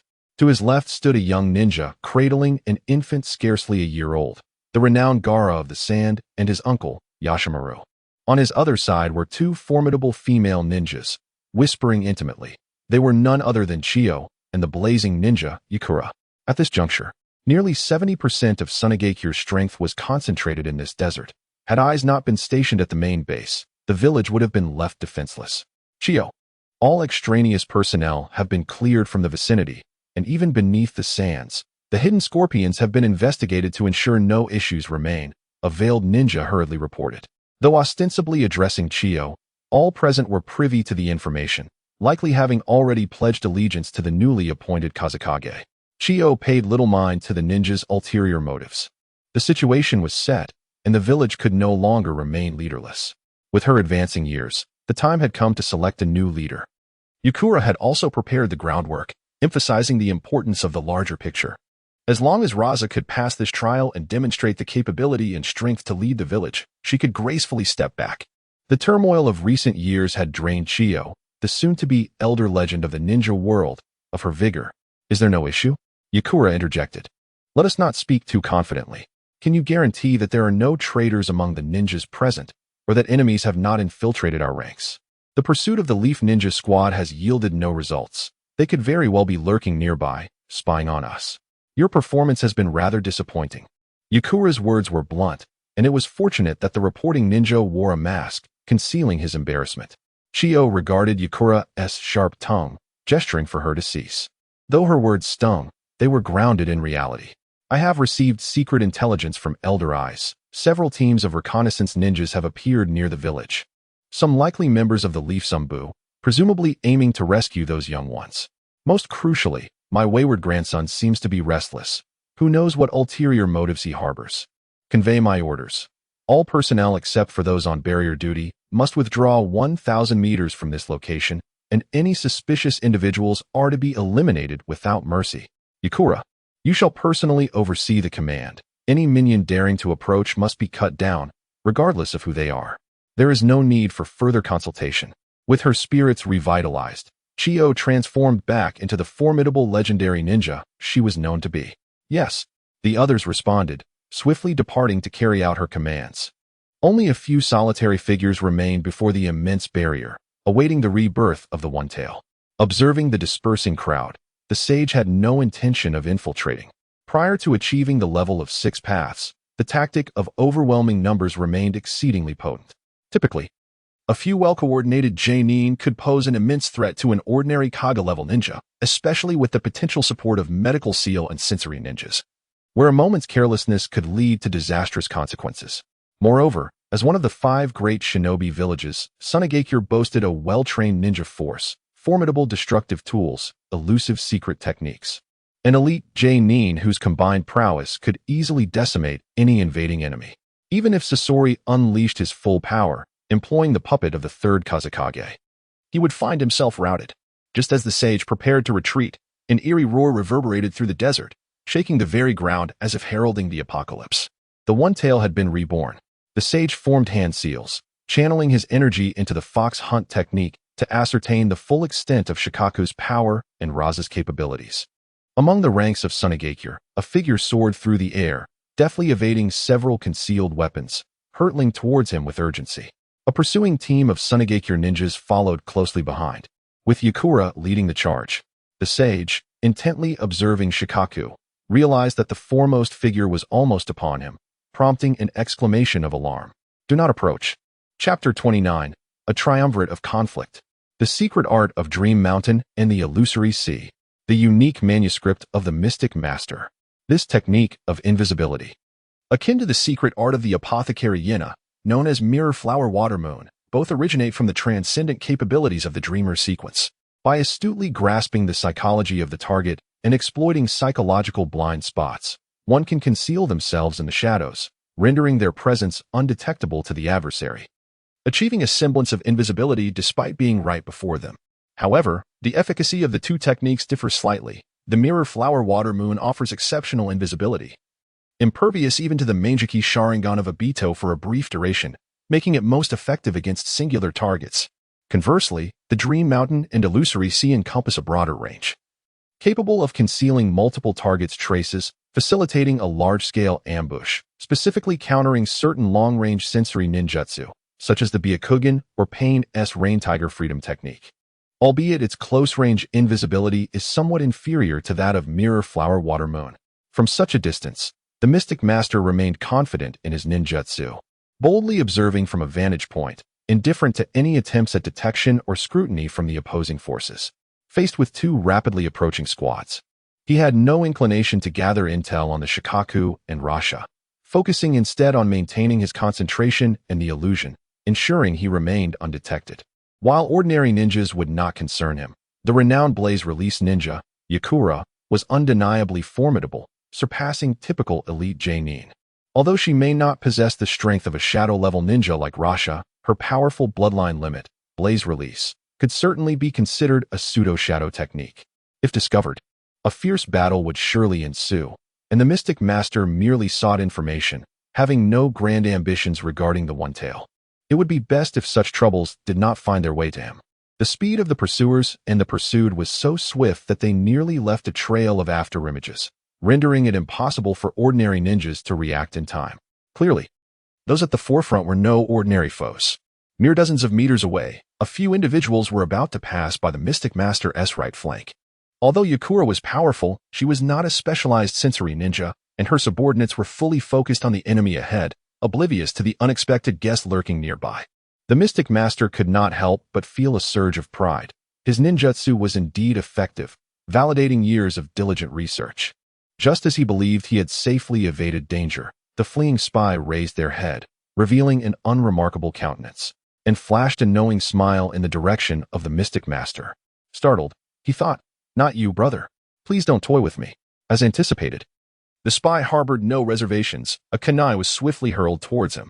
With no time to perform hand seals, he had no choice but to leap aside, inadvertently exposing his position. Damn it!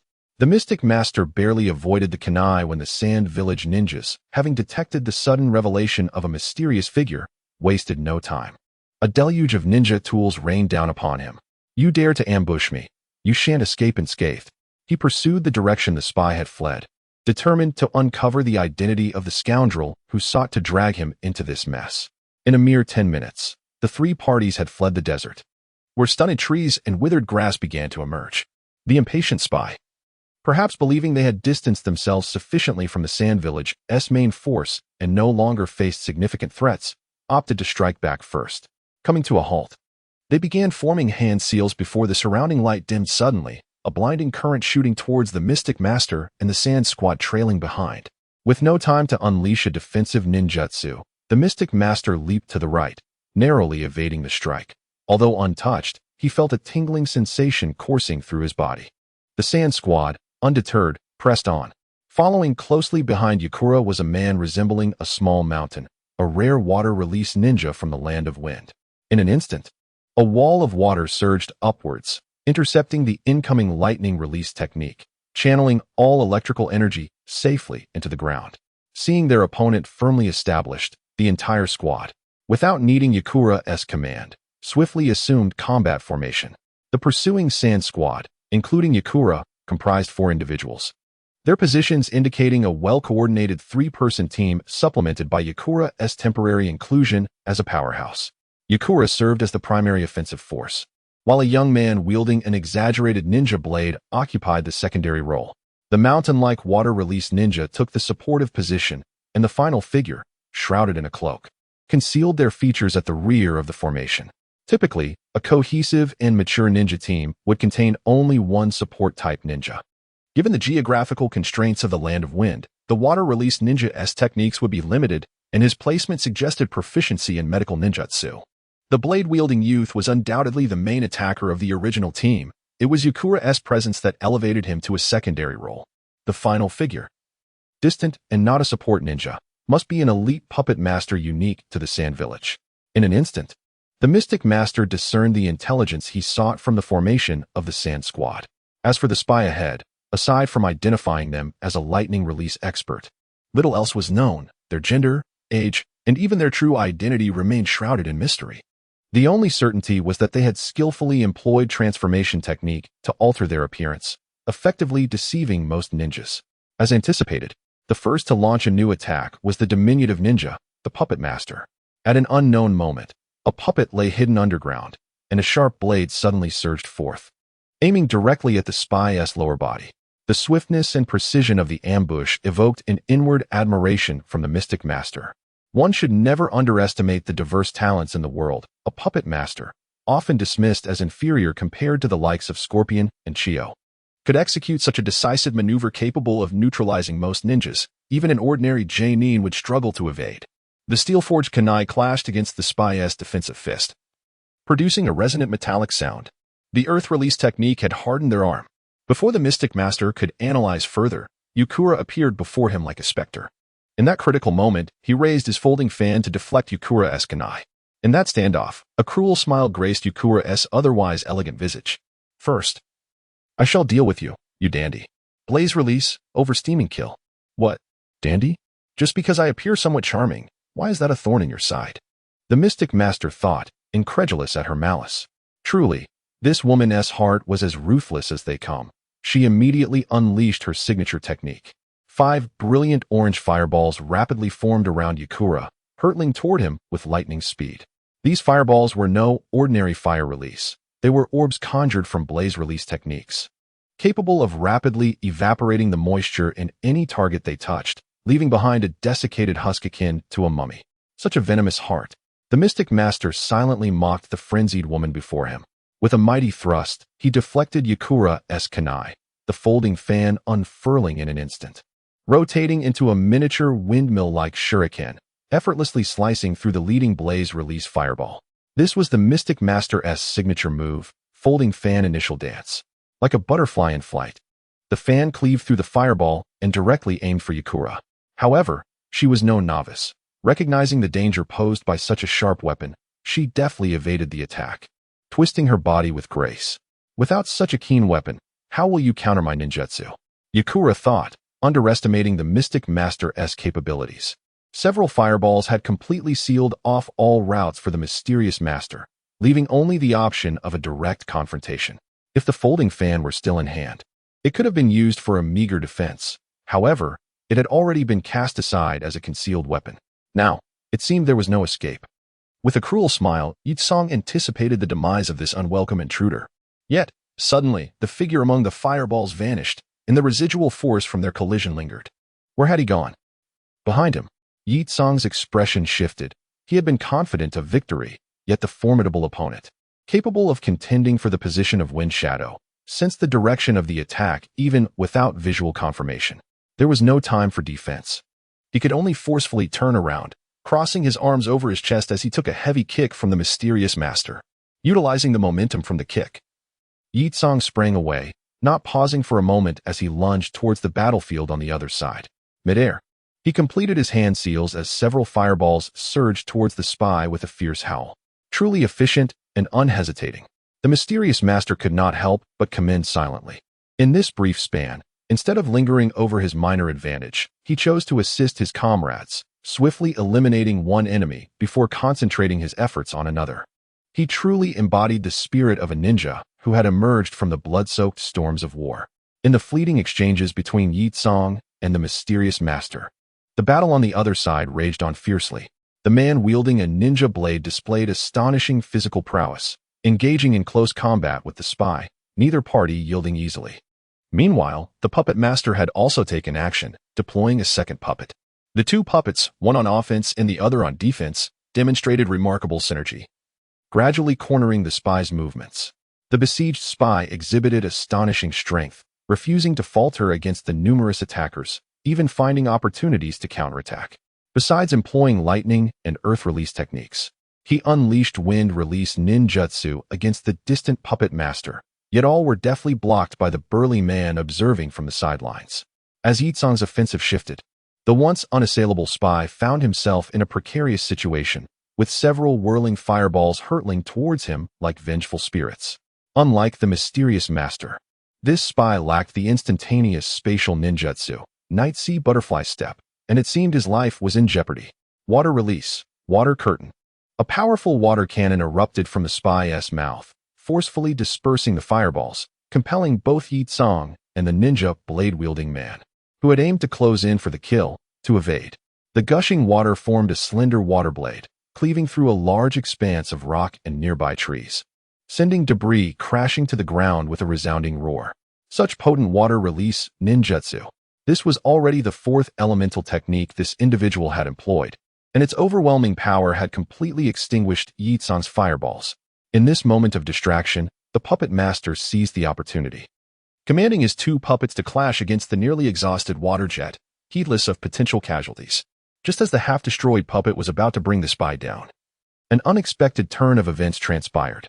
With no time to execute another ninjutsu, the spy extended his arms, directly grasping the spiked puppet. Strangely, his arms detached from his body, connected by mysterious black threads, swiftly propelling the puppet away. With a powerful grip, he crushed the puppet into fragments. Ah, no wonder you could discern my presence.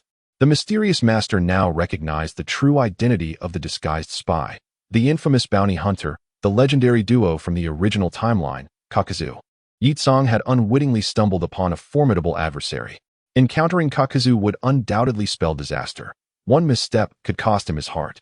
Kakuzu's strength was unquestionable, a true shadow-level powerhouse, possessing the forbidden technique, Earth Grudge Fear, making him one of the rare 5 nature ninjas. His balanced might across all attributes rendered him a nightmare for ninjas, as targeted strategies would prove ineffective. As the mysterious master observed the unfolding drama, he swiftly leaped to evade a sudden water arrow, dodging several shurikens that forced him further from Kakuzu. The burly water-style ninja, wary of the mysterious master's intent to collaborate, sought to separate the two combatants. The mysterious master couldn't help but chuckle inwardly. You concern yourself with me while neglecting to join forces against Kakuzu, your formidable foe.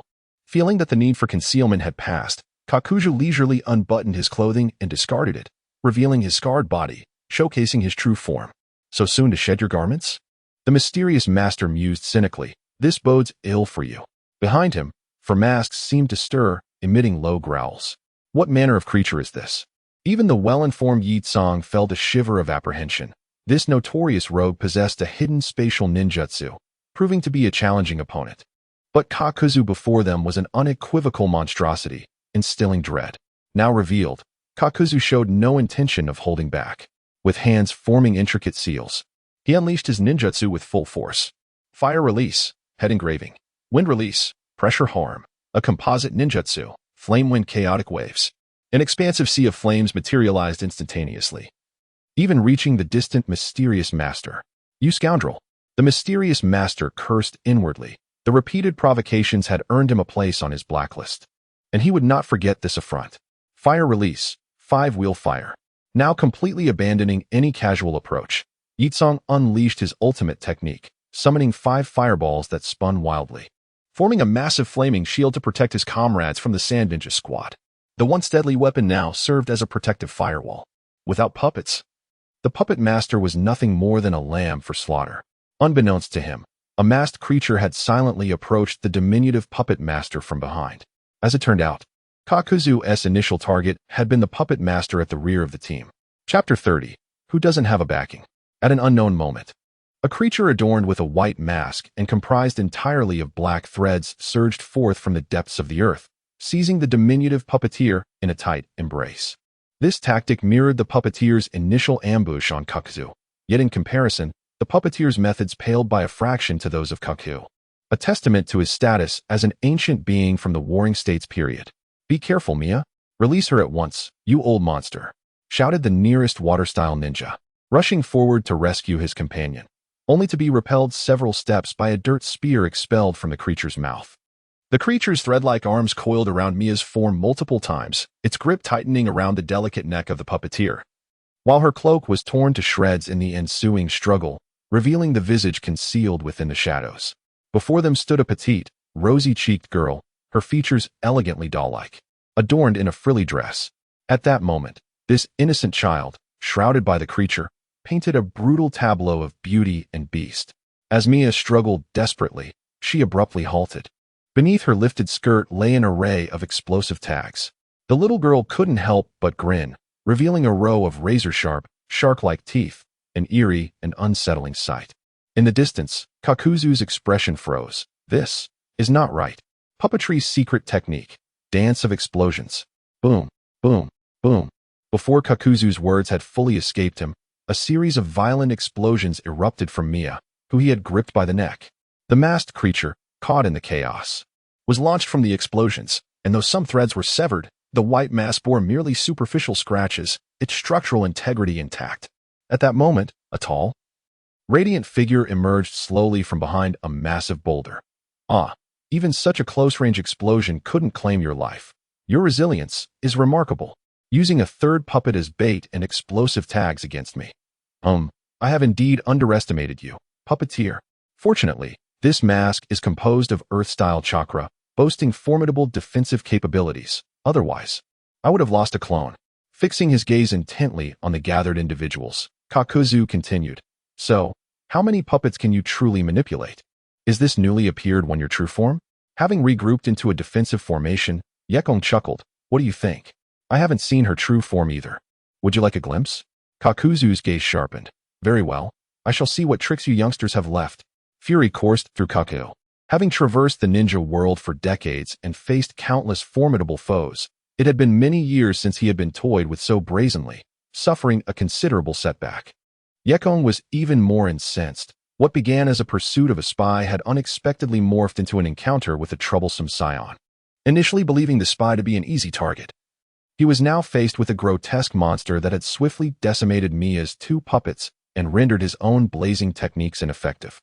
The strength of this opponent suggested that their group would struggle to subdue these two adversaries with ease. Most aggrieved was Xianxue, who had been hidden away, only to be unwittingly dragged into this conflict, akin to a mole being forced from its burrow. First, he had been struck by Yekong's blazing technique, and now he was nearly roasted by Kakuzu's combined fire and wind technique. Thankfully, his water-style ninjutsu was still up to par. Otherwise, he would have had to flee once more. In the chaos, it was unclear who struck first, but a new round of melee erupted. Thunder cracked and lightning flashed, as flames blazed and waters surged. Though the battlefield trembled, it was a spectacle to behold, for none of the three parties were weaklings. The intensity of their conflict surpassed that of ordinary ninja combat. Xianxue crouched upon a battered boulder, taking shallow breaths. After an arduous battle, his focus had shifted to Kaku, and the Sunagakure team had picked up on this shift, gradually increasing their attacks on Kakuzu. Yet, they found that their efforts yielded little against him. Aside from Yekong's blazing techniques, which posed some threat, none could inflict substantial harm on Kakuzu. Meanwhile, Kakuzu, with the aid of four masked creatures, commanded all five elemental ninjutsu: water, fire, earth, lightning, and wind, with nary a flaw in his defense during conventional combat. Adding to their woes, these four masked entities occasionally teamed up to execute joint techniques of differing attributes, their coordination impeccable, leaving their opponents feeling thoroughly overwhelmed. At this juncture, Kakuzu had yet to unleash his full power. The earth-style creature had depleted its chakra and returned to rest, replaced by a fire-style creature, while the other two remained as mere extensions of his will. Xianxue understood that Kakuzu's apparent restraint did not stem from mercy. Rather, he was likely on guard against something. The situation for the Sunagakure squad was less than favorable. The sword-wielding ninja had been grievously wounded by Kakuzu's earth spear, incapacitated and currently receiving medical attention from the water-style ninja. Yekong's performance was commendable, absorbing the brunt of Kakuzu's assaults without injury, yet his chakra reserves were likely dwindling, akin to Xianxue's plight. As for Mia, having lost two of her puppets, her combat options were severely limited, relying solely on the doll-like humanoid puppet for support. And after the previous explosions, the explosive tag disguised within her frilly dress had been expended, leaving her with only standard puppet techniques, which posed minimal threat to Kaku. Enough of this, children. I have no time to indulge in your games any longer. Kakuzu had lost all patience, splitting the fire-style creature into two additional wind and lightning attributes.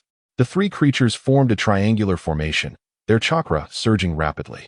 Oh no, this old monster is preparing to unleash a devastating technique. Xianxue's expression shifted as he calculated his chakra reserves. Utilizing the Night Sea Butterfly step should allow him to evade the impending attack. As for the Sunagakure team, Yekong could likely escape, and Mia probably had some hidden cards left, but for the remaining two, they could only rely on their own luck. Receive my wrath. The ultimate technique of the Earthgrudge Fear final shot. The three Earthgrudge Fear masks opened wide, merging their chakra into a single, terrifying beam, a chakra cannon aimed forward.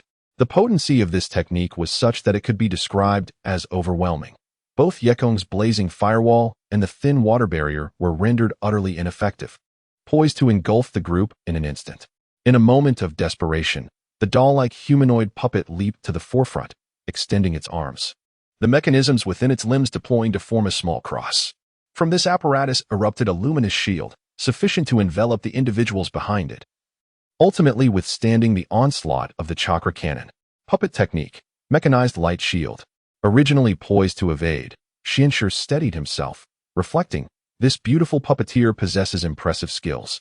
To defend against such a formidable chakra cannon is truly astonishing. Wait, hold on, it's not her. Xianxue abruptly turned around to behold a plump, middle-aged woman with a kind demeanor, resembling the amiable neighborly grandmother, appearing not far away. The sand-hidden members behind the mechanical shield collectively breathed a sigh of relief. It was over, their ally had arrived. Retreat was the only option now, or they would truly expose themselves. Xianxue mused inwardly.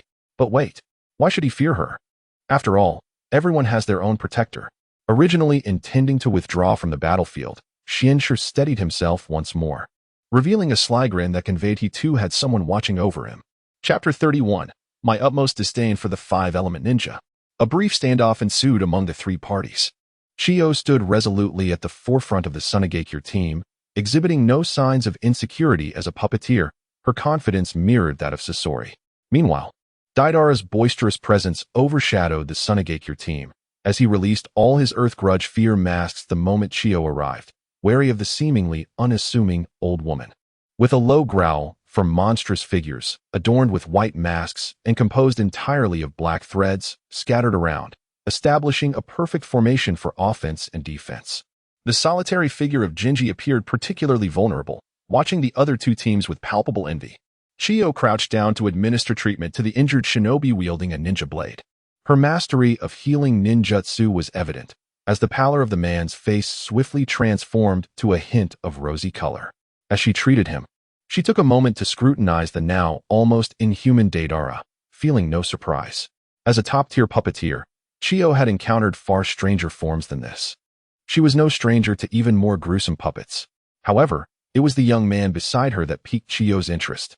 In a tone reminiscent of a kindly neighbor, she addressed him, "Young man, you are a ninja from Konoha, are you not? Your skills are commendable, yet you are no match for us old-timers. Perhaps it would be wise to let those behind you take the stage." With a series of rhythmic taps against the rocky ground, the sound of wooden sticks echoed from afar. "You old hags still possess your former prowess," a sinister-looking Danzo remarked, accompanied by two subordinates of varying heights. Jinji obediently retreated behind Danzo, feeling a surge of relief, knowing that with Danzo's presence, he could remain safe. Chiyo inquired, "What brings your esteemed village to our wind country, given that you have repeatedly sent ninjas to our borders?" Danzo, with a grim demeanor, responded, "Your Sunagakure has been mobilizing forces at the borders, with some ninja squads even venturing into the Land of Fire. Such a significant commotion cannot go unnoticed by Konoha." "Indeed," Chiyo replied calmly, having anticipated Konoha's response from the outset of this operation.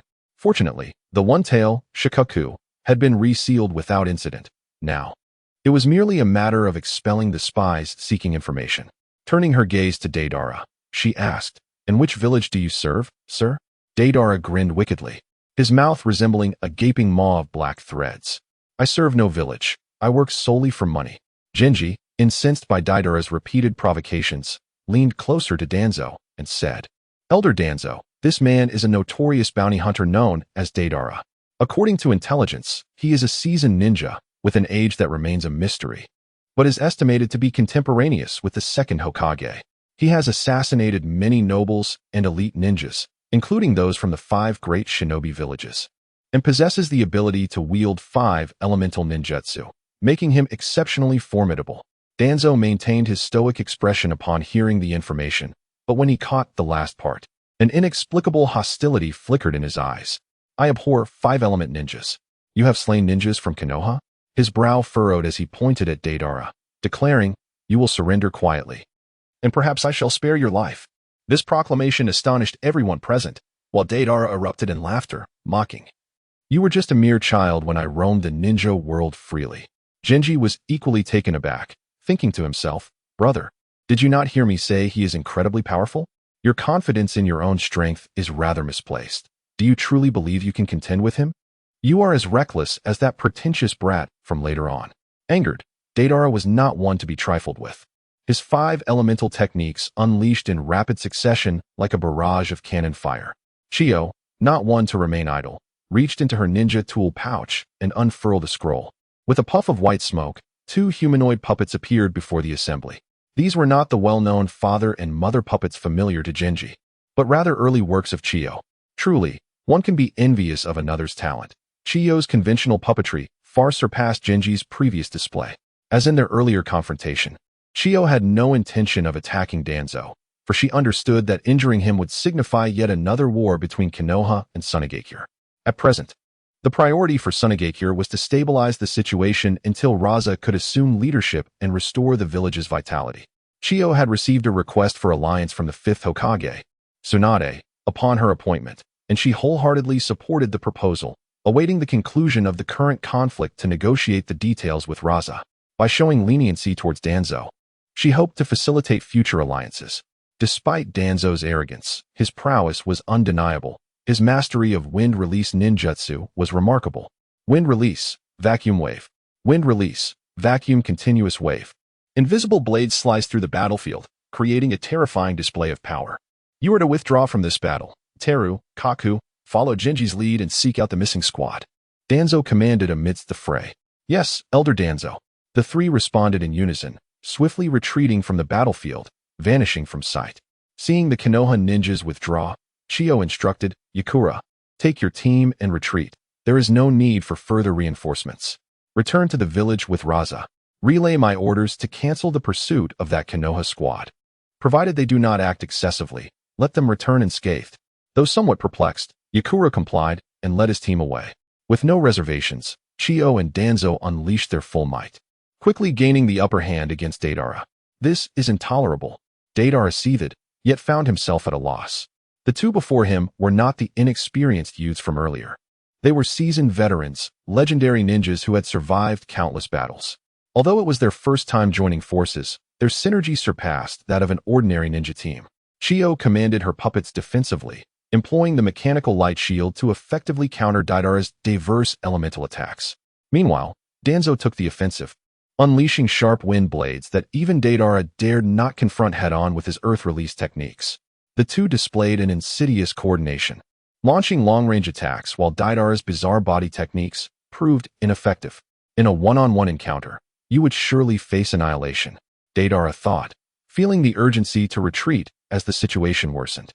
Seizing an opportunity amidst Chiyo's puppet encirclement, Deidara utilized the body flicker technique to escape the battlefield, his 4 masks resembling a menacing octopus as he fled swiftly into the distance. Wind release, vacuum great sphere. Danzo inhaled deeply, then unleashed an air cannon that shattered Deidara's lightning-based attack. But by the time he fired another vacuum great sphere, Deidara had vanished without a trace. Only a distant, exasperated voice lingered in the air. Danzo, next time, I shall take your life. Chapter 32. The 8 Trigrams, 8 Gates, and 8 Extremes Kakashi. Let us engage in a youthful race amidst this fervent desert. With a watermelon-shaped hairstyle and clad in a snug green ninja outfit, adorned with 2 thick eyebrows and a dazzling set of white teeth that glimmer under the scorching desert sun, it is none other than Might Guy, who has been missing for days while gathering intelligence. Behind Guy stands his comrades, his old ally, the former teacher to Naruto's son Konoha, Ebisu, and the seasoned branch member of the Hyuga clan, Hyuga Irika. As for Guy's other companion, Narashikamu, he had been selected to join the Hokage Guard upon the 4th Hokage Minato's appointment, thus leaving Irika as the newly added member. Observing the exuberant and energetic Guy ahead, Ebisu manages to keep his composure, but Irika is utterly speechless. After several consecutive days of reconnaissance, infiltration, and being pursued, both Ebisu and Irika are thoroughly exhausted, their spirits waning.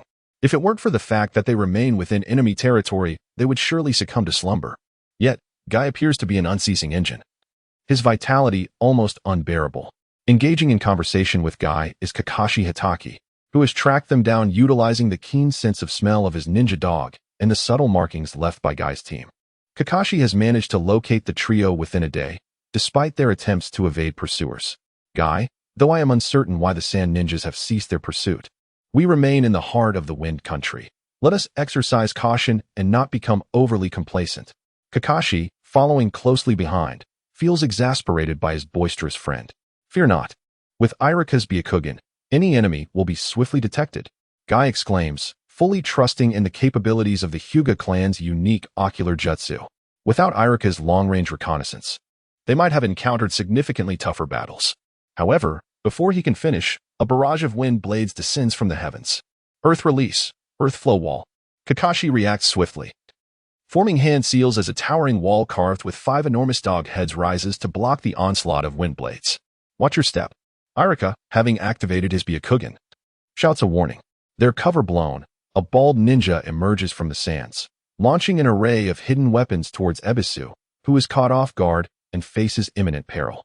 Yet, Irika, hailing from a prestigious clan, remains composed under pressure, executing a precise counterattack. Gentle fist, 8 trigrams, 32 palms. With a stance poised, his palms strike forth like the wind, intercepting countless kunai and shuriken with remarkable skill. The prowess of the Hyuga clan's gentle fist truly stands out. Witnessing the unexpected counter, the attacking ninja cannot help but express admiration. On the towering earth flow wall, 3 figures appear, including the bald ninja who had just attempted the ambush. You little leaf brats, surrender peacefully, and perhaps sand iron will spare your lives. The bald ninja smirks with disdain. The chakra of the 3 figures radiates immense power, indicating they are likely jonin. Irika's eyes widen with visible strain, attempting to pierce through their defenses, but the overwhelming chakra flowing like a river leaves him feeling despondent. I recognize that individual. I saw him from afar on the battlefield before. Maki, the elite jonin from Sunagakure, is exceedingly formidable. Kakashi, too, senses the gravity of the situation. None among them are trivial adversaries, especially Maki, whose strength surpasses even his own. With the other 3 being chunin, their combined force may barely challenge one of the opponents, who also possesses a jonin. This situation is indeed dire. It appears I must unlock the seal on my Sharingan and employ that technique to hold them off, allowing Guy and the others a chance to escape. Kakashi resolves inwardly. Maki, Sand Iron, and Yura are renowned elite jonin within their village, capable of facing 100 foes alone. Commissioned by Chiyo, they have been tasked to hunt down the elusive Sasori of the Red Sand, and ordinarily, such mundane missions wouldn't require all 3 to join forces. After days of fruitless searching, they encounter Guy's team, a perfect opportunity to strike. However, the strength of these leaf jonin surprises them. The combined efforts of the 2 elite jonin, Maki's wind dance, and Sand Iron's assassination techniques are effortlessly evaded by the chunin, causing frustration among the trio. You little brats, reveal your intentions. Maki, more composed, attempts to inquire further. Take this. Leaf Gale. Guy transforms into a green whirlwind, fiercely charging at Yura, who stands slightly behind. Although somewhat oblivious, Guy possesses considerable combat intelligence. He recognizes that evasion is no longer an option, and that the adversaries are vastly superior. Therefore, he opts for a preemptive strike, focusing on the weakest member of the trio. Yura, evidently the support ninja among them, smiles confidently, underestimating the attack of the young boy. Instead of retreating, he advances, absorbing Guy's powerful attack with his fists. This is bad. He too is a master of martial arts. Guy thinks, startled. The moment he strikes, the others follow suit. Kakashi charges towards Maki, recognizing him as the gravest threat, while Irika, wielding his Byakugan, confronts Sand Iron, adept at earth release and skilled in subterranean assassination, a perfect counter to such techniques, despite the disparity in strength. Boom, boom, boom. The most intense clash occurs between Guy and Yura, as the ground is ravaged by their fists. Slowly, Guy finds himself at a disadvantage. The situation grows increasingly perilous. Kakashi can hold his ground, but Irika is on the verge of collapse. Though he can foresee Sand Iron's attacks, he struggles to match his speed. The gentle fist striking technique is rendered ineffective against the hardened body enhanced by earth release, and the more powerful 8 trigrams palm is beyond Irika's mastery. Executing 32 palms is already a considerable challenge. It seems I have no choice but to resort to that technique. Guy steels himself, shouting, Ebisu, cover me. Suddenly, Ebisu, who had vanished since the onset of battle, reappears from an unseen location. Their synergy as old teammates undeniable. Shadow clone technique. The moment Guy leaps from the fray, 3 Ebisu encircle Yura from different directions, simultaneously proclaiming, "Fire release, great fireball technique." 3 massive fireballs engulf Yura in an instant. This level of ninjutsu is utterly ineffective against me. Yura scoffs boldly, unleashing his chakra into an explosive shockwave that effortlessly tears through the flames. Nearby, Guy's presence surges dramatically. First gate, open. The opening gate. The air around him begins to swirl. Second gate, rest gate, open. The energy transforms into a rising tide. Third gate, life gate, open. Chakra emanates from Guy's body as if it possesses substance. Kai inhaled deeply, with no sign of ceasing. The fourth gate, the gate of wounds, was opened. The surrounding air appeared to be distorted by an invisible force. The originally ethereal chakra suddenly seemed to be imbued with substance, rapidly converging around Kai, becoming thick and viscous, swirling like a tumultuous mire. In an instant, a powerful wave of energy surged forth, akin to the furious exhalation of a colossal beast, rolling and churning, swiftly enveloping Kai. He transformed into a green flash of lightning, racing around Yuliang, seemingly in search of the perfect moment to strike. Yuliang's heart sank as he thought, "Damn, it's too fast. I can't even discern his true form." Suddenly, Kai seized a fleeting moment to launch his attack. He propelled himself off the ground, stirring up clouds of dust, and with the immense recoil, he shot towards Yuliang like a cannonball. "Receive my next move, the secret transmission. 8 extremes, 2 instruments top." Boom! The speed was so tremendous that it appeared to create a sonic boom. "Since I cannot catch him, I shall defend." Ninjutsu, yellow sand armor. Thunderous, this was a genuine collision.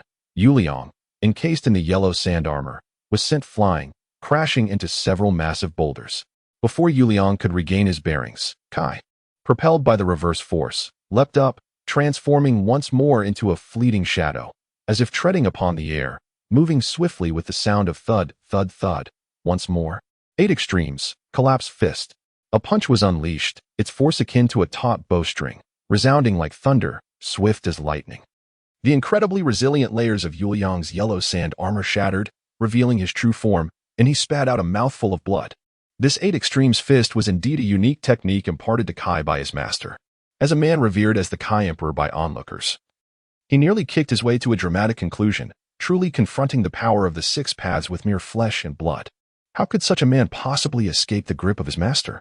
The master, hailing from a martial arts realm in a previous life, though lacking rigorous trainings, had some understanding of the principles, being one of the origins of the 8 extremes fist. Thus, he imparted all the techniques and principles he could recall to Kai. Initially, he held no expectation of significant effect, as this world revolved around chakra, ninjutsu, illusionary arts, and physical techniques all centered upon this core. The master had little hope in his heart. Yet, a resolute Kai cherished this knowledge, for as a common ninja, he lacked alternative avenues for learning. He greatly envied the Hyuga clan's ancestral gentle fist, which had a complementary series of bagua palm techniques. Through relentless study and effort, he indeed achieved some results. Under Kai's experimentation, the power of the 8 extremes fist far surpassed ordinary physical techniques, and even more crucially, the methods of exertion were unique, making it challenging for even the most seasoned ninja to withstand. It became another secret weapon for Kai following the 8 gates of Duinjia. This extraordinary technique was unparalleled, with no one else capable of executing it. Even the master could only envy. Observing the severely weakened Yuliang before him, Kai's heart soared with joy. One down. Let us strike while the iron is hot and take them all down. Suddenly, the barely conscious Yuliang seemed to crumble like weathered stone, fragmenting into grains of sand, slowly dissolving within the shattered yellow sand armor. "Got you, little brat from Konoha." Unbeknownst to him, a fine sand had entwined around Kai's legs, and even under the immense chakra from opening the 4 gates, he found himself unable to break free. Not far away, a mound of yellow sand gradually coalesced into Yuliang's form, who then formed hand seals, splitting the sand into 2 streams, one ensnaring Kai's legs, while the other wrapped around the concealed Hebisu, mummifying him. That was close. Yuliang's cheeks flushed unnaturally, a trickle of blood seeping from the corner of his mouth. "The sand within the yellow sand armor is your sand clone," Kai finally realized. "The first strike indeed struck my true body. During the second attack, I utilized the sand clone. Your inside is still lacking, little brat." Yuliang, now somewhat alarmed, reflected on the overwhelming power of Kai's physical techniques, especially the subsequently executed ninjutsu, which was delivered with a cunning angle and tremendous force.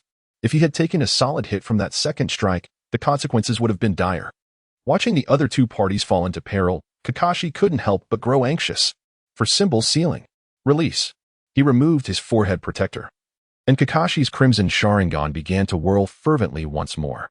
Chakra was limited. It was time to end this swiftly. Utilizing a kunai, he forced Maki back. Summoning a shadow clone, lightning release, lightning transmission. Without hesitation, he abandoned Maki and dashed towards Kai. Yuliang, be careful, Maki shouted, unable to pursue. Just as Yuliang was about to deliver a fatal blow, he had to rise and evade as the lightning cutter transformed into a chain of lightning under Kakashi's control. Shattered Yuliang's sand, and with a powerful throw, the chain pulled the struggling Iroha close. Observing the heavily panting Hebisu, the bloodied Iroha, and the injured Kai, Kakashi quietly stated, "You all retreat first. I will hold the rear. I can't leave you. I still have strength left to fight. Hebisu, Iroha, you retreat first. No nonsense. As AJ Nin of Konoha, I order you to retreat immediately," Kakashi declared resolutely. "Trust me, I have a means of escape. The game ends here. You all shall remain." Maki, losing patience, formed hand seals, gathering a tremendous amount of chakra. Wind release. Dance of wind. The dance of wind at this moment was worlds apart from before. The massive wind blade seemed intent on tearing the heavens and earth asunder. With the figure of the sand iron fleeting in and out, ready to deliver a lethal blow at a critical moment. "I'm done for." Kakashi was about to unleash a forbidden technique in desperation when a somewhat childish voice rang out from afar. Wood release. Tree world wall.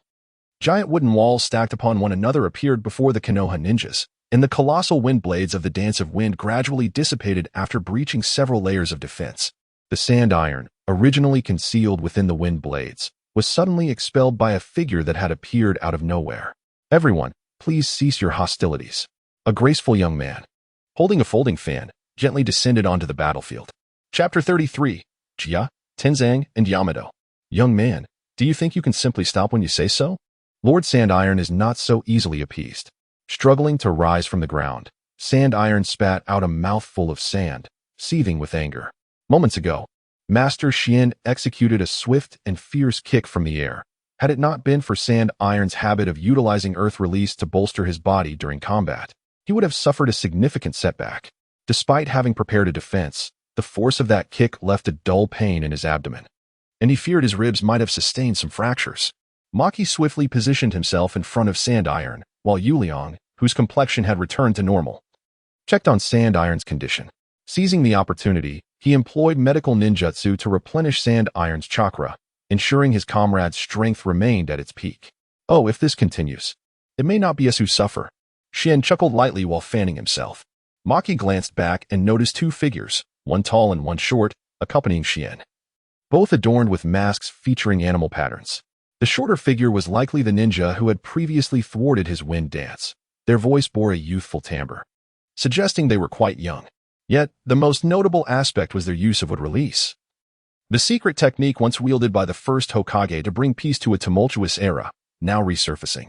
This revelation stirred great turmoil within Maki's heart. The taller ninja, though masked, exuded a piercing gaze, his movements measured and composed, indicating he was no mere amateur.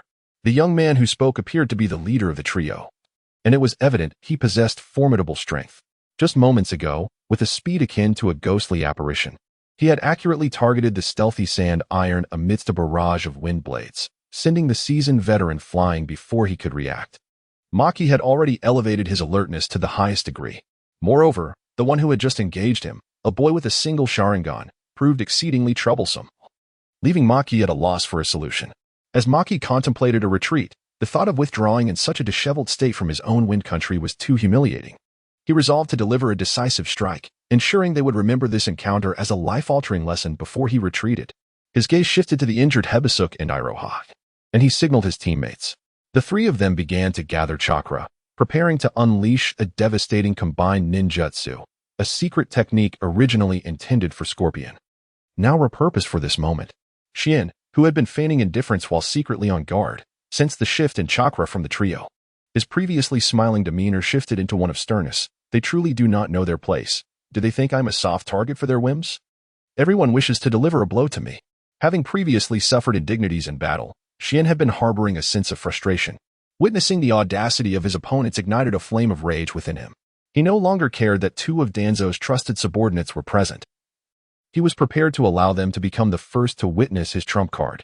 One of them, just as tensions escalated between the two sides. Another figure descended onto the battlefield. Elder Chiyo has commanded the Leaf Ninja to withdraw. The newcomer was Yakumo, who had also managed to escape from the earlier Battle of the Shadows. Maki and his companions recognized Yakumo, a user of the Scorch Release, and immediately replied, "Yes. Lord Yakumo, Leaf Ninja, we meet again." Abandoning their earlier hostility, Shien now noticed that the relaxed Yakumo was undeniably a stunning beauty, her casual demeanor exuding an effortless charm. Although she addressed the Leaf Ninja, her gaze remained fixed on Shien. "Your strength is impressive. You cannot be an unknown. I am Yakumo, a J-nin from Sunagakure. What is your name?" Shien offered a subtle smile. "The renowned Scorch Release Ninja, Yakumo, is a name I am well acquainted with. I am Shien, a J-nin from Konoha. I hope our next meeting will not be marked by your dreadful steam attacks." Upon hearing Shien's name, Yakumo turned to her companions and began to depart, her voice echoing back, "Sunagakure and Konoha are on the brink of an alliance. Next time we meet, we may even be friends. Shien, my dear brother." Haha. Shien stood frozen, 3 lines of disbelief etching themselves across his forehead. Why must she add the title of brother to his name? Senior, why does she wish to befriend you? Did we not just finish a war with Sunagakure? How can an alliance be forged so swiftly? Kai, limping and oblivious, appeared before Shien with an innocent yet clueless expression, faced with the sudden appearance of this watermelon-haired boy, whose thick, dark eyebrows only added to his absurdity. Shien's earlier irritation flared anew. Maintaining his calm demeanor was becoming increasingly difficult in the presence of this impetuous and somewhat naive youth. Reaching out, he delivered a sharp flick to Kai's forehead. "Is your mission not to scout for anomalies at the border? How did you end up deep within the Land of Fire? And who permitted you to recklessly open the 8 gates? I only wish to protect the most important person," Kai protested. Still daring to retort, Shien unleashed a series of flicks upon Kai's head. Kai, now limping and dodging, exclaimed, "Senior, my leg is injured. Be gentle, please." Observing Shien, usually composed and unflappable, now embroiled in this chaotic exchange with Kai, Kakashi could only shake his head in bemusement. Having departed from the village over a week prior, Shien finally located the missing Kai's team and escorted them back to the border outpost. The group gathered around the fire in the outpost room, sharing food and conversation. Injured Hebisuk merely required rest to recover fully, while Hinata Iroha had faced an elite J-nin, managing to stall him for a considerable time.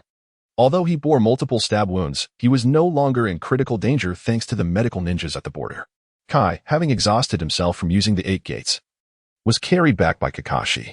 His leg injury was minor, not affecting any vital meridians, and would heal swiftly. As for Kakashi, he performed admirably against Maki. Engaging in a balanced exchange, had his mind not been preoccupied with other concerns, he might have even secured victory. The 2 individuals originally belonging to Root, Terui and Uchiha, later known as Yamato, had not engaged in direct combat and remained at peak condition. Shien's gaze flickered between the two before he spoke with a gentle smile.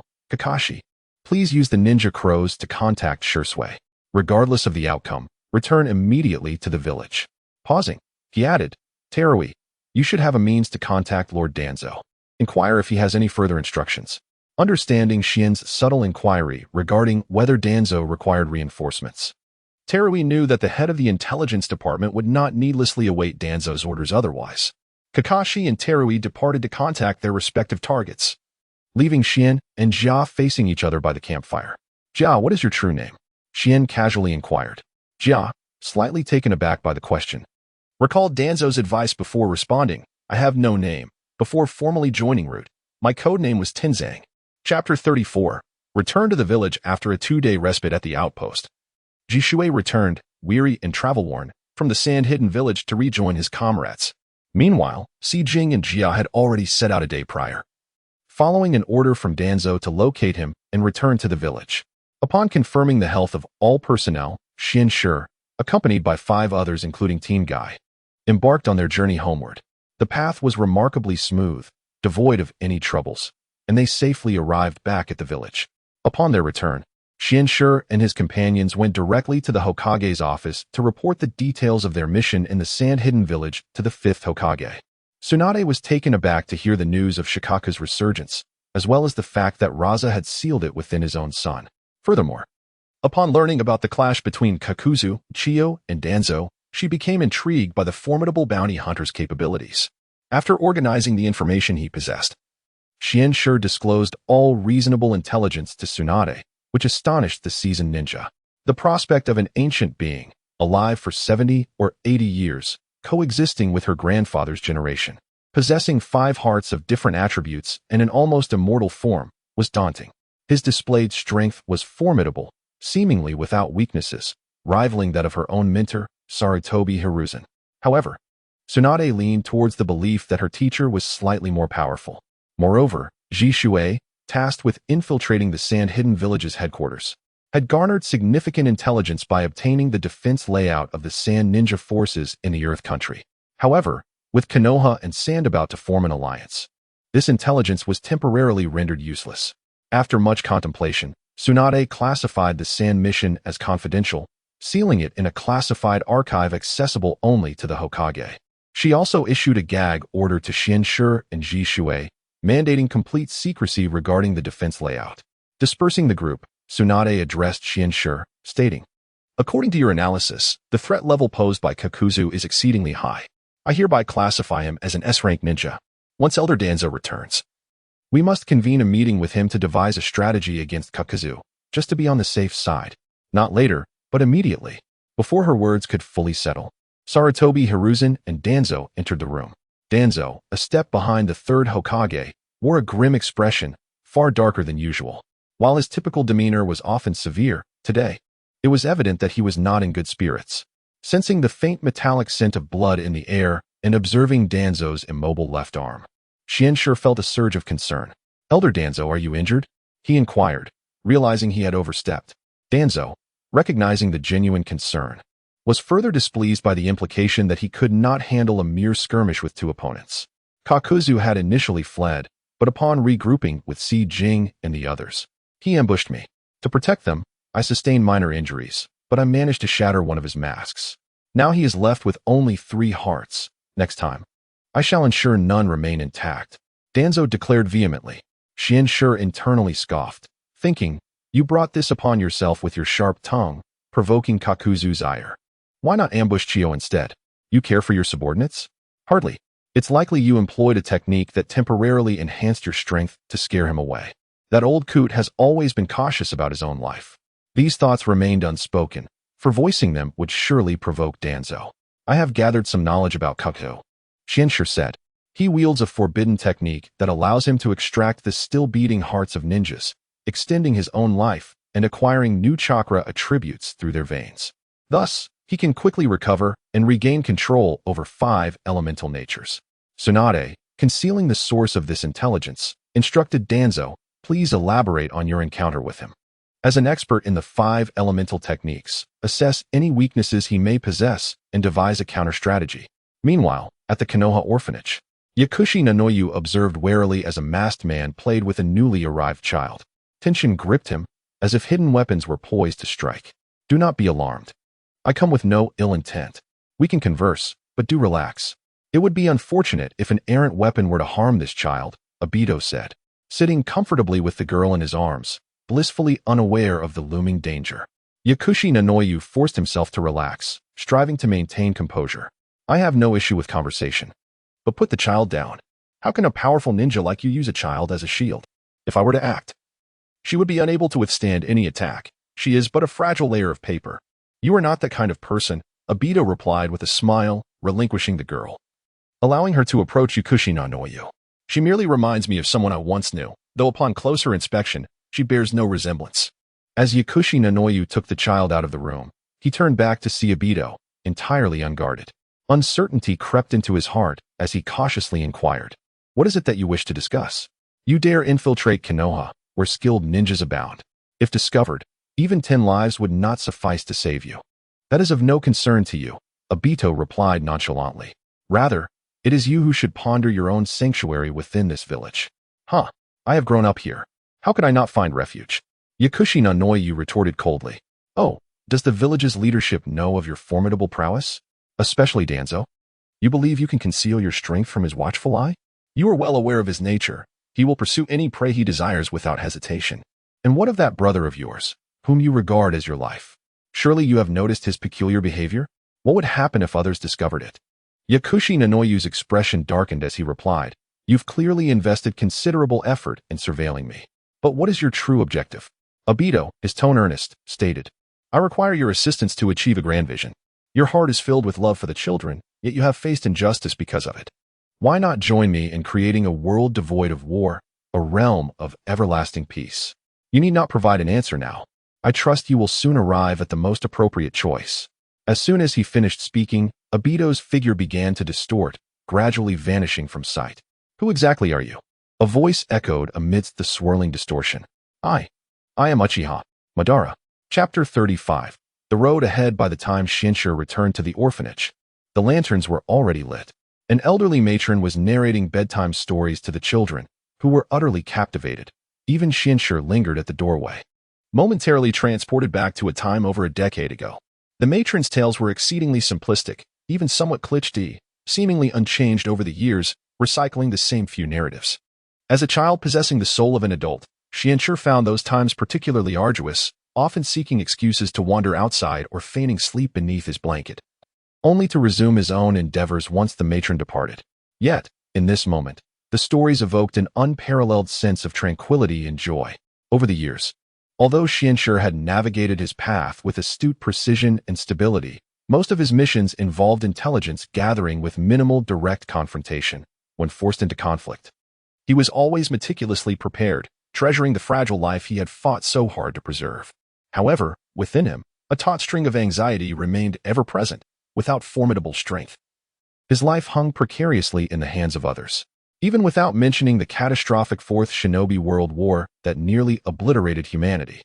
The preceding conflicts were drenched in bloodshed and despair, where the lives of ninjas were as disposable as straw, and the plight of powerless civilians was even more dire.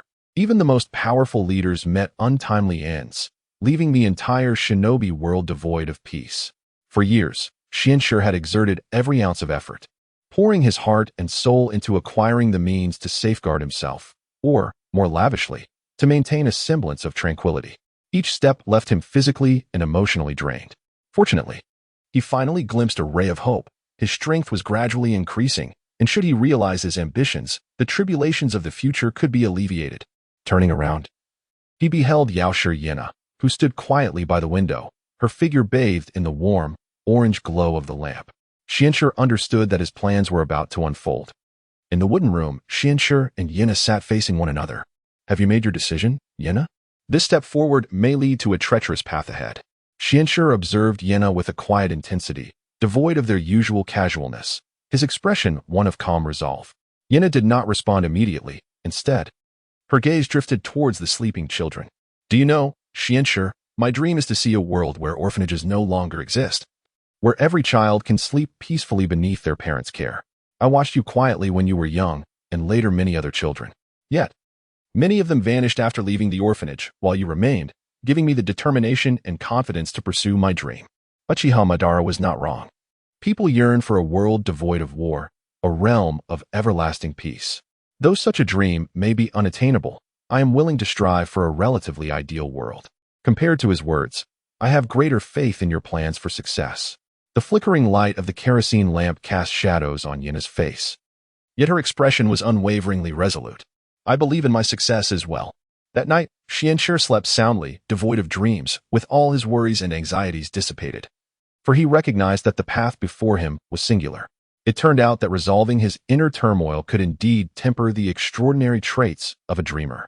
Upon awakening, Shinshu was startled to perceive a surreal sound of shattering within him, plunging him into a wondrous state. He realized he had transformed back into a demigod. "Shinshu, rise and join us for breakfast." The surprises did not end there. Witnessing Yena at the table, resembling triplets, left Shinshu, despite having weathered countless storms, utterly astonished. This defies all logic. The world of Hokage is truly bizarre. Having digested a second portion of the extraordinary traits from the dreamer sequence, Yena had manifested another celestial aspect, capable of playing cards with herself. Were it not for her warning about the strain on her soul from further division, Shinshu might have been tempted to let her start anew, creating an even more vibrant gathering. With the emergence of an additional celestial aspect, Yena's power surged significantly. Her chakra doubled, with the potency of her derived techniques greatly enhanced, rendering even the perceptive Obito momentarily bewildered. Initially concerned about Yena's safety and future plans, Xianxue now felt a sense of reassurance. As long as their intelligence remained undisclosed, Yena effectively attained an immortal status, far superior to Kankuro's abilities. Even more intricate than Nagato's control of pain. After all, Yena could possess 3 true forms, while Nagato's 6 were mere puppets, though their strength warranted separate consideration. While Danzo outwardly accepted Tsunade's leadership, he secretly orchestrated various schemes, establishing clandestine bases beyond the village, scouting for skilled individuals. According to my intelligence, he seeks talented youths to cultivate as his trusted subordinates. By leveraging this, we can entice him into our trap with minimal effort. Xianxue meticulously outlined the plan. Brimming with confidence, Yena nodded in agreement, though a hint of concern lingered in her voice. I have no issue, but will using Kabuto as bait pose any danger? Not at all. Danzo would never personally intervene. He will ensure all traces remain clean, relying solely on his subordinates outside the village. I have informants guaranteeing Kabuto's safety, and I will covertly shadow him, ensuring everything proceeds flawlessly. It is unwise to rush. We must first build Kabuto's reputation as a prodigy, making him known throughout the village. This will lure Danzo into action and provide me with some breathing room. Otherwise, it would seem too conspicuous to betray the village immediately after Uchiha Madara extends an olive branch. Yena contemplated thoughtfully. That's exactly my intention. During this time, I will nurture Kabuto's abilities, and once everything settles, I will find him a suitable mentor. You will also have opportunities to see him regularly. As for the orphanage, you need not worry. I have identified excellent candidates to take over, more capable of garnering the village's attention than you did as director, alleviating their concerns while achieving multiple objectives. Very well, I will use this time to familiarize myself with my own abilities, especially considering the imminent encounters with dangerous legends like Uchiha Madara. The thought is somewhat exhilarating. The usually gentle Yena revealed a touch of wildness characteristic of a ninja. Uchiha Madara, you may find this disappointing, but you will have the chance to meet many fascinating individuals.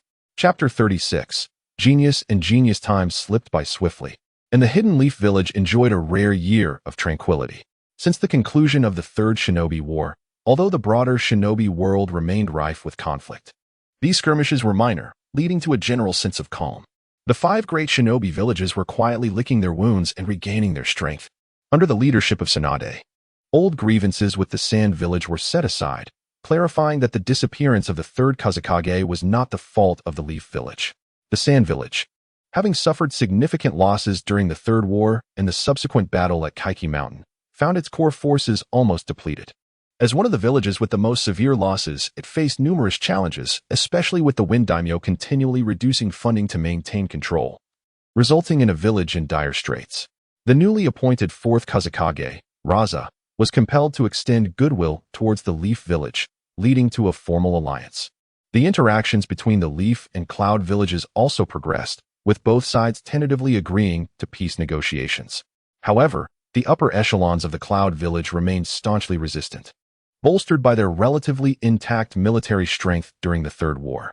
Their most significant loss was the 3rd Raikage, who perished while holding off a contingent of Rock Village ninjas, leaving them confident and unyielding in negotiations, which advanced at a glacial pace. As for the Rock Village, it resembled a stubborn boulder, maintaining poor relations with other nations. Surrounded by formidable mountains, its defenses were impenetrable, and although it had suffered considerable ninja casualties during the war, it remained resistant to goodwill from other nations, opting instead to recuperate in silence. Lastly, the Mist Village existed isolated overseas, traditionally having minimal interaction with other nations. During the Third War, they had a brief and disastrous appearance, where 4 of the 7 ninja swordsmen were killed by a mere chunin from the Leaf Village. Their meticulously planned assault involving tailed beasts was thwarted, resulting in no accolades from the war, compelling them to retreat to their secluded island. At this juncture, the Mizukage, Kuratsuchi, was likely under the control of Obito, returned from the depths of hell to exact revenge for the death of Lin, transforming the village into a realm of terror. In this fleeting period of peace, the Leaf Village, as the foremost shinobi village, exhibited remarkable vitality upon catching its breath. The village had endured the ravages of the shinobi wars, the defection of Orochimaru, and the turmoil wrought by the Ninetales.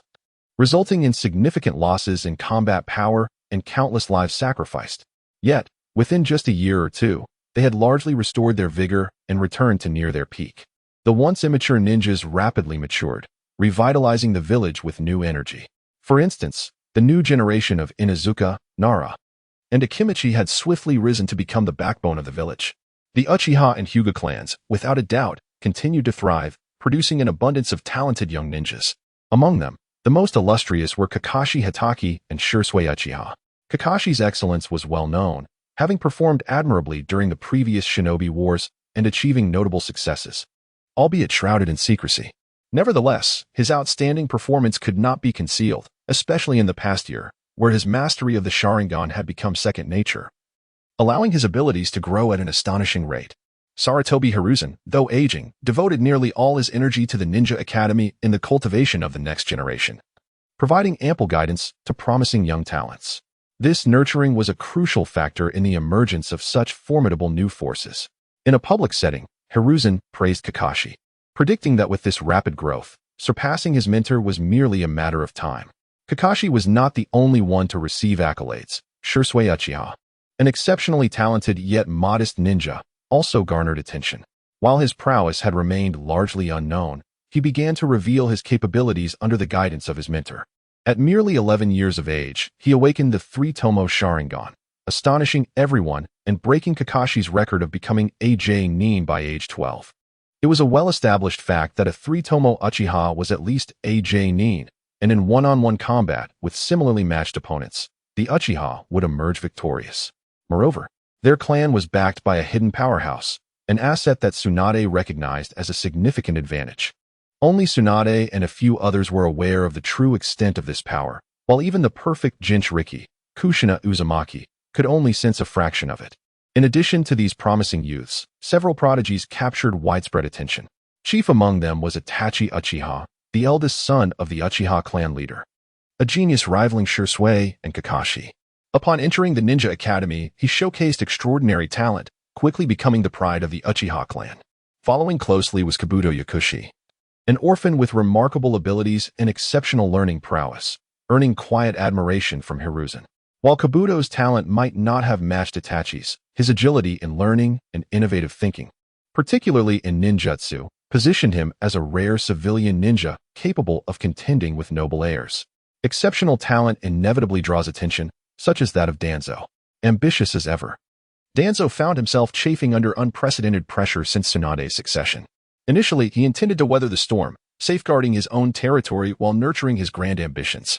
However, he soon faced an unexpected death threat from his longtime ally, Hiruzen, a threat unprecedented in 50 or 60 years. The moment Hiruzen spoke, Danzo understood he was not jesting. Despite his reluctance, Danzo had to acquiesce to the village's new policies, recognizing that, regardless of his disdain for his old friend's seemingly weak and sentimental tactics, there was an undeniable truth. He could not best Hiruzen. Even with Danzo's confidence, he had to concede to the monkey's superior strength, especially with Tsunade, who had always been at odds with him, ready to strike without mercy. Yet, ambition is akin to a stubborn weed in one's heart, not easily eradicated. Seizing the opportunity while leading subordinates on missions, Danzo established a new secret base outside the village, creating an organization named Root beyond the confines of Konoha, which was also a place of renewal for him. However, this base was merely a shell, as only a few subordinates could detach from the Leaf S system. His immediate goal was to gather various talents, particularly promising youngsters, nurturing them from a young age to ensure unwavering loyalty, such as the likes of Kakashi, Shursui, Itachi, and Kabuto, individuals who stirred Danzo's envy. Yet, the first three were either the Hokage's disciples or noble heirs, making them lofty targets under constant scrutiny. Only one candidate appeared suitable, and it was a proposition he could personally present. Such a woman would undoubtedly consent. You shall be mine, Danzo resolved in the shadows. Chapter 37. Recruitment at Konoha. The Orphanage. After finally settling the energetic children, Yakushi Nanoyu took the opportunity to tutor Yakushi Kabuto in his studies at the Ninja Academy, feeling immensely gratified. While Kabuto's excellence could be attributed to the special attention he received from both herself and Genji, his inherent talent and diligence could not be overlooked. Upon returning from the Ninja Academy, the perceptive Kabuto did not dare to relax for a moment, continuously inquiring about various matters. However, in just a year, Nanoyu felt that aside from some secret techniques that had already been imparted, the responsibility of tutoring Kabuto should be entrusted to Jinji, who, despite his youth, possessed a wealth of knowledge and imaginative ideas, making him well suited for the task. As Nanoyu left the children's room, she strolled slowly toward her own quarters. As she entered, an unexpected figure emerged from the shadows behind the window. Nanoyu's expression shifted, and a kunai slipped from her wide sleeve into her right hand, while her left hand discreetly activated a hidden mechanism, ready to unleash silver needles that could cover the entire room, adopting a posture of utmost vigilance. The figure gradually became clearer, leaning on a cane, with a cold gaze from his exposed right eye fixed upon Nanu. "Long time no see, Nanu." Recognizing the visitor, Nanoyu relaxed slightly, lowering her weapon and nodding in acknowledgement. "Yes, Lord Danzo." The intruder was none other than the impatient Shimura Danzo. "You have grown complacent." Lacking the fundamental awareness of a ninja, Nanoyu could not help but let out a self-deprecating smile. "I am merely an ordinary caretaker of children now. No longer the wandering priestess I once was." Upon hearing the name of Root, Danzo's expression darkened further. "Let us not dwell on the past. You must have guessed the purpose of my visit. Hand over that child to me. He possesses great talent, and remaining here, he will not receive the resources he needs. By being at my side, he can develop more swiftly and with greater promise." Danzo's tone was nonchalant, as if discussing something trivial, exuding confidence that the matter was already settled, leaving Nanoyu with little room for dissent. Nanoyu's face revealed her reluctance as she bit her lip and replied, "I am sorry. Lord Danzo, Kabuto is thriving at the Ninja Academy. I do not wish for him to repeat the dark days that my brother and I endured." At these words, Danzo's gaze turned icy. "If I recall correctly, this is the second time you have defied my wishes. In the past, Nanoyu had served Root for several years, acting as a wandering priestess, gathering intelligence across the ninja world and rendering great service to the village and to Danzo. In an effort to win over Jinji, a piece on Danzo's chessboard of greater value, Danzo reluctantly agreed to lift Nanoyu's seal, allowing her to partially detach from Root and become the head of the orphanage, while also harboring a slight displeasure. However, in Danzo's mind, she remained someone who could be summoned at will, incapable of disobeying his orders. Now, as Jinji gained greater favor with the fifth Hokage and his strength continued to grow, despite his relatively low profile outside the village, he had become a standout among the younger generation, wielding considerable power and commanding respect. His value as a piece on Danzo's chessboard was increasing, while Nanoyu, as Jinji's closest kin, though still remarkable, was overshadowed by his worth. Danzo was unwilling to offend Nanoyu over trivial matters that could create a rift between him and Jinji. Naturally, if it were for something of greater value, Nanoyu was not worth his concern, especially since Jinji's life was firmly in his hands, leaving him no room for disloyalty. Thus, Nanoyu's outright refusal, disregarding his authority, left Danzo exceedingly displeased. Confronted with Danzo's threat, Nanoyu stood firm. "I am sorry. Let Kabuto decide for himself when he grows older. You will regret rejecting my goodwill." With that, Danzo's expression returned to a mask of indifference as he gradually faded back into the shadows. Watching the self-satisfied Danzo disappear, Nanoyu revealed a knowing smile. In truth, she had detected his presence the moment he infiltrated the orphanage, deliberately lingering in the children's room for an hour before returning to her quarters, all to toy with the old rogue. As the first semi-divine being in the world of Naruto to assimilate the extraordinary traits of Sequence 4, Nanoyu had acquired bizarre secret techniques that transcended conventional ninjutsu. Although she was not a mechanized anomaly of the bizarre world, she retained much of her extraordinary abilities, merely adapting them to conform to the rules of this realm, with most of her powers falling within the realm of Genjutsu. In her time, Nanoyu could be regarded as the foremost master of illusion. Even Uchiha Itachi would concede in this regard. The area surrounding the orphanage was enveloped by Nanoyu's dreams, akin to Pain's Rain Tiger freedom technique, rendering all traces within this domain utterly visible. Moreover, she could delve into the consciousness of animals or ordinary individuals for covert observation, allowing information to leak unnoticed, leaving one oblivious to the source of the issue. The initial, frantic draw of her kunai and the triggering of her mechanism had all been a deliberate act. Not bad for a performance. Her true intention was merely to disorient Danzo and entice him further into her trap, developing her plans accordingly.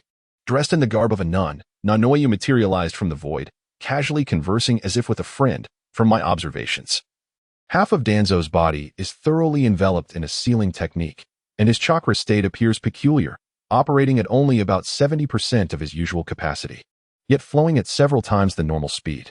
Indeed, I initially intended to stealthily infiltrate his consciousness, yet I was thwarted by the sealing technique's considerable resistance, compounded by the chaotic chakra disrupting my ninjutsu.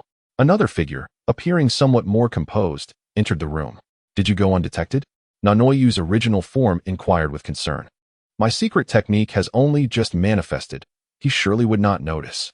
Genji suddenly appeared at the door, remarking, "Oniai-san, why are you conversing with yourself?"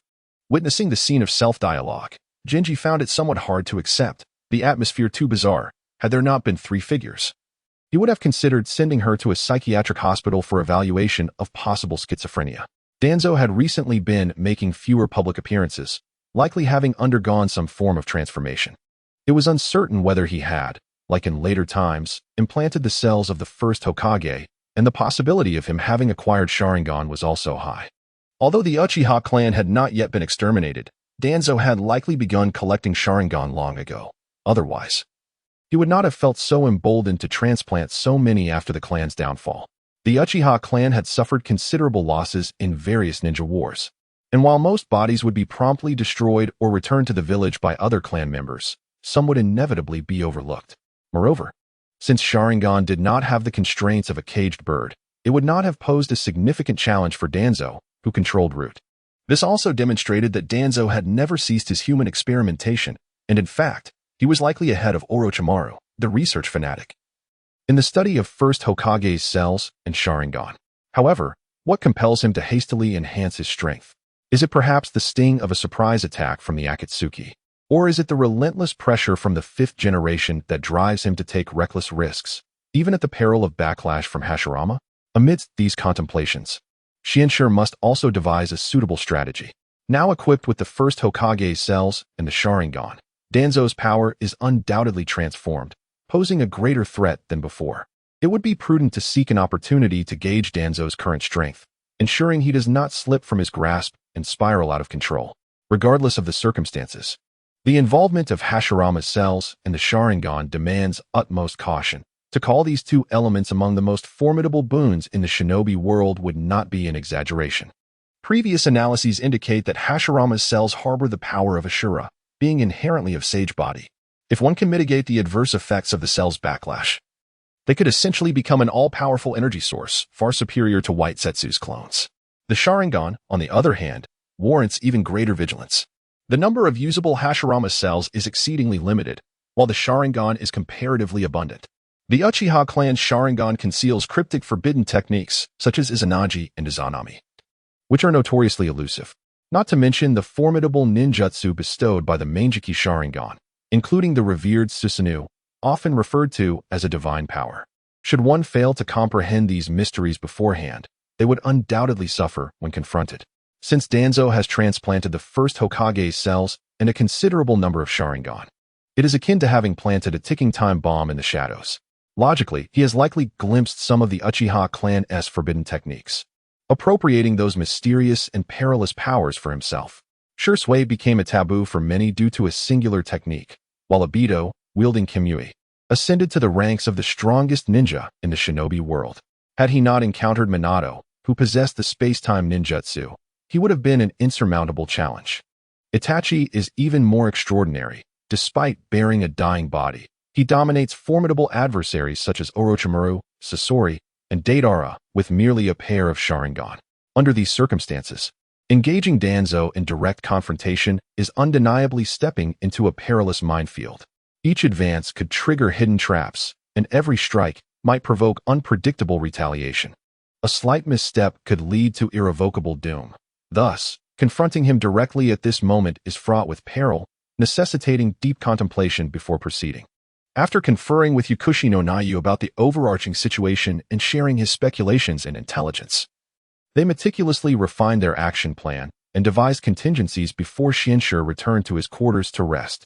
The following day, while diligently passing time in the intelligence department's office, Shinsher felt a tinge of ennui, having transformed several of his subordinates into capable leaders within just a year. Notably, Yamashiro always showed remarkable progress. now able to manage a substantial portion of Schwansher's responsibilities, with a commendable increase in strength. Though he may not shine as brightly as Kakashi, he is indeed a rare talent. With Schwansher's influence, Yamashiro always successfully learned the heart-to-heart technique from Yamashiro Ichi, becoming one of the few ninjas outside the Yamashiro clan to master this secret art. According to the collated intelligence, Kumogakure's recent activities have intensified, likely leading to conflicts with the station ninjas at the village's border. Following the directives of their predecessors, they deployed a considerable number of covert operatives, successfully identifying key supply points for Kumogakure. Should war break out, they possess the capability to strike swiftly. Yamashiro always exclaimed excitedly. The friction between Konoha and Kumogakure has become an overt issue. Tsunade, at the pinnacle of her vitality and strength, cannot possibly execute the conciliatory diplomacy of Sarutobi Hiruzen. Moreover, Konoha is no longer in the weakened state it once was. Although Kumogakure is formidable, Konoha stands unafraid. The rigidity of both sides has led to a sluggish pace in peace negotiations, even regressing, which has exacerbated tensions, ultimately igniting war at an unforeseen moment. As the head of the intelligence department, Shinsher has taken precautions, diligently scouting the enemy's strategic deployments, seizing the initiative before conflict ensues. Let us hope war does not break out. Otherwise, rivers of blood will flow. Shinsher lamented. Yamashiro always nodded in agreement, having witnessed the brutality of war, asserting that it is best avoided. Senior. A figure burst into the room with urgency. Yamashiro always recognized it as Shursui Uchiha, who had recently gained notoriety. Upon realizing Shursui had something to discuss, Yamashiro always discreetly exited the office, closing the door behind him. What brings such urgency? Could it be that the Uchiha are convening to plot a rebellion? Shinsher jested. Taking a deep breath, Shursui stammered. No, it's... Observing Shursui's anxious demeanor, Shinsher adopted a serious tone. Speak freely. No one can overhear our conversation in this room. With that reassurance, Shursui finally conveyed. This morning, Elder Danzo, who oversees the Umbu, sought me out, wanting to recruit me into the Umbu. Shinsher inwardly cursed. This old fox moves swiftly. He wouldn't dare approach Kakashi as well. Would he? Oh, how did you respond? Do you wish to join? Within the clan, there has always been discord with Elder Danzo. If I can bridge the gap between both sides, joining the Umbu may not be a bad strategy. Upon hearing this, Shinsher smiled and shook his head. You are far too naive. Too young, too simple.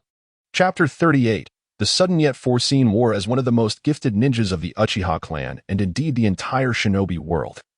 Shursui's exceptional talent is noteworthy throughout the annals of ninja history. His combat intelligence is astute, and his thoughts are remarkably mature, even at a tender age. He is capable of contemplating actions from a broader perspective.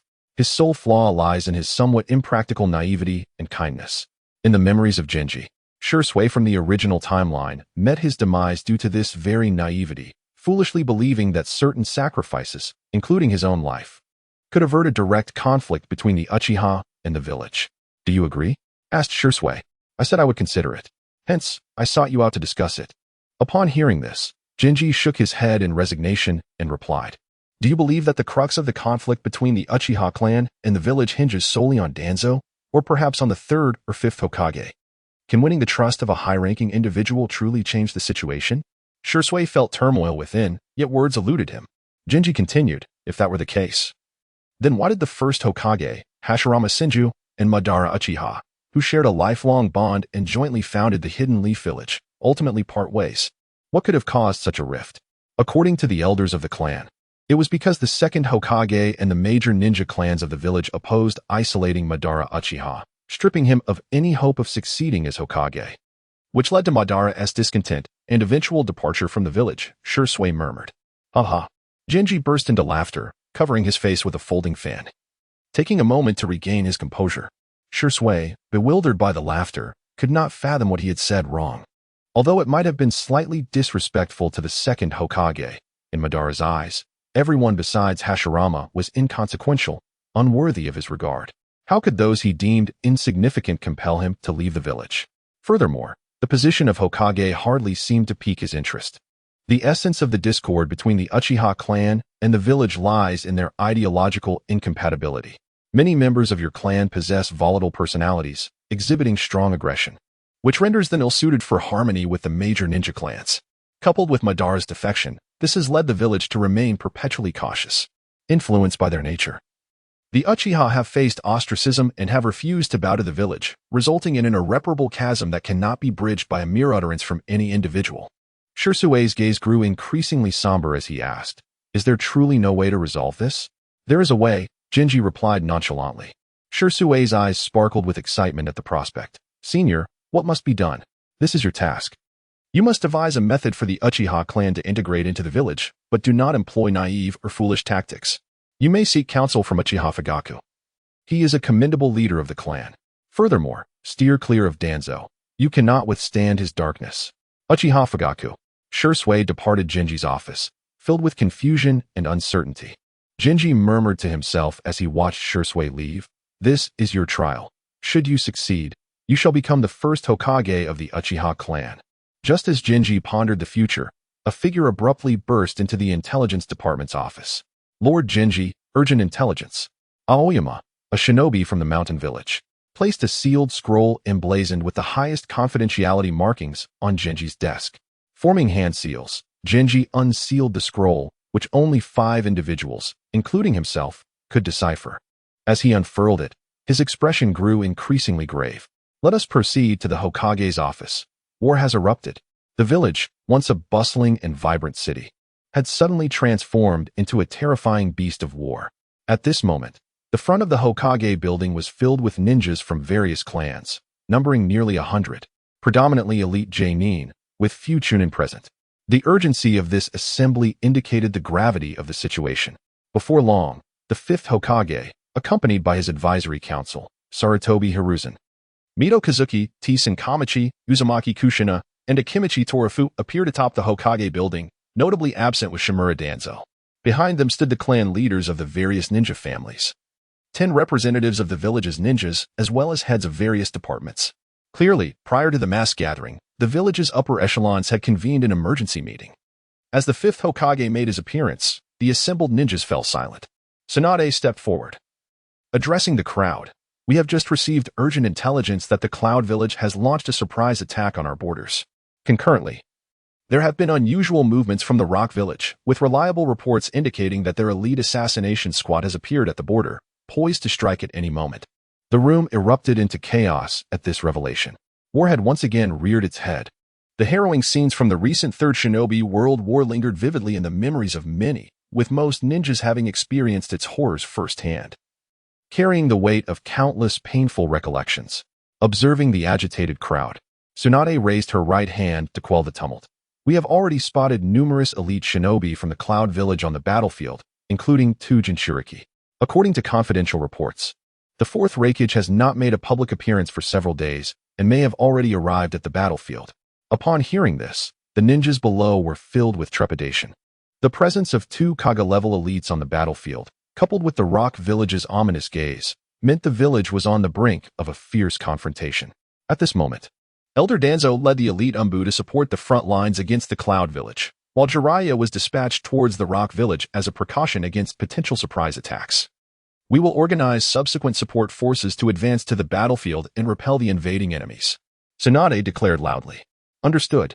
By the village's arrangement, the 3rd Hokage, Sarutobi Hiruzen, was appointed as the supreme commander of the Cloud Village battlefield, with Danzo and Uchiha Fugaku serving as deputy commanders, swiftly organizing elite forces to the front lines. The announcement elicited mixed emotions among the gathered ninjas.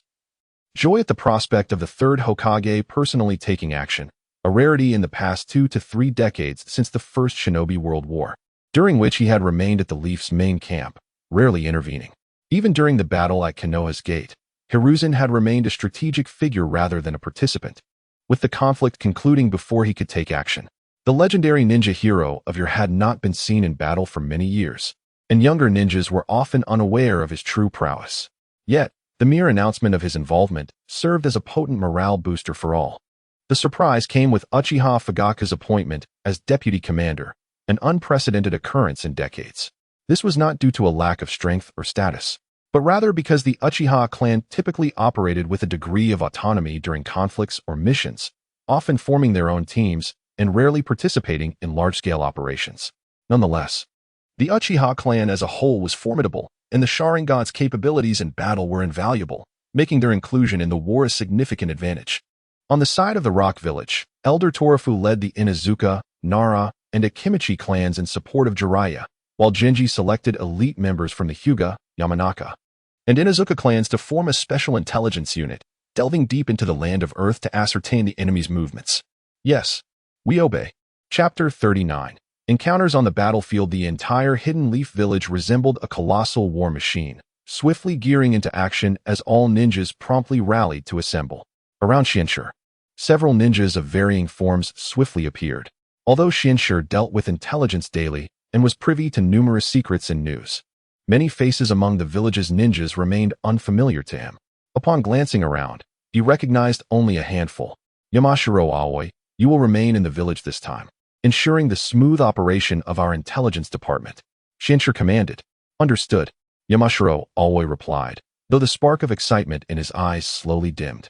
To achieve merit on the battlefield was the dream of every young man, especially in the realm of intelligence, where life and death hung by a thread. Teetering on the edge of a blade. Recently, having greatly improved his strength, the young boy felt a yearning to prove himself, yet he was left behind in the village, leading to inevitable disappointment. Noticing the despondency in Yamashiro Aoi's demeanor, Xianshi offered words of comfort. Your role in the village is of utmost importance. You must shoulder all my usual responsibilities while maintaining constant communication between me and Lord Hokage. I will transmit intelligence to you through secret techniques, and during critical moments. Do not falter. I shall obey. I will not bring shame upon you, Yamashiro Aoi declared solemnly. Seeing his subordinate, who had grown considerably, Xianshi nodded approvingly and shifted his gaze towards the others. Everyone, I have been appointed by Lord Hokage as the leader of this special intelligence team, so I shall dispense with pleasantries. You are all veterans on the intelligence front, and the significance of this mission requires no elaboration. We shall divide into teams. Hinata Irika, along with Oil Girl Mutant, will be with me. The rest will be led by Hinata Takuma, Inuzuka Kiba, and Oil Girl Shurhei, each commanding their own groups. Move out. Yes. The crowd, gathering with the force of thunder, dispersed like a whirlwind, their figures vanishing in mere moments. Watching the departing silhouettes, Xianshi sighed inwardly. Lady Tsunade, have you sent this formidable ninja to the front lines for reconnaissance? Surely you do not intend to eradicate the Iwagakure assassination unit entirely, aside from Xianshi himself. The other three team leaders were also distinguished individuals, each a seasoned elite ninja with their own stories. Hinata Takuma, an elite jonin from the prestigious Hyuga clan. While perhaps not the mightiest in terms of brute strength among Konoha's ninjas, possessed an extraordinarily high purity of Byakugan. He was second only to the newly appointed head of the branch family, Hinata Hayashi, with a range of perception that far exceeded that of ordinary clan members, making him a significant figure representing the entire Hyuga clan. The seemingly unremarkable Inuzuka Kiba was no minor character either. He was the older brother of the fourth Hokage, Minato Namikaze, and the second in command of the Inuzuka clan. During the Third Great Ninja War, he had undertaken countless perilous missions alongside the elite Jonin Akimichi Choza and Minato, showcasing his formidable strength. Unfortunately, Minato's brilliance overshadowed his own, leaving few aware that this taciturn middle-aged man, accompanied by a fierce ninja dog, was indeed an elite Jonin of exceptional caliber. As for the last member, he was even more of an enigma. The entire village knew little of his reputation. Those who recognized him merely acknowledged him as an elite Jonin from the Oil Girl clan, with no other information available. Had it not been for Xianshi's grasp of nearly all the village's secrets and his past life memories as an advantage, he might not have identified this walking human weapon at once. Oil Girl Shurhei possessed a unique ability within his clan. He harbored nanoscopic poisonous insects within him, granting him immunity to toxins. If anyone else were to be infected by such poison, they would perish as their cells were destroyed. This extraordinary insect surpassed ordinary understanding. And only his son, Oil Girl Toryun, inherited this ability, while others in the clan, regardless of their potential, did not possess such a miraculous gift. The term nano had only recently emerged in association with Daidar's miniature explosives, which had faded into obscurity. Xianshi's selection of these two team members was deliberate.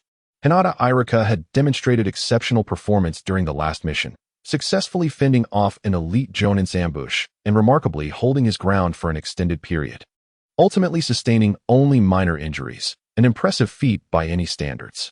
The other member, Oil Girl Mutant, was also quite capable, around the same age as Yamashiro Aoi, and had mastered the clan's insect manipulation techniques. particularly excelling in gathering intelligence with a specialized insect known for its reconnaissance abilities. Together with Shinshu, this trio formed a comprehensive reconnaissance team adept in sensory ninjutsu, ocular techniques, and insect scouting, leaving no corner unmonitored.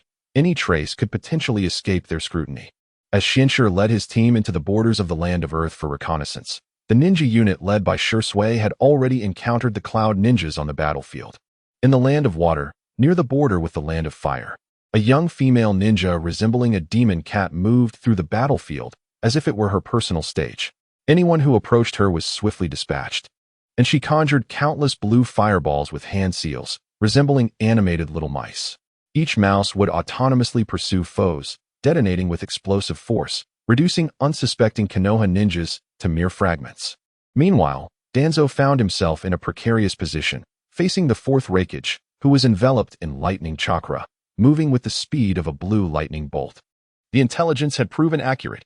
The Raikage, who should have been stationed safely in the rear, was acting with such aggression, eager to plunge into the front line of battle from the very onset of the skirmish. As is well known, the world of Hokage operates under the principle of elemental superiority. Lightning is the nemesis of Earth, allowing the third Raikage to battle against over 10,000 Iwagakure ninjas single-handedly, only succumbing to exhaustion in the end. Fire is the nightmare of wind, which is why Danzo had always struggled against the fire techniques wielded by Sarutobi Hiruzen. However, upon the Raikage's arrival on the battlefield, Danzo, the foremost wind user in the ninja world, saw an opportunity to achieve his own glory. Wind over lightning. This was wisdom distilled from the blood of many. Could the Raikage's speed outpace the omnipresent wind? Wind release. Shuriken. This was no ordinary shuriken. The fourth Raikage would hardly bother to evade a typical shuriken, which could not penetrate his lightning armor's defenses, causing him no discomfort whatsoever. Yet, Danzo's wind release shuriken was infused with wind chakra, hurled at the enemy with rapid rotation, capable of effortlessly slicing through all it encountered. Its power was formidable, capable of severing gold and jade, not to be underestimated. This technique involved an extremely advanced transformation of chakra, and although it paled in comparison to Naruto's later wind release, Raisin Shuriken, its might was nonetheless astonishing. The wind chakra in Danzo's hands moved with fluidity, akin to malleable clay, easily reshaped into shuriken and bolstered by his signature ninjutsu, vacuum wave, and vacuum sphere, granting Danzo's wind techniques a potency that surpassed that of other wind users, one of his proudest achievements. Though the fourth Raikage appeared hot-headed and brutish, he was, in fact, quite astute. Otherwise, how could he lead such a vast hidden village?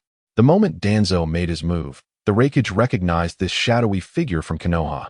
While Danzo remained mysterious and low-key to most ninjas, with many unaware of the existence of such a formidable character, the Raikage, as the leader of the Cloud Village, had some knowledge of this seemingly unassuming, bandaged elder. Confronted with the onslaught of wind-release shurikens, AI, although brimming with confidence in his lightning armor, found himself compelled to evade with extraordinary speed, an agility that could be deemed unparalleled following the demise of Minato Namikaze, due to the dual pressures of elemental disadvantage and the looming threat posed by Danzo's formidable prowess. As he deftly maneuvered, the wind-release shurikens carved deep furrows into the battlefield behind him. "You old scoundrel, take this punch." The remarkably swift AI, having narrowly escaped the wind-release shurikens, utilized his unparalleled body flicker technique to materialize before Danzo in an instant. Lightning release, lightning blade. With a gradual approach, AI's smile broadened, as if victory were all but assured. This technique had nearly struck down Minato. How could anyone else hope to evade it? Chapter 40. Stalemate Success. The power of lightning converged at the forefront of the iron fist, resembling a colossal blade of thunder. With a single strike, Danzo was shattered into pieces, blood splattering everywhere, and the earth beneath him was torn apart, transforming the landscape in an instant.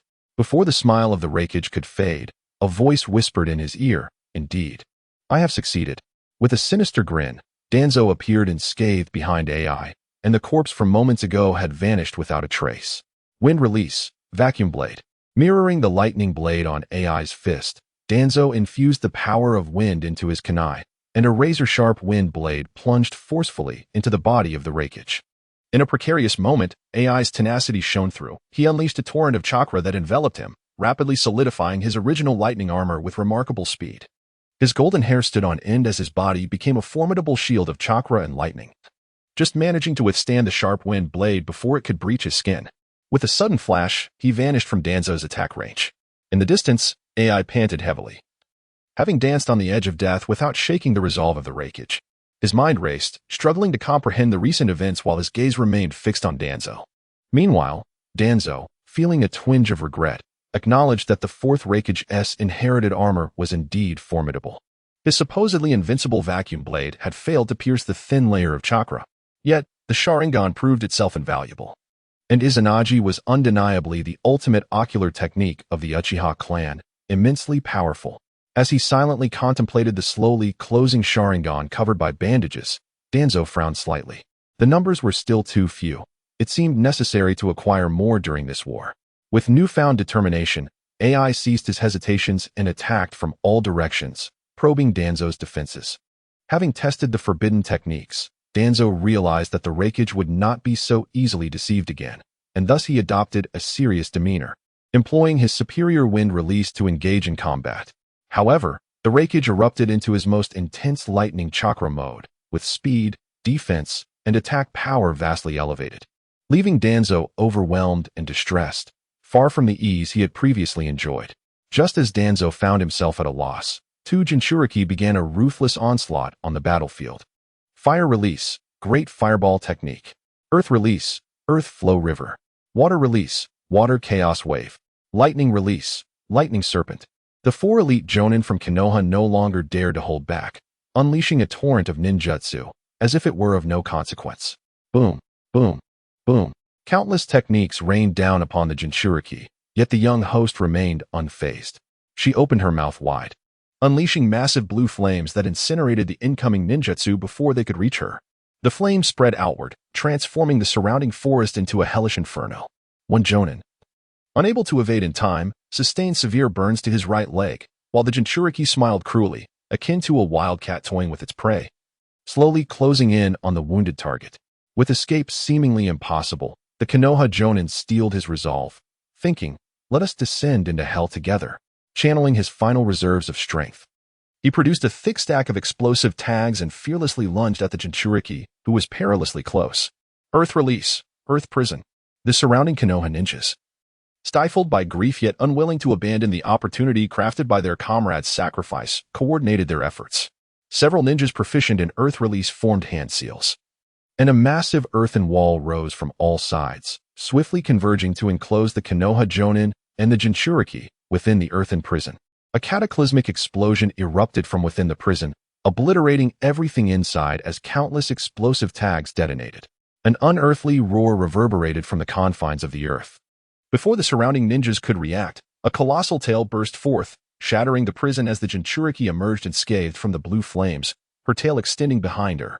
With a gentle sweep, several Konoha ninjas, unable to retreat in time, were sent flying like autumn leaves, crashing to the ground, their fates unknown. The Jinchuriki approached a Hyuga jonin, seizing him by the neck and lifting him high. "What peculiar eyes," she idly mused, glancing at the exposed Hyuga's forehead protector, revealing the caged bird technique. With a disdainful smirk, she remarked, "Such a pity, just a trapped little bird. Otherwise, I would have gained another addition to my collection. Your clan's main family should not appear on the battlefield. Where would I find a pair? I suppose I shall seek out a pair of Sharingan instead. They pique my interest. How about I gift you a pair of Sharingan, provided you can come to claim them while still alive?" Before anyone could react, a powerful kick struck the Jinchuriki, propelling her several meters back. Unfortunately, her tail reacted swiftly, blocking the critical blow just in time. Otherwise, the force would have inflicted severe damage. "Step aside, I shall handle this," a newcomer declared authoritatively, standing boldly in the center of the battlefield, stretching his stiff limbs from the long journey. The Hyuga jonin's Byakugan reflected the imposing figure and the crimson eyes of the newcomer, momentarily disorienting him. And after a lengthy pause, he stammered, Is that Lord Uchiha Fugaku?" Chapter 41. Capturing the cat surrounded by blue flames, the wooden figure gasped for breath. His clothes and hair disheveled, yet the fierce aura emanating from him surged ever higher, akin to a ferocious beast poised to devour its prey. Opposite him, Uchiha Fugaku found himself at a disadvantage, The protective armor he wore was riddled with numerous varying-sized holes from the licking flames, and his chakra was notably depleted. Nevertheless, the crimson Sharingan in his eyes betrayed a glimmer of madness. From their recent confrontation, the once confident Fugaku felt a tinge of disheartenment.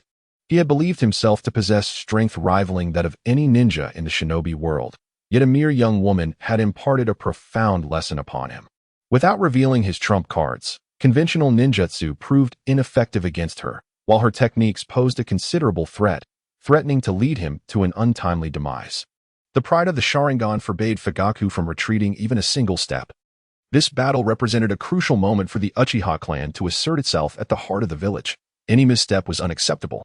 Taking a deep breath, he tore off the tattered armor and cast it aside, ready to wager the honor of his clan, determined to capture the Jinchuriki before him at any cost.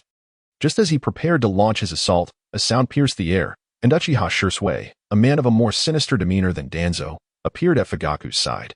Under normal circumstances, the presence of a man of Shursui's age, over 60, was unnecessary for such a conflict, especially given his status as a clan elder, subordinate only to Fugaku, who, in certain respects, still had to heed Shursui's counsel. Such authority typically remained dormant unless the village or clan faced annihilation. Yet, Uchiha Shursui defied opinion and insisted on accompanying the main force to the front lines. This relentless march, devoid of rest for day and night, had begun to take its toll on the elderly man, who had not seen combat in over a decade. However, upon witnessing the rampaging Jinchuriki on the battlefield, he stood resolute, undeterred, at the clan leader's side.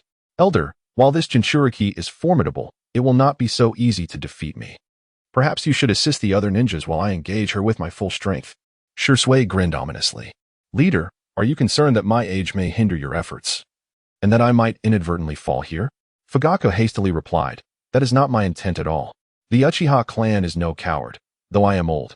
My spirit remains fierce. This demon cat may find it difficult to sink its teeth into me, and perhaps I will even shatter a few of its teeth in the process. Shursui paused briefly before continuing. This battle is of utmost importance for the Uchiha clan. We cannot afford to fail. I refuse to believe that, together with our Sharingan, we cannot subdue such a small woman. Fugaku, conceding, merely smiled and replied, Elder Shursui, you have miscalculated. It is 3 pairs of Sharingan. Shursui, his own 2 three-tomo Sharingan now somewhat clouded, fixed his gaze upon the battlefield, where a diminutive figure darted like lightning. Several enemies standing in its path fell victim to a swift slash of a small tanto before they even realized it, collapsing lifelessly to the ground, blood staining the earth. The newcomer was none other than the village's rising star, Uchiha Shursui. Wielding the razor-sharp tanto made of chakra metal that Fugaku had gifted him upon his promotion to Jonin. Upon recognizing Shursui, Uchiha Shursui's spirits lifted. Indeed, it is 3 pairs. I have grown old, and my grandchildren have already come into their own. There is nothing left for me to worry about. With that, the resolute Uchiha Shursui surged forward. The wooden figure felt an increasing heaviness in his heart. With Fugaku's emergence, reinforcements from Konoha flooded the battlefield.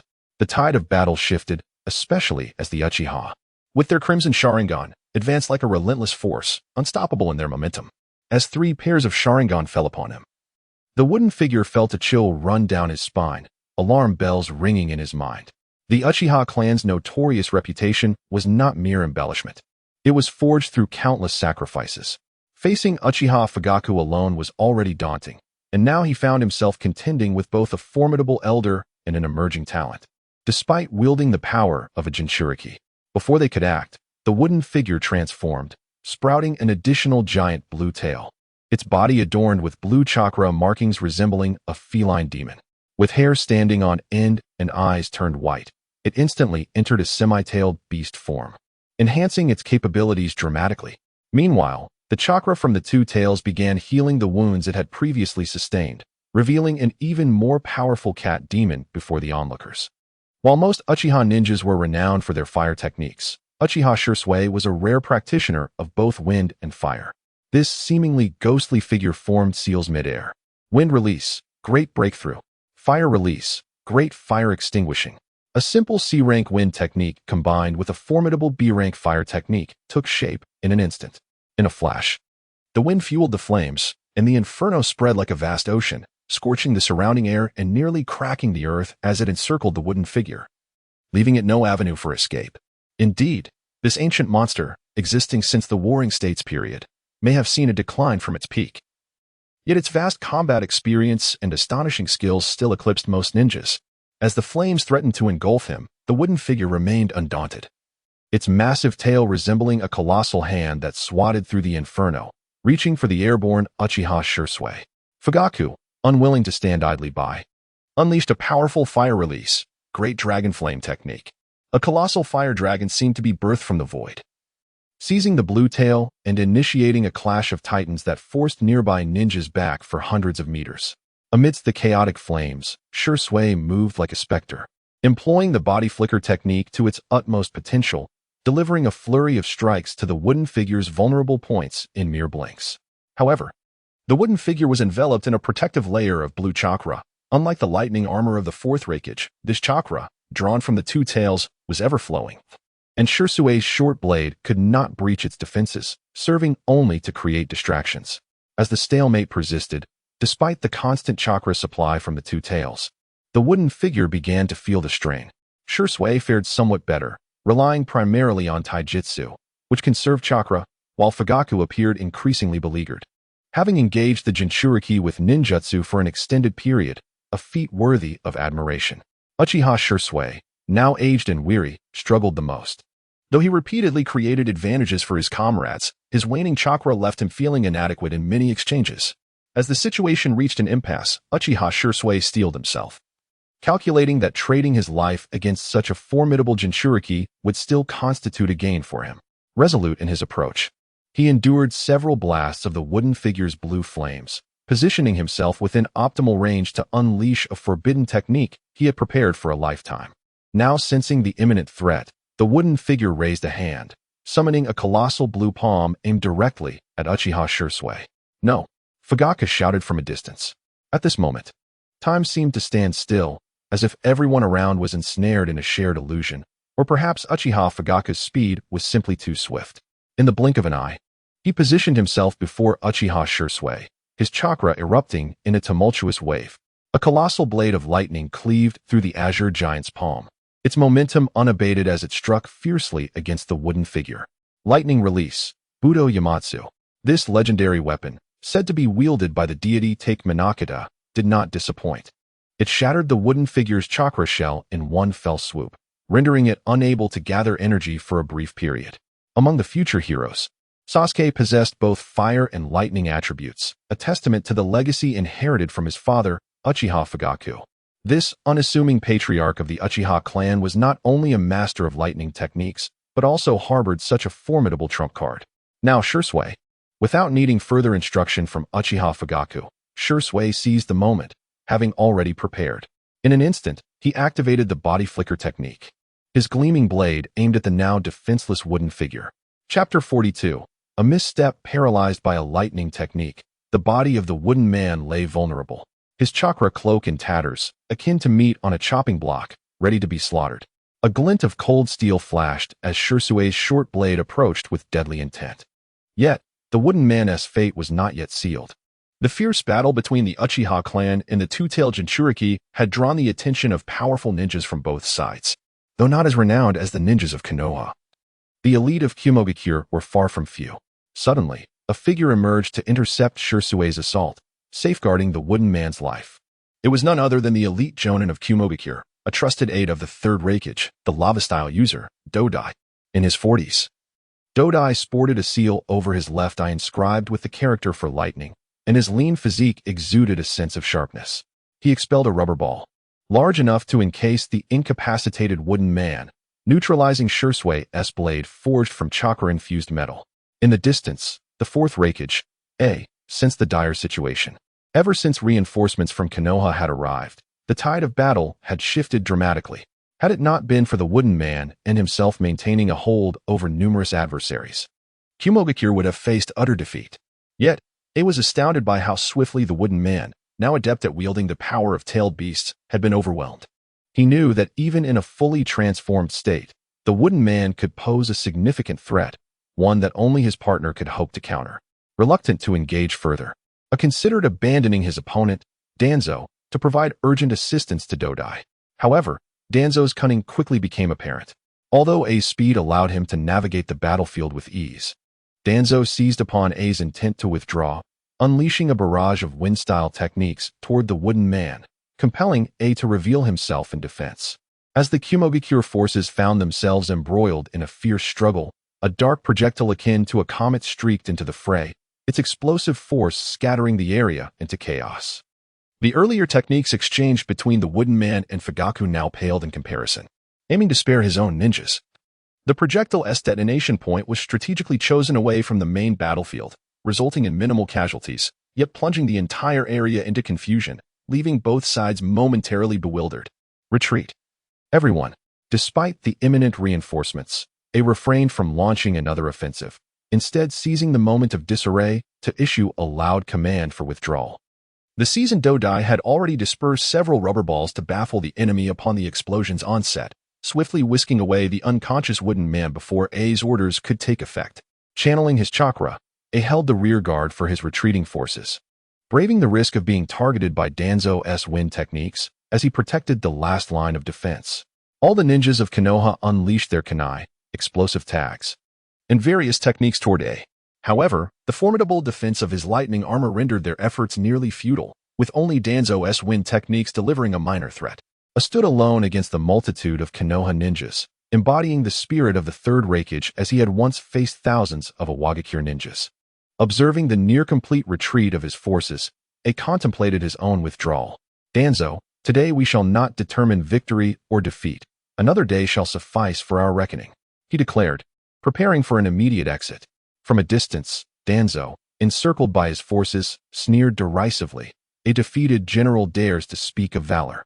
Before he could finish, the Raikage's figure had vanished, seemingly retreating with his main contingent. The beleaguered Konoha ninjas collectively exhaled in relief, their tension momentarily alleviated. He hasn't left yet. Stay vigilant for a sneak attack, a sensory ninja shouted. Yet his warning was outpaced by A's swift movements. The third Raikage, bold to a fault, advanced alone into the midst of Konoha's forces. Danzo's overwhelming strength made a successful ambush unlikely. Fugaku, as the head of the illustrious Uchiha clan, undoubtedly possessed means of self-preservation. The opportunity was fleeting and must not be squandered. As A calculated his next move, he discerned that eliminating lesser foes would yield no advantage. The most fitting targets were the incapacitated Uchiha Shadowy and the young boy guarding him, although A did not recognize either. His instinct suggested that the unconscious elder held significant status within the Uchiha, while the youth, despite his age, exhibited remarkable prowess, destined to become a considerable threat in the years to come. Striking down these two was the optimal choice. The onlookers watched in astonishment as the Raikage drew near. Even the most seasoned among them, Danzo, failed to react in time. Not far from the two, Fugaku unleashed a series of powerful techniques, particularly the lightning style. But his chakra was nearly depleted. Even as his Sharingan tracked A's movements, it was rendered powerless.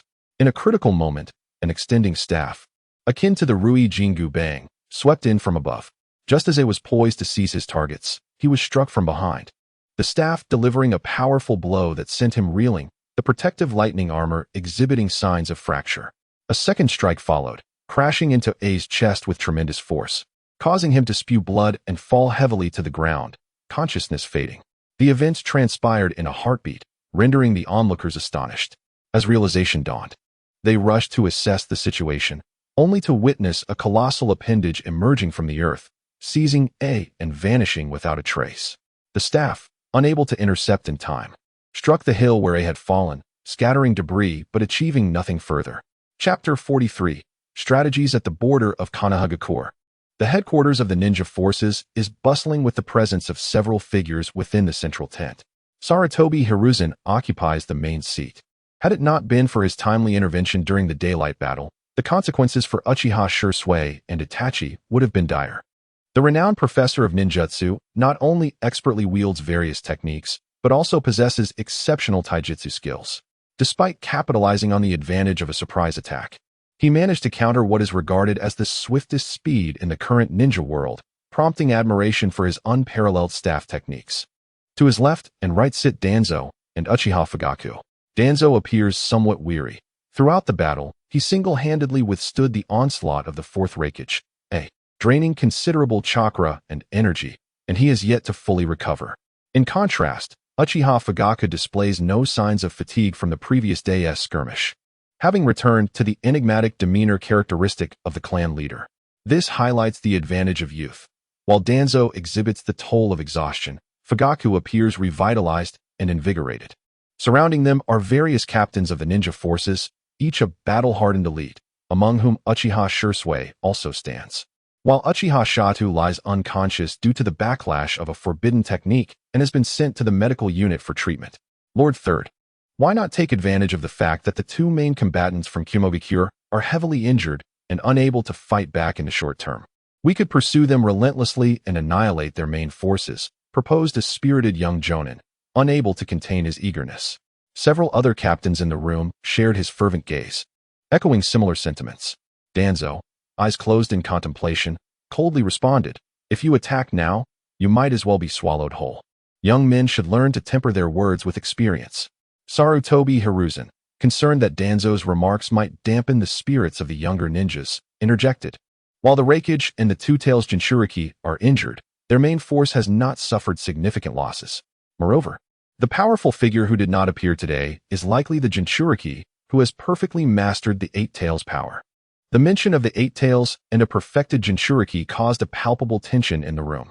Most were unaware of the full extent of the Eight Tails power. Yet the memories of the Nine Tails rampage were still vivid. Tailed beasts symbolize calamity, capable of instantaneously altering the tide of a large-scale war. A mere partial mastery of the Two Tails was sufficient to dominate the battlefield. It took 3 elite members of the Uchiha clan to merely hold their ground, or the losses for Konoha would have been even more severe. Recognizing the heavy atmosphere, Hiruzen continued, "In a one-on-one confrontation, my aging body could still manage. But the jutsu of a Jinchuriki inherits the power of the tailed beast, wielding widespread devastation. Engaging them recklessly could lead to significant casualties among our ordinary ninjas." The room erupted in hushed discussions, yet no viable strategies emerged. After a moment of silence, Uchiha Fugaku finally spoke, surveying the gathered individuals before addressing Sarutobi Hiruzen. "I have a plan that I would like to propose for your critique. Please, Uchiha clan leader, share your thoughts." Fugaku cleared his throat and elaborated. In such a large-scale conflict, with a significant number of personnel deployed by Kumogakure, and considering that the battlefield lies on the border of our land of fire, far from the land of lightning, they must have established supply points within the land of water and the land of moon. If we send a small team to destroy their warehouses and sever their supply lines, their frontline ninjas will inevitably crumble from lack of provisions and equipment, leading to an effortless victory. Sarutobi Hiruzen nodded in agreement. "Your plan aligns perfectly with my own thoughts. I intend to select a team for this mission, and it seems you have suitable candidates in mind." Without hesitation, Fugaku stated, "Initially, I intended to lead the team myself, but given my exposure as the Uchiha clan leader, I would become a significant target. Additionally, although the Jinchuriki of Kumogakure is wounded, their recovery is remarkably swift, and they may soon return to the battlefield, leaving us vulnerable." After a brief pause, he continued, "I propose we select a strong and swift ninja for this mission. Shadowy fits that description perfectly, thus I recommend him for the task." Hiruzen readily concurred and turned to Danzo. "What are your thoughts, old friend?" "I have another recommendation. Ryoma, you should join as well." A middle-aged ninja wearing sunglasses stepped forward from the shadows behind Danzo, unnoticed by half the room until he spoke, revealing his presence. He was none other than the trusted aide of Danzo, formerly the second-in-command, and the foremost expert of the Aburame clan, Aburame Ryoma. "Very well, I shall finalize the team," Hiruzen declared. "Aburame Ryoma, Uchiha Shadowy, and Sarutobi Shino, you 3 will form a special operations team. Your mission is to sever the supply lines of Kumogakure as indicated in this intelligence scroll and create chaos in their rear. Make as much noise as possible." "Understood," responded not only Ryoma and Shadowy, but also another masked ninja from the Umbu. Sarutobi Shino, an elite jonin from the Sarutobi clan and a member of Tsunade's Shadow Guard, now stood ready for action on the front lines. Meanwhile, as the situation at the Kumogakure battlefield reached a stalemate, Genshiro's reconnaissance team had infiltrated the border near the Land of Earth, where traces of the Iwagakure decapitation unit were suspected to be present. "Captain, there are no signs of Iwagakure ahead," one member reported. My insects have not detected any pheromones indicating enemy activity within the past 3 days. Jinshi felt a wave of confusion wash over him. It cannot be. According to previous intelligence, the last known traces of the Iwagakure decapitation unit were in this vicinity. They cannot have vanished without a trace. Secret technique. Fox hunting realm. An orange-yellow aura radiated from Jinshi, gradually expanding around him. Compared to a year ago, the range had become astonishingly impressive, nearly rivaling the sensory capabilities of the Uzumaki clan's Kaguya. It was not a question of doubting the abilities of his two teammates, Hyuga Irika and Abure Muta, but rather a suspicion that the enemy possessed some technique capable of concealing their presence from conventional sensory ninjutsu. Jinshi's fox hunting realm was unparalleled, a unique technique that few had encountered, and no barriers had yet been developed to counter it. Still, there were no leads. Abure Muta, please contact the other squads to see if they are facing similar circumstances. Additionally, instruct Abure Shurhei's team to infiltrate the vicinity of Iwagakure and lie in wait for my next orders. Abure Muta complied, utilizing his secret technique to dispatch insects to communicate with the various squads. If you choose to remain hidden, then I shall force you to reveal yourselves. Should Iwagakure dare to engage in battle, Jinshi is prepared to deliver a grand surprise, igniting chaos in their rear while they tend to their front.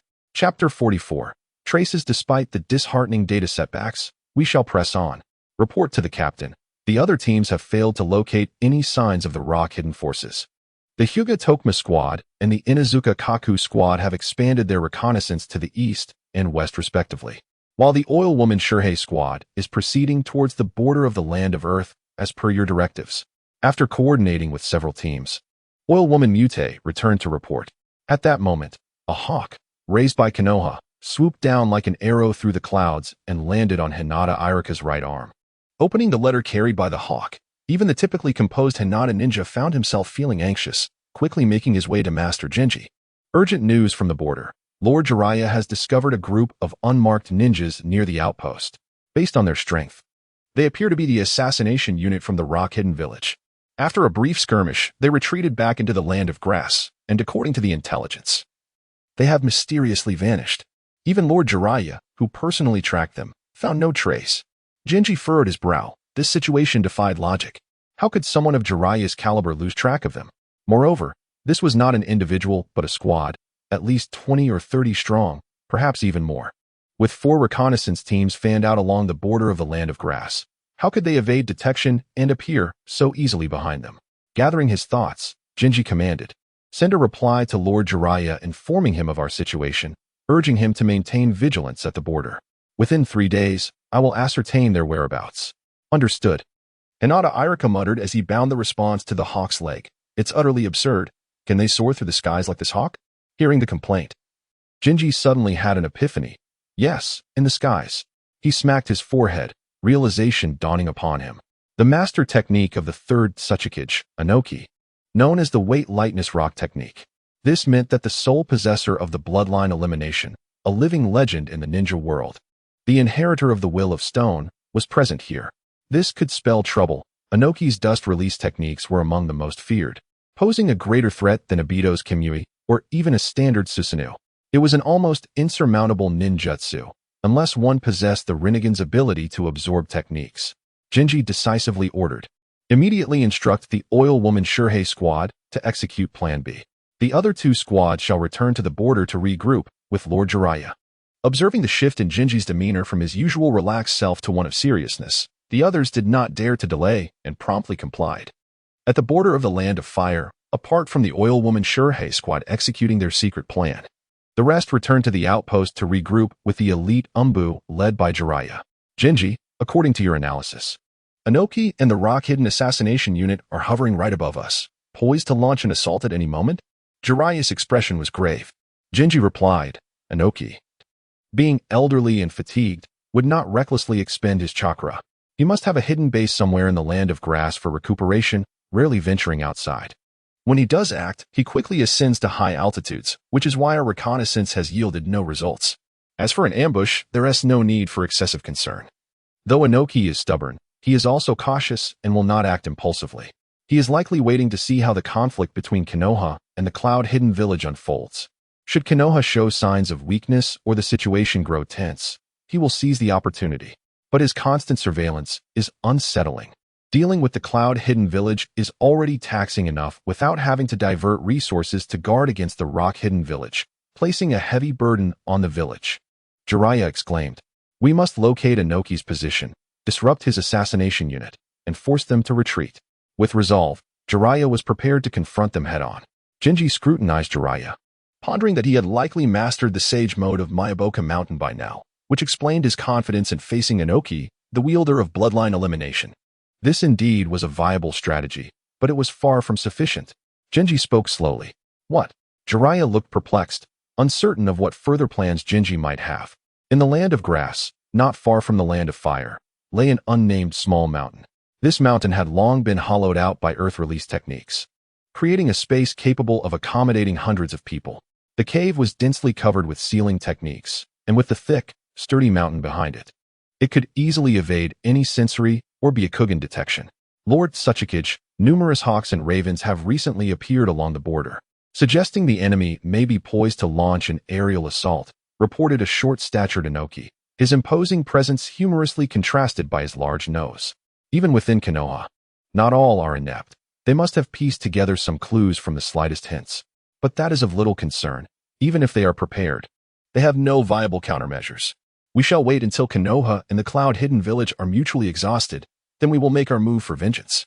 In the brief 50 years since the establishment of the major ninja villages, the world of ninjas had witnessed 3 major wars, not to mention countless smaller conflicts. Every ninja bore the weight of lives lost, and the entangled hatreds among them were far too complex for even the gods to unravel. Report to the 3rd Tsuchikage. Urgent news. At that moment, a figure rushed to Inoki's side. Upon glancing at the intelligence in hand, Inoki's face darkened with fury. A mere sand-hidden village, barely clinging to life, dares to provoke us by selecting a young leader without gathering strength. It turned out that the sand-hidden village had received a request from Konoha to station a substantial number of ninjas near the border of the Land of Earth. Brazenly and without any concealment. This quickly raised the alertness of the rock-hidden village, leaving them puzzled over the sand-hidden village's intentions. And they urgently reported to Tsuchikage Inoki. Before Inoki could regain his composure from his fury, news from within the village made his expression turn grave. Ninjas within the village began to exhibit symptoms of physical ailment, while the civilians showed no such abnormalities. The medical team discovered that this was a virus primarily thriving on the chakra within ninjas' bodies. Fortunately, this outbreak was not severe, but any potential mutations could pose a grave threat. Inoki, known for his cunning, sensed the gravity of the situation. This virus was clearly engineered to target ninjas. And if a remedy wasn't found swiftly, the rock-hidden village could collapse without needing an invasion from other ninja villages. As Inoki pondered his strategy, it was as if a thunderous hammer struck the unassuming mountain. The entire mountain trembled, and rocks began to tumble within the cave, throwing the rock-hidden ninjas into chaos. To evade Konoha's reconnaissance, all rock-hidden ninjas had taken refuge in this cave, and due to the sealing techniques and the mountain's cover, none were aware of what was occurring. A massive blade suddenly pierced through the mountainside, causing chaos with its violent thrashing. Although the elite assassination unit sustained only a few casualties, the mountain could not withstand such an onslaught, and the cave was on the verge of collapse. True to his reputation as a seasoned veteran, Inoki remained calm under pressure. Soaring above the assassination unit, hands forming seals, he bellowed, "Dust release. Detachment of the original realm." Chapter 45. A trial of skill. The immense mountain range could no longer withstand the pressure, collapsing inward with a thunderous roar. Beneath the dust of Nakus earth release, falling boulders and the icy stone walls ahead melted away, revealing a miraculous square opening halfway up the slope, free from the pull of gravity. Inoki was the first to leap out, and the others, without needing a command, scrambled out of the cave in a disordered rush. Once everyone had vacated the cavern, the members of a Wagakure finally noticed a gigantic toad, far beyond ordinary size, squatting nearby like a small mountain. Inoki hovered in midair, confronting the shadow of a figure atop the toad from a distance. A fierce wind whirled around Nakus' diminutive frame, causing his garments to flutter, while the chakra surrounding him surged, as if ready to erupt at any moment. With a mere glance, Inoki discerned that at least a dozen of his ninjas had perished in the recent assault, with many others sustaining injuries, causing his heart to bleed. These were not just any ninjas. but the finest members of a Wagakure's elite execution unit, painstakingly cultivated through immense effort. The village had only managed to train 7 such teams. And during the Third Shinobi World War, 2 were obliterated by the legendary Minato Namikaze. 1 fell victim while pursuing the 3rd Raikage, and another was lost during various missions, leaving the remaining 3 heavily battered. Utilizing 2 years of recovery, Noki had diligently appropriated funds from the Land of Earth's daimyo to painstakingly restore his former forces. This time, he had mustered 3 teams, each consisting of 30 men, only to lose nearly half of one before they had even engaged in battle, driving Noki to the brink of madness. Gazing at the silver-haired man atop the toad, he noted the absence of other ninjas besides a solitary youth, prompting Noki to chuckle bitterly and coldly remark, "Indeed, the legendary Jiraiya of the Sannin lives up to his reputation, managing to locate my meticulously maintained secret base. Yet, do you truly underestimate this old man, daring to appear here with just the 2 of you?" With a carefree demeanor and a hint of arrogance, Jiraiya responded, "When facing a senior like you, numbers become irrelevant. The 2 of us are more than sufficient." Swish, swish, swish. The elite execution unit, having caught their breath, surrounded the toad, poised and ready, awaiting Naka's command. The expression on Noki's face turned grave. Jiraiya was right. At this level of combat, numbers hardly mattered. Although the execution unit consisted of elite ninjas capable of contending with a Kage-level adversary, the cost of such a battle was not to be taken lightly. A matter that weighed heavily on the mind of the Tsuchikage. "Maguru, provide me assistance with your flames, and the rest, maintain vigilance around." Yes, 2 skilled Iwagakure ninjas positioned themselves before the toad, while the others retreated under the leadership of a square-faced man to a safer distance. "Lord Tsuchikage, our conflict can be entirely avoided. You must have noticed that I held back during our previous exchange." Before Jiraiya could finish his appeal, Noki interrupted him. "Enough talk, let your strength speak. If you can defeat me, I shall withdraw my forces, otherwise, all discussions are in vain." Noki's stance was as unyielding as stone. "Then let us see whose skills prevail," Jiraiya shouted, unleashing the summoning technique of the toad, as 2 figures burst forth from the vast white smoke. The purpose of Wanta, the toad, was to leverage its massive size to demolish the mountain. However, against Naka's dust release, its size became a significant liability, and it was promptly sent back to Mount Myaboku. Ninjutsu Needle Hell, Ninjutsu Hair-Weaving Prison. Jiraiya and his silent partner, Jinji, displayed techniques seemingly learned from the same master. Their contrasting hair, one white and one black, seemed to possess a life of its own, wildly expanding. Jiraiya's white locks hardened, enveloping his body and forming sharp spikes, while Jinji's inky tresses transformed into a net of hellish strands, densely woven and sharp as steel. At the moment their ninjutsu took form, the ninja named Maguhiru split into several doppelgangers wielding blades, their speed surpassing the water's surface. However, as Jiraiya and Jinji completed their techniques, the doppelgangers were either pierced by the hair needles or ensnared by the hair net, vanishing in a puff of white smoke. "Now is the time for flames," shouted Maguhiru, evading a lethal strike and commanding, "Earth release, giant rock crash." From the heavens descended countless massive boulders, crashing down like comets, shaking the earth beneath them and propelling Jinji and Jiraiya skyward to meet the falling rocks. Wrapped in white hair, Jiraiya deftly maneuvered through the chaos, shouting, "Jinji, handle those 2. I shall test the Tsuchikage's prowess." Jinji smiled faintly, his hair returning to normal as he conjured his ever-present folding fan. Secret technique, floating fan's initial dance. The fan flew from his grasp, spinning rapidly towards Maguru like a miniature windmill shuriken, only to be easily deflected by his blade, ignoring the peril of the falling boulders. Jinji swiftly formed hand seals and proclaimed, "Secret technique, starfire raining down."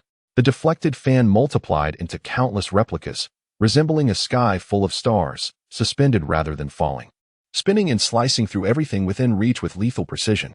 Had Maguhiru not been swift, the momentarily split fan would have severed his left arm, pushing the distant firelight further away, while the descending boulders shattered into smaller pebbles, falling like hail. Noki, experienced and astute, immediately recognized the technique illustrated on the fan as relating to space-time ninjutsu, and promptly warned, "Beware of his appearance at the fan's location." "Lord Tsuchikage, your opponent is me." Jiraiya had leaped into the air using the prior boulders as a springboard. Wild Lion's main technique. as long hair ensnared from all directions, Noki, with nowhere to evade, pressed his hands together, summoning a towering rock golem to shield him. The white hair constricted the golem tightly, producing only a few cracking sounds before falling silent.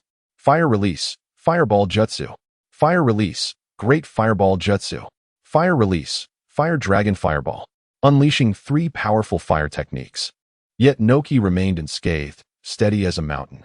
The defensive capabilities of the golem he had conjured rivaled the Uchiha clan Susanoo, standing as one of the strongest defenses. Secret technique, Night Sea Butterfly Step. While Genji had been skillfully maneuvering amidst the multitude of fans, witnessing Jiraiya's ninjutsu fail, he swiftly repositioned himself atop the highest fan. With chakra surging, an immense aura erupted from Genji. Let me showcase my skills. Obscured moonlight snow flower slash. The bright daylight seemed to plunge into darkness. As the bright moon hung high, veiled by a thin mist, a chilling glow surged forth, slicing through the fog, revealing a crescent blade of moonlight. As the moon blade soared, the rock golem shattered in response. Chapter 46. Retreat. As the moonlight dispersed, strands of radiant light descended upon Xianxue, rendering him almost divine.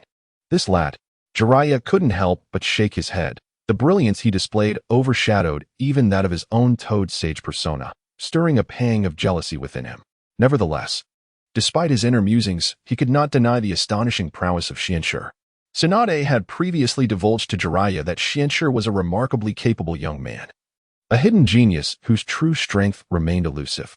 Jiraiya had endeavored to appraise Xianxue's abilities as highly as possible, thus bringing only him along for this ambush against the elite of the Umbu, believing Xianxue was worthy of participating in a battle at the level of a Hokage.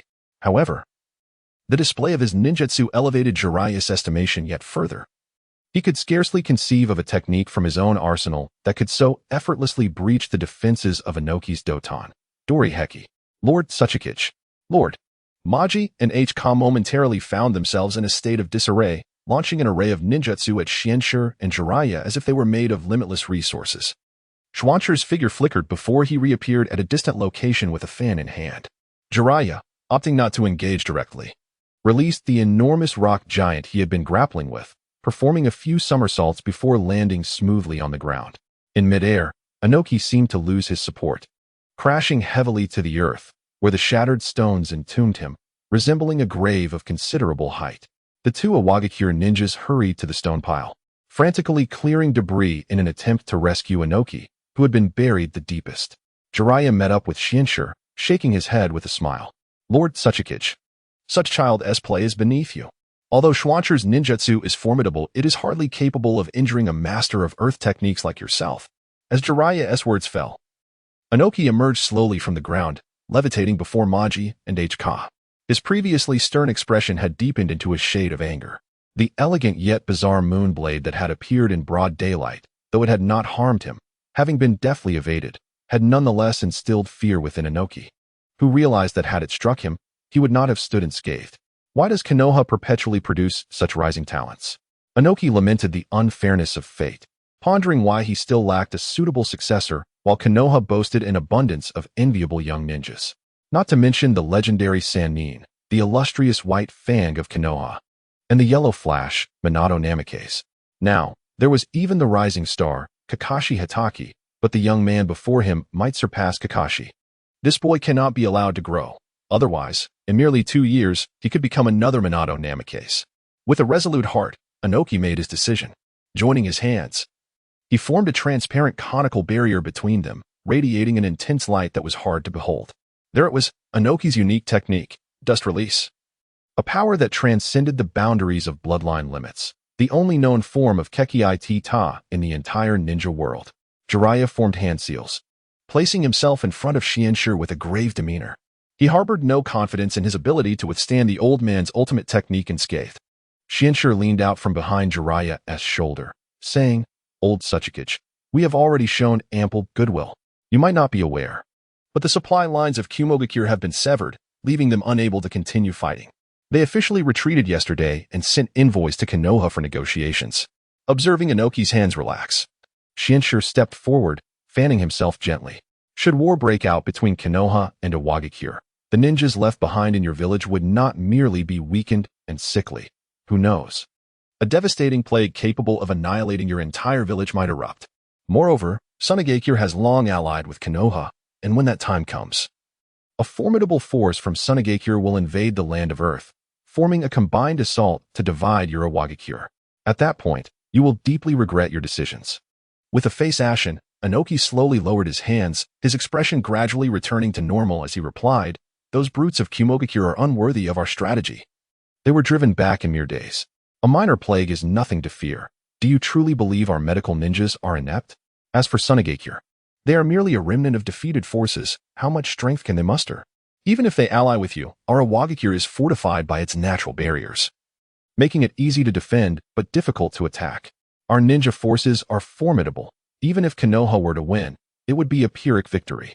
I do not believe Princess Tsunade would be so short-sighted." Jiraiya, suppressing his previously carefree demeanor, interjected, "You are correct. War would yield no benefits for either of us. We would both suffer significant losses, while Kumogakure retains most of its strength. Furthermore, the Mist Village lurks on the periphery, waiting to take advantage. The heavy toll of such a conflict is one neither of us can afford." By this point, Inoki had already begun to reconsider his stance. His initial intention was merely to seize an opportunity amidst Konoha's conflict with Kumogakure. However, he recognized that facing Konoha alone would not be wise. He was acutely aware of Konoha's status as the strongest village in the ninja world. The risk of losing his elite forces was too great to justify. Just as Inoki sought a graceful exit from the conversation, a shadow darted from the vigilant Iwagakure ninjas, whispering urgently into Inoki's ear. Intelligence from the battlefield in Kumogakure had arrived.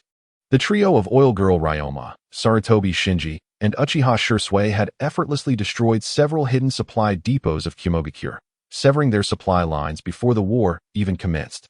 On their return journey, they encountered an elite team led by a wood ninja, resulting in a fierce battle, where the Konoha trio sustained injuries and narrowly escaped. Danzo had gone to provide assistance, but encountered the Raikage head-on, while Sarutobi Hizashi took advantage of Kumogakure's depleted high-level forces, coupled with their disrupted supply lines, to raid their main camp. Ultimately, the Eight-Tails Jinchuriki was gravely injured while protecting his comrades, leading to a rout of Kumogakure's forces, who were forced to retreat back to the Land of Lightning and send envoys for negotiations. Upon receiving the intelligence, Inoki was struck with shock. Although Kumogakure had not lost its main forces, two of their most crucial high-level combatants had been seriously wounded, while Konoha had not even deployed half of its strength. This display of power was truly alarming. Disheartened, Inoki abandoned his search for an exit, leaving Jiraiya and Shinsher to exchange glances as he and the Iwagakure ninjas departed. Shinsher lingered near the border for several days, leading his team in reconnaissance of Iwagakure's movements, keeping a keen eye on the skies to prevent Inoki from executing any covert maneuvers. However, no trace of Iwagakure was found. While Konoha received shocking news, Danzo had been ambushed by Orochimaru on his way back to the village and was now missing. Chapter 47. Where did the scapegoat go? A team remained behind to continue guarding against the rock ninjas, while Jiraiya and Genji hurried back to Konoha.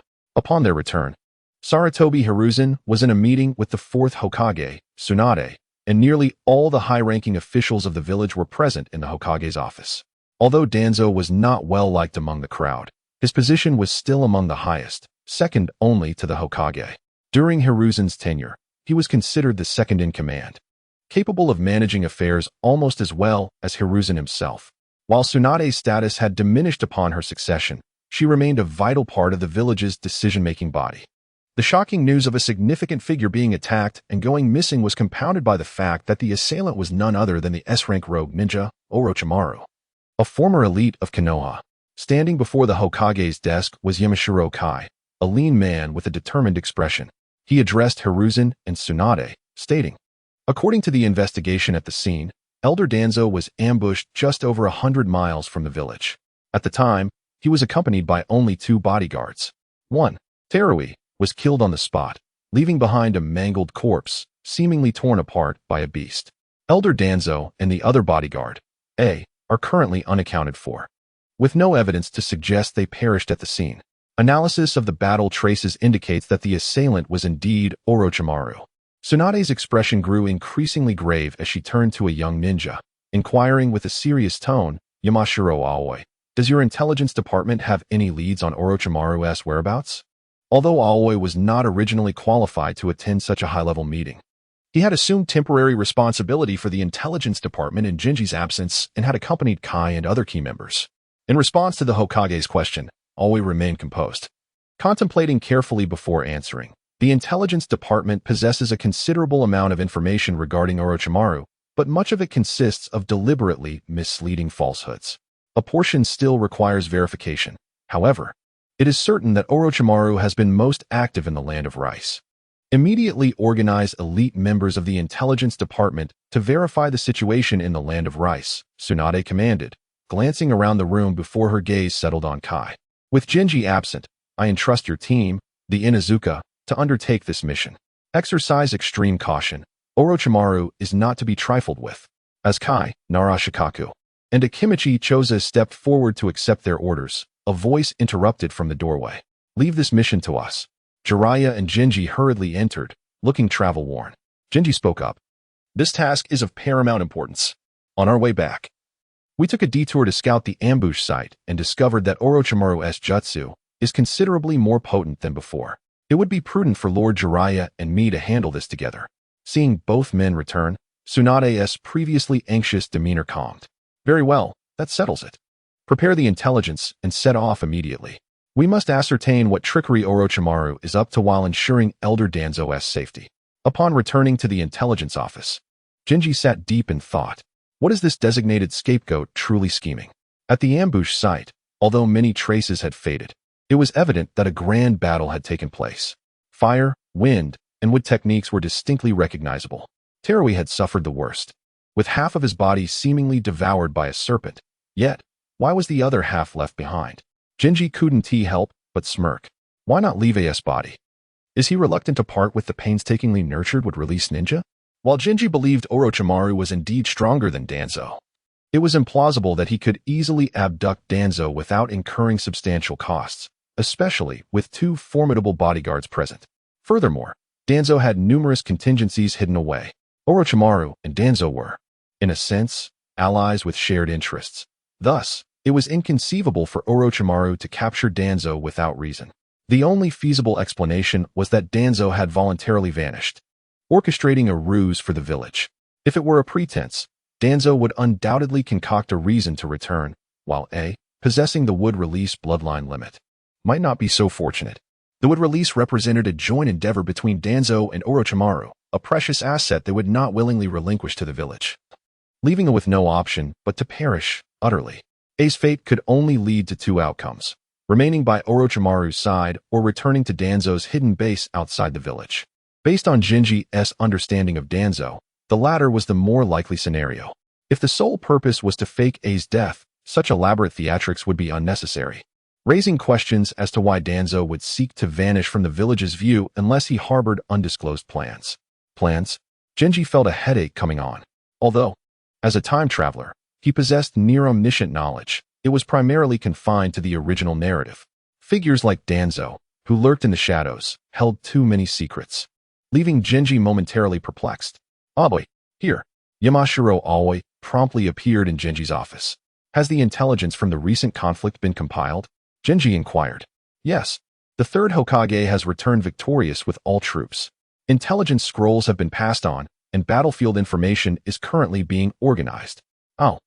Please bring me the scroll containing Elder Danzo's battlefield intelligence, Jinji requested. Senior, the scroll contains little of value, merely documenting Elder Danzo's two interceptions of the fourth Raikage, during which he severely injured him while assisting the assault team. Beyond that, there is no further record. Oh, Danzo injured the Raikage? In the midst of the chaos, I overlooked such a significant detail. Who was present at the scene? Yamanaka and Oichi, Sarutobi Shinjiro, and Uchiha Shursui were all injured in action and are currently receiving treatment. Aoi, please convey a message to Lord Jiraiya for me. We will rest for half a day and set off early tomorrow. I have some matters to attend to, so please ask him to wait. Jinji resolved to delay his meeting with Jiraiya, opting instead to visit Shursui's hospital room in Konoha. P.S. The writing process grows increasingly frustrating. The data is alarmingly poor. Initially, I was delighted with 300 to 400 views during the verification period, but after 7 days, not even my debut has been seen, and the situation has worsened to an unbearable point. I lack the motivation to continue writing, Yet I hesitate to abandon the story. Why is no one reading? Sigh. Chapter 48. Anomaly at Konoha Hospital. The air was thick with the acrid scent of disinfectant. As night fell, the hospital lay in silence, with faint, suppressed moans of pain escaping from the rooms. Each ninja who had faced the brutality of battle was a remarkable warrior. They would not make a sound unless the pain was excruciating. When Xianxue pushed open the iron door to the third-floor intensive care unit, the metal hinges creaked sharply. Moonlight streamed through the slats of the blinds, casting a glow on Uchiha Shirsue's bandaged left arm. The young man stared blankly at the wilted cornflower on the bedside table, and even his keen chakra perception failed to notice someone approaching. I heard you held off a pursuit team from the Cloud Village all by yourself? Xianxue inserted a freshly picked white bellflower into a vase, the dew on its petals sliding down the glass. The medical records next to the bed indicated that this still somewhat juvenile Uchiha genius had suffered 7 chakra network tears in his left arm due to an explosive chakra surge, and there were numerous other wounds on his body. Shirsue suddenly clenched the bedsheet tightly, his knuckles turning white, and did not turn his head. Xianxue-senpai, the war is truly brutal. His voice was rough, as if scraped from sandpaper. How many familiar faces had perished on the battlefield, some of whom were never even returned for burial? Never returned for burial? Xianxue suddenly recalled that the lightning release from the Cloud Village was not powerful enough to vaporize a human body. How many members of the Uchiha clan had gone missing? Shirsue abruptly turned his head. About 12 or 13 clan members have not been found, and 3 of them had activated their Mangekyou Sharingan. The clan has suffered heavy losses, and I heard the clan leader was furious about it. 3 Mangekyou Sharingan, truly elite. Coupled with the Uchiha who could be retrieved, it seemed this battle had cost at least 5 Uchiha Jonin. Jonin, the nearly invincible Uchiha in one-on-one combat. Who could bear such losses? For a small ninja village or clan, gathering 5 Jonin would be a daunting task. It was no wonder Uchiha Fugako had lost his composure. War is this cruel, do not dwell on it too much. Focus on improving your strength to protect all that you cherish. Xianxue consoled the youthful boy before him.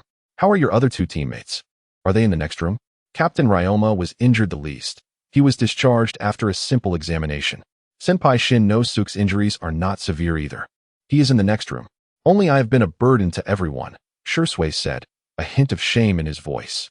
You are too modest, Shirsue. At such a young age, you possess such strength, it makes me feel as though I have wasted the past decade. Just then, Shin No-Suk appeared at the doorway in a hospital gown, bandages wrapped from his neck to his chest. Sarutobi Shin No-Suk, the eldest son of the 3rd Hokage. Sarutobi Hiruzen, and father to the yet-to-be-born Sarutobi Kanomaru. Xianxue regarded this nearly non-existent character in the original timeline with no trace of disdain. When he claimed to lack strength, Xianxue knew better. This former prince of Konoha was not merely a delicate flower. During the 3rd Hokage's tenure, he had been the Hokage's right-hand man and was now appointed as Tsunade's Shadow Guard captain, though it was a reward for the 3rd's support. Shin No-Suk's own abilities were undoubtedly formidable. Leaving Shirsue's room, Xianxue strolled down the hospital corridor with Shin No-Suk. The 2 were of similar age and considerable strength, and although they had not been close in childhood, they quickly warmed to each other during their conversation. Both being young men around 20, Shin No-Suk displayed none of the arrogance of a privileged son. He was exceptionally friendly and engaging, a stark contrast to his carefree younger brother. There is no need to mention Captain Ryoma's prowess.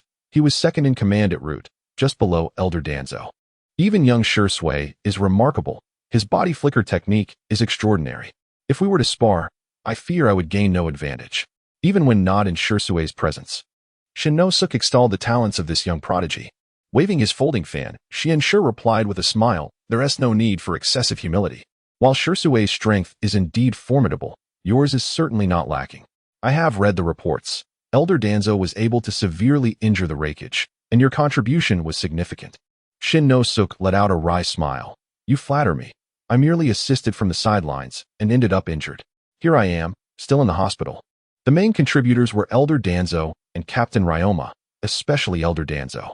It has been years since I last witnessed this senior in action, and I was surprised by his enduring strength. Moreover, noticing his hesitation, Xianxue inquired, is there something confidential you cannot disclose? Shin No-Suk shook his head. Uncertain. Not exactly. I just find it a bit strange. During the battle, the 4th Raikage's lightning release shattered Elder Danzo's right arm. Yet in the blink of an eye, that arm was functioning as if unscathed. The recovery speed was no less impressive than Lady Tsunade's. Additionally, based on their engagement, it seemed that Elder Danzo's right eye remained closed throughout the battle, contrary to what my father mentioned about a powerful technique sealed within it. I just feel something is amiss. It's not the combat style I was familiar with. Who better than Sarutobi Hiruzen to understand the youthful Shimura Danzo? They had executed numerous missions together and sparred countless times, akin to the competitive relationship between Kakashi and Guy in later generations. As the eldest son of Sarutobi Hiruzen, Shin no Suk had certainly heard plenty about Danzo from his father, encompassing both his ninjutsu and combat style. Yet, Danzo's recent performance seemed inconsistent with his prior methods, a fact that warranted suspicion. Shinshire's pupils constricted. Memories of Danzo revealing the Hashirama cells in his right arm and the Sharingan array during the final battle with the Uchiha were vividly etched in his mind. The ability to rapidly regenerate a shattered arm undoubtedly stemmed from the Hashirama cells. It appeared that this old rogue had completed the transplant long ago. While the closed right eye likely bore the aftereffects of the Uchiha clan's forbidden technique, Izanagi. Coupled with the Uchiha clan's missing bodies, Danzo's intentions were becoming increasingly evident. It seemed that Danzo could no longer suppress his inner desires. It was important to note that there was still some time before the Uchiha clan's tragic demise. Yet he was already so eager to conduct large-scale Sharingan transplants. Clearly, Tsunade ascending to power had profoundly impacted him, compelling him to take desperate risks in an attempt to seize opportunities. Shinshu silently lamented, "Danzo, your move is exceedingly perilous. A slight misstep could ignite a conflagration, leading to an irretrievable downfall." After bidding farewell to Shin no Suk, Shinshu returned to his residence, spending the night in silence. As the first rays of dawn pierced through the clouds, two figures had already soared over the cliffs at the border of the Land of Fire.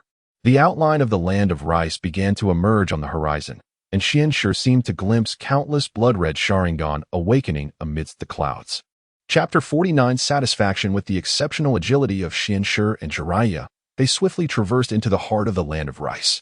Following Jiraiya's lead, they meandered through winding paths until they arrived at what appeared to be an ordinary tavern. Jiraiya, with a furtive demeanor, whispered an enigmatic phrase to the tavern owner, who then ushered them into a secretive and spacious back room. Although it was Shinshu's first visit to this establishment, his extensive experience in intelligence work made it abundantly clear that this tavern served merely as a fade for an underground bounty office.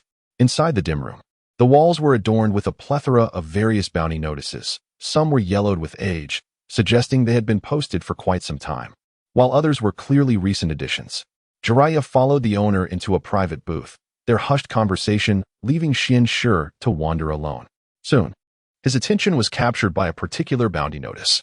It depicted a curious figure with white hair, wrapped in bandages, and seemed to have been recently posted. The reward was substantial, amounting to 20 million Ryo, with a specific note highlighting the individual's peculiar strength, possessing more than one bloodline limit. Gazing at the bounty, Shinshu furrowed his brow and muttered under his breath, "Why does this Beilyohu not stay hidden to research the techniques of Gue Yalo, instead of provoking others to hunt him down?" Undoubtedly, Beilyohu was among Shinshu's potential candidates. Over the past decade, Shinshu had meticulously filtered candidates from the 5 major pathways, including individuals from Konoha, as well as other ninja villages and rogue elements. Through relentless research, he had associated each pathway with a distinct chakra form. The dreamer represented the pinnacle of Yin release. The sun was the essence of Yang release. The tyrant pathway was most aligned with the composite attributes of lightning, water, and wind. The hangman focused on flesh and soul ninjutsu, while the white tower pathway offered insights and analyses of all powers.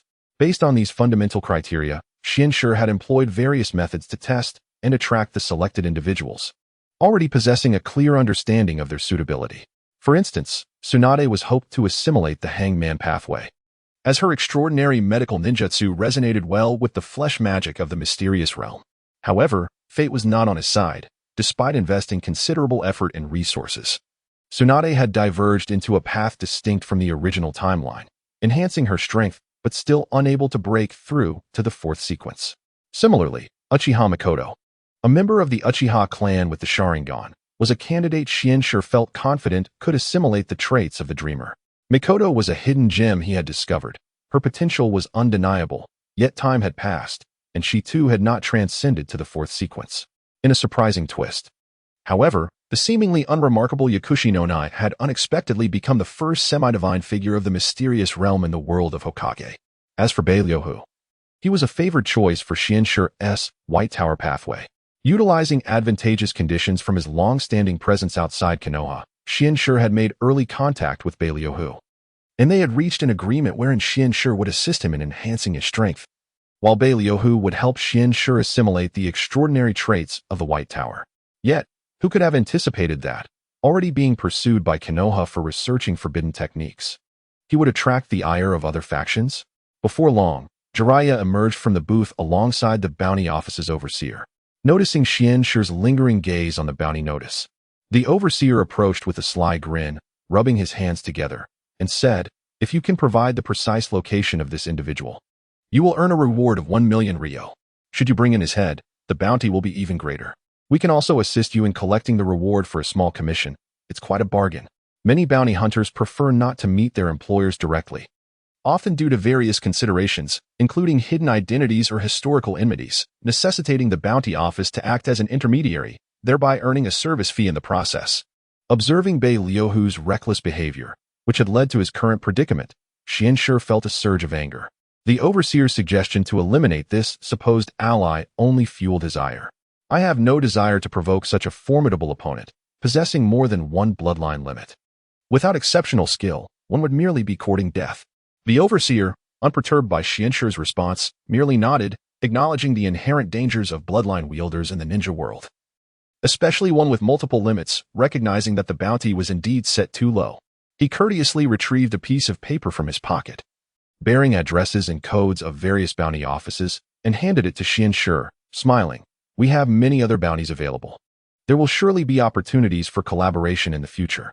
Having mingled in this underground realm for many years, the overseer recognized that the middle-aged man was none other than the renowned Jiraiya, one of the legendary Sannin of Konoha. It was clear that anyone accompanying him was no ordinary ninja, especially given their youth. They would likely cross paths again. "All right, it is getting late. We should set out soon," Jiraiya urged, then suddenly turned to the bounty office overseer, adding, "Make sure the information you provided is accurate. Otherwise, I shall return to burn your establishment to the ground." The overseer, unfazed, responded with a confident smile, "Rest assured, my lord, I can guarantee it." "Where are we headed? Do we have news of Orochimaru?"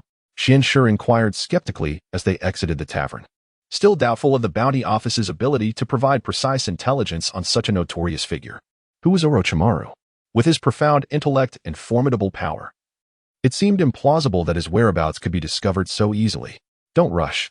Just hurry up," Jiraiya insisted, not directly answering the question, but continuously urging Xianshur to quicken his pace. As night gradually enveloped the surroundings, they soon arrived at a bustling town. Even at this late hour, the streets were teeming with visitors, the vibrancy rivaling that of Konoha itself. Quickly, we'll be late," Jiraiya exclaimed. "Where are we really going? Stop asking, I assure you. You'll be satisfied." Laughter echoed through the night sky, resonating with the carefree spirit of the Toad Sage. Chapter 50. Peeping the damp bluestone path shimmered under the moonlight as Xianshur followed Jiraiya through the intricate alleys of the land of rice. After stepping into a puddle for the third time, he could no longer restrain himself and seized Jiraiya's flowing white hair. "Is this what you call a satisfying experience?" Xianshur shook the mud off his wooden clogs, wishing to strike Jiraiya on the nape of his neck with his folding fan. "We've circled this commercial district several times. You better not be toying with me." Suddenly, Jiraiya turned around, and had Xianshur not reacted swiftly, he would have collided with him. The man, one of the legendary three ninjas, wore a mysterious smile and pointed toward the alley's entrance. "Do you see that weeping cherry tree? Our destination has arrived." Following his finger, Xianshur gazed at the cherry blossoms swaying in the night breeze, their pale pink petals fluttering down onto the eaves adorned with lanterns inscribed with the character for soup. A misty warmth, mingled with the scent of sulfur, enveloped him. "Is this the women's bath?" Xianshur's fingers, clutching the folding fan, turned slightly pale. "Shoo," Jiraiya grinned. "The most outrageous places often conceal the most vital clues. Hurry up and catch up." Laughter echoed through the bamboo walls, causing Xianshur's temples to throb. Just as he was about to erupt, Jiraiya vanished in a puff of smoke, already crouching at the eaves, peering through the window into the lively scene within. "Damn it," Xianshur muttered as he leaped onto the rooftop, the tiles creaking beneath him. Jiraiya, undeterred, brazenly lifted a corner of a tile, and a cloud of steam infused with the fragrance of cherry blossoms wafted toward him, revealing dozens of alabaster bodies barely visible in the hot spring.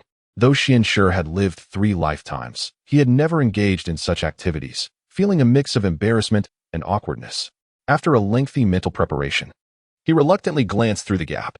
Jiraiya, without looking back, incessantly mumbled, "What do you think? This is the most famous beauty bath in the land of rice. Peeping at the women's bath is what the 3rd Hokage taught you? Does Tsunade-sama know how lewd you are?" Before Xianxue could finish his retort, a sudden scream erupted from below. A partially exposed woman had inadvertently locked eyes with Jiraiya. Pervert. After a brief silence, chaos erupted in the hot spring as towels and wooden basins flew about. Xianxue witnessed a plump woman grab a celadon vase, which soared through the air with a whoosh, aimed directly at them. "Run!" Jiraiya yanked Xianxue by the collar, leaping toward the neighboring courtyard.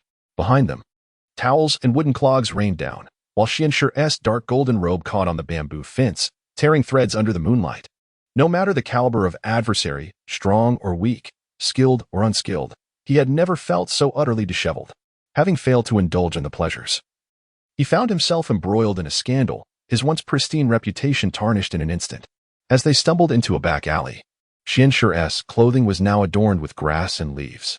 Just as he was about to threaten Jiraiya not to speak of today's events, a young girl appeared, rendering his words unspoken. At around 14 or 15, her blue hair was tied into a high ponytail with a red ribbon, droplets of water still clinging to the ends. "Excuse me," she murmured, sidestepping to pass, and Xianxue watched her vanish at the alley's end. Still not satisfied? "So, you fancy younger girls?" Jiraiya teased, noticing Xianxue's captivated gaze. "No, you." "She." Xianxue stammered, his face flushing crimson. Jiraiya's demeanor shifted as he remarked, "Have you noticed something peculiar? She must be the recently renowned bloodline limit ninja." Xianxue pondered. "It's an exceedingly rare crystal release." Honglien, the crystal release ninja. Honglien, one of Orochimaru's subordinates, who almost sealed the 3 tails in the original timeline. Having recognized the formidable young Kunoichi, he realized she was still an inexperienced girl. The toad sage, squatting atop the wall and clearing his ears of debris, revealed a sly grin. Orochimaru has recently become obsessed with bloodline experiments. This ability to crystallize matter bears his signature. Xianxue contemplated the direction in which Honglien had disappeared, as the night breeze tousled his disheveled hair. The starry patterns on his folding fan began to shimmer, and dozens of paper cranes emerged, soaring toward the direction Honglien had taken, vanishing into the night. It seemed Orochimaru truly lingered nearby. "We must go." Jiraiya's boisterous laughter echoed through the alley. "Let us show Orochimaru the prowess of a sage's ally." The two, guided by the paper cranes, hastily followed in Honglien's wake, soon reaching an abandoned shrine at the base of a cliff. Upon their arrival, the cranes fluttered around the shrine, yet Honglien's presence had vanished. "Let me see which mouse has been following me." Before the words left his lips, the dilapidated square was abruptly encased in a crimson crystal barrier. Emerging from the shadows of the trees, Honglien stood atop the crystalline dome. Countless crystalline serpents slithering from beneath her skirt, the moonlight refracting through the crystals into lethal beams. "You must be the ninjas from Konoha, am I right?" Orochimaru was correct. Konoha ninjas are a group of cowards who can only hide behind others. With a flourish, Honglien's fingertip blossomed into a crimson crystal rose. "Orochimaru is conducting experiments for a new resurrection ritual. Therefore, you two shall serve as sacrifices."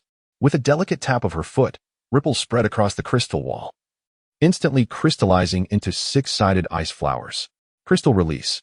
Crystal shuriken. Crystal release. Crystal pentagram. The shuriken sealed off their escape above, while enormous crystal thorns surged from the ground, aiming for their vital points. Simultaneously, with a graceful lift of her hand, the sparkling crystal powder coalesced into a crescent-shaped crystal blade, commanding a crystal dragon to charge toward them. It appeared she intended to engage them in close combat. Earth release. Yellow spring swamp. Before the crystal could fully emerge, it was wholly consumed by the yellow spring swamp, presenting no threat whatsoever. Truly formidable. Jiraiya narrowly dodged the horizontal slash of the crystal blade. As the chaotic jutsu entwined around the hilt, his pupils dilated in alarm, his hair, touching the crystal, crystallized at a visible pace. He decisively severed the encroaching strands, and as he fell back to the ground, unleashed a fire jutsu, fireball technique. In the instant the fireball collided with the crystal blade, Xianxure's figure had already vanished. Merely a trivial skill. Although Hong Lian felt a twinge of anxiety, she remained unafraid. The crystal dragon ascended rapidly, stopping at a safe height as Hong Lian formed hand seals, gathering a substantial amount of chakra. All the crystals began to grow wildly, and in an instant, they formed a massive cage, within which everything seemed immobilized like insects trapped in amber. Crystal release. Crystal wall 8 formation.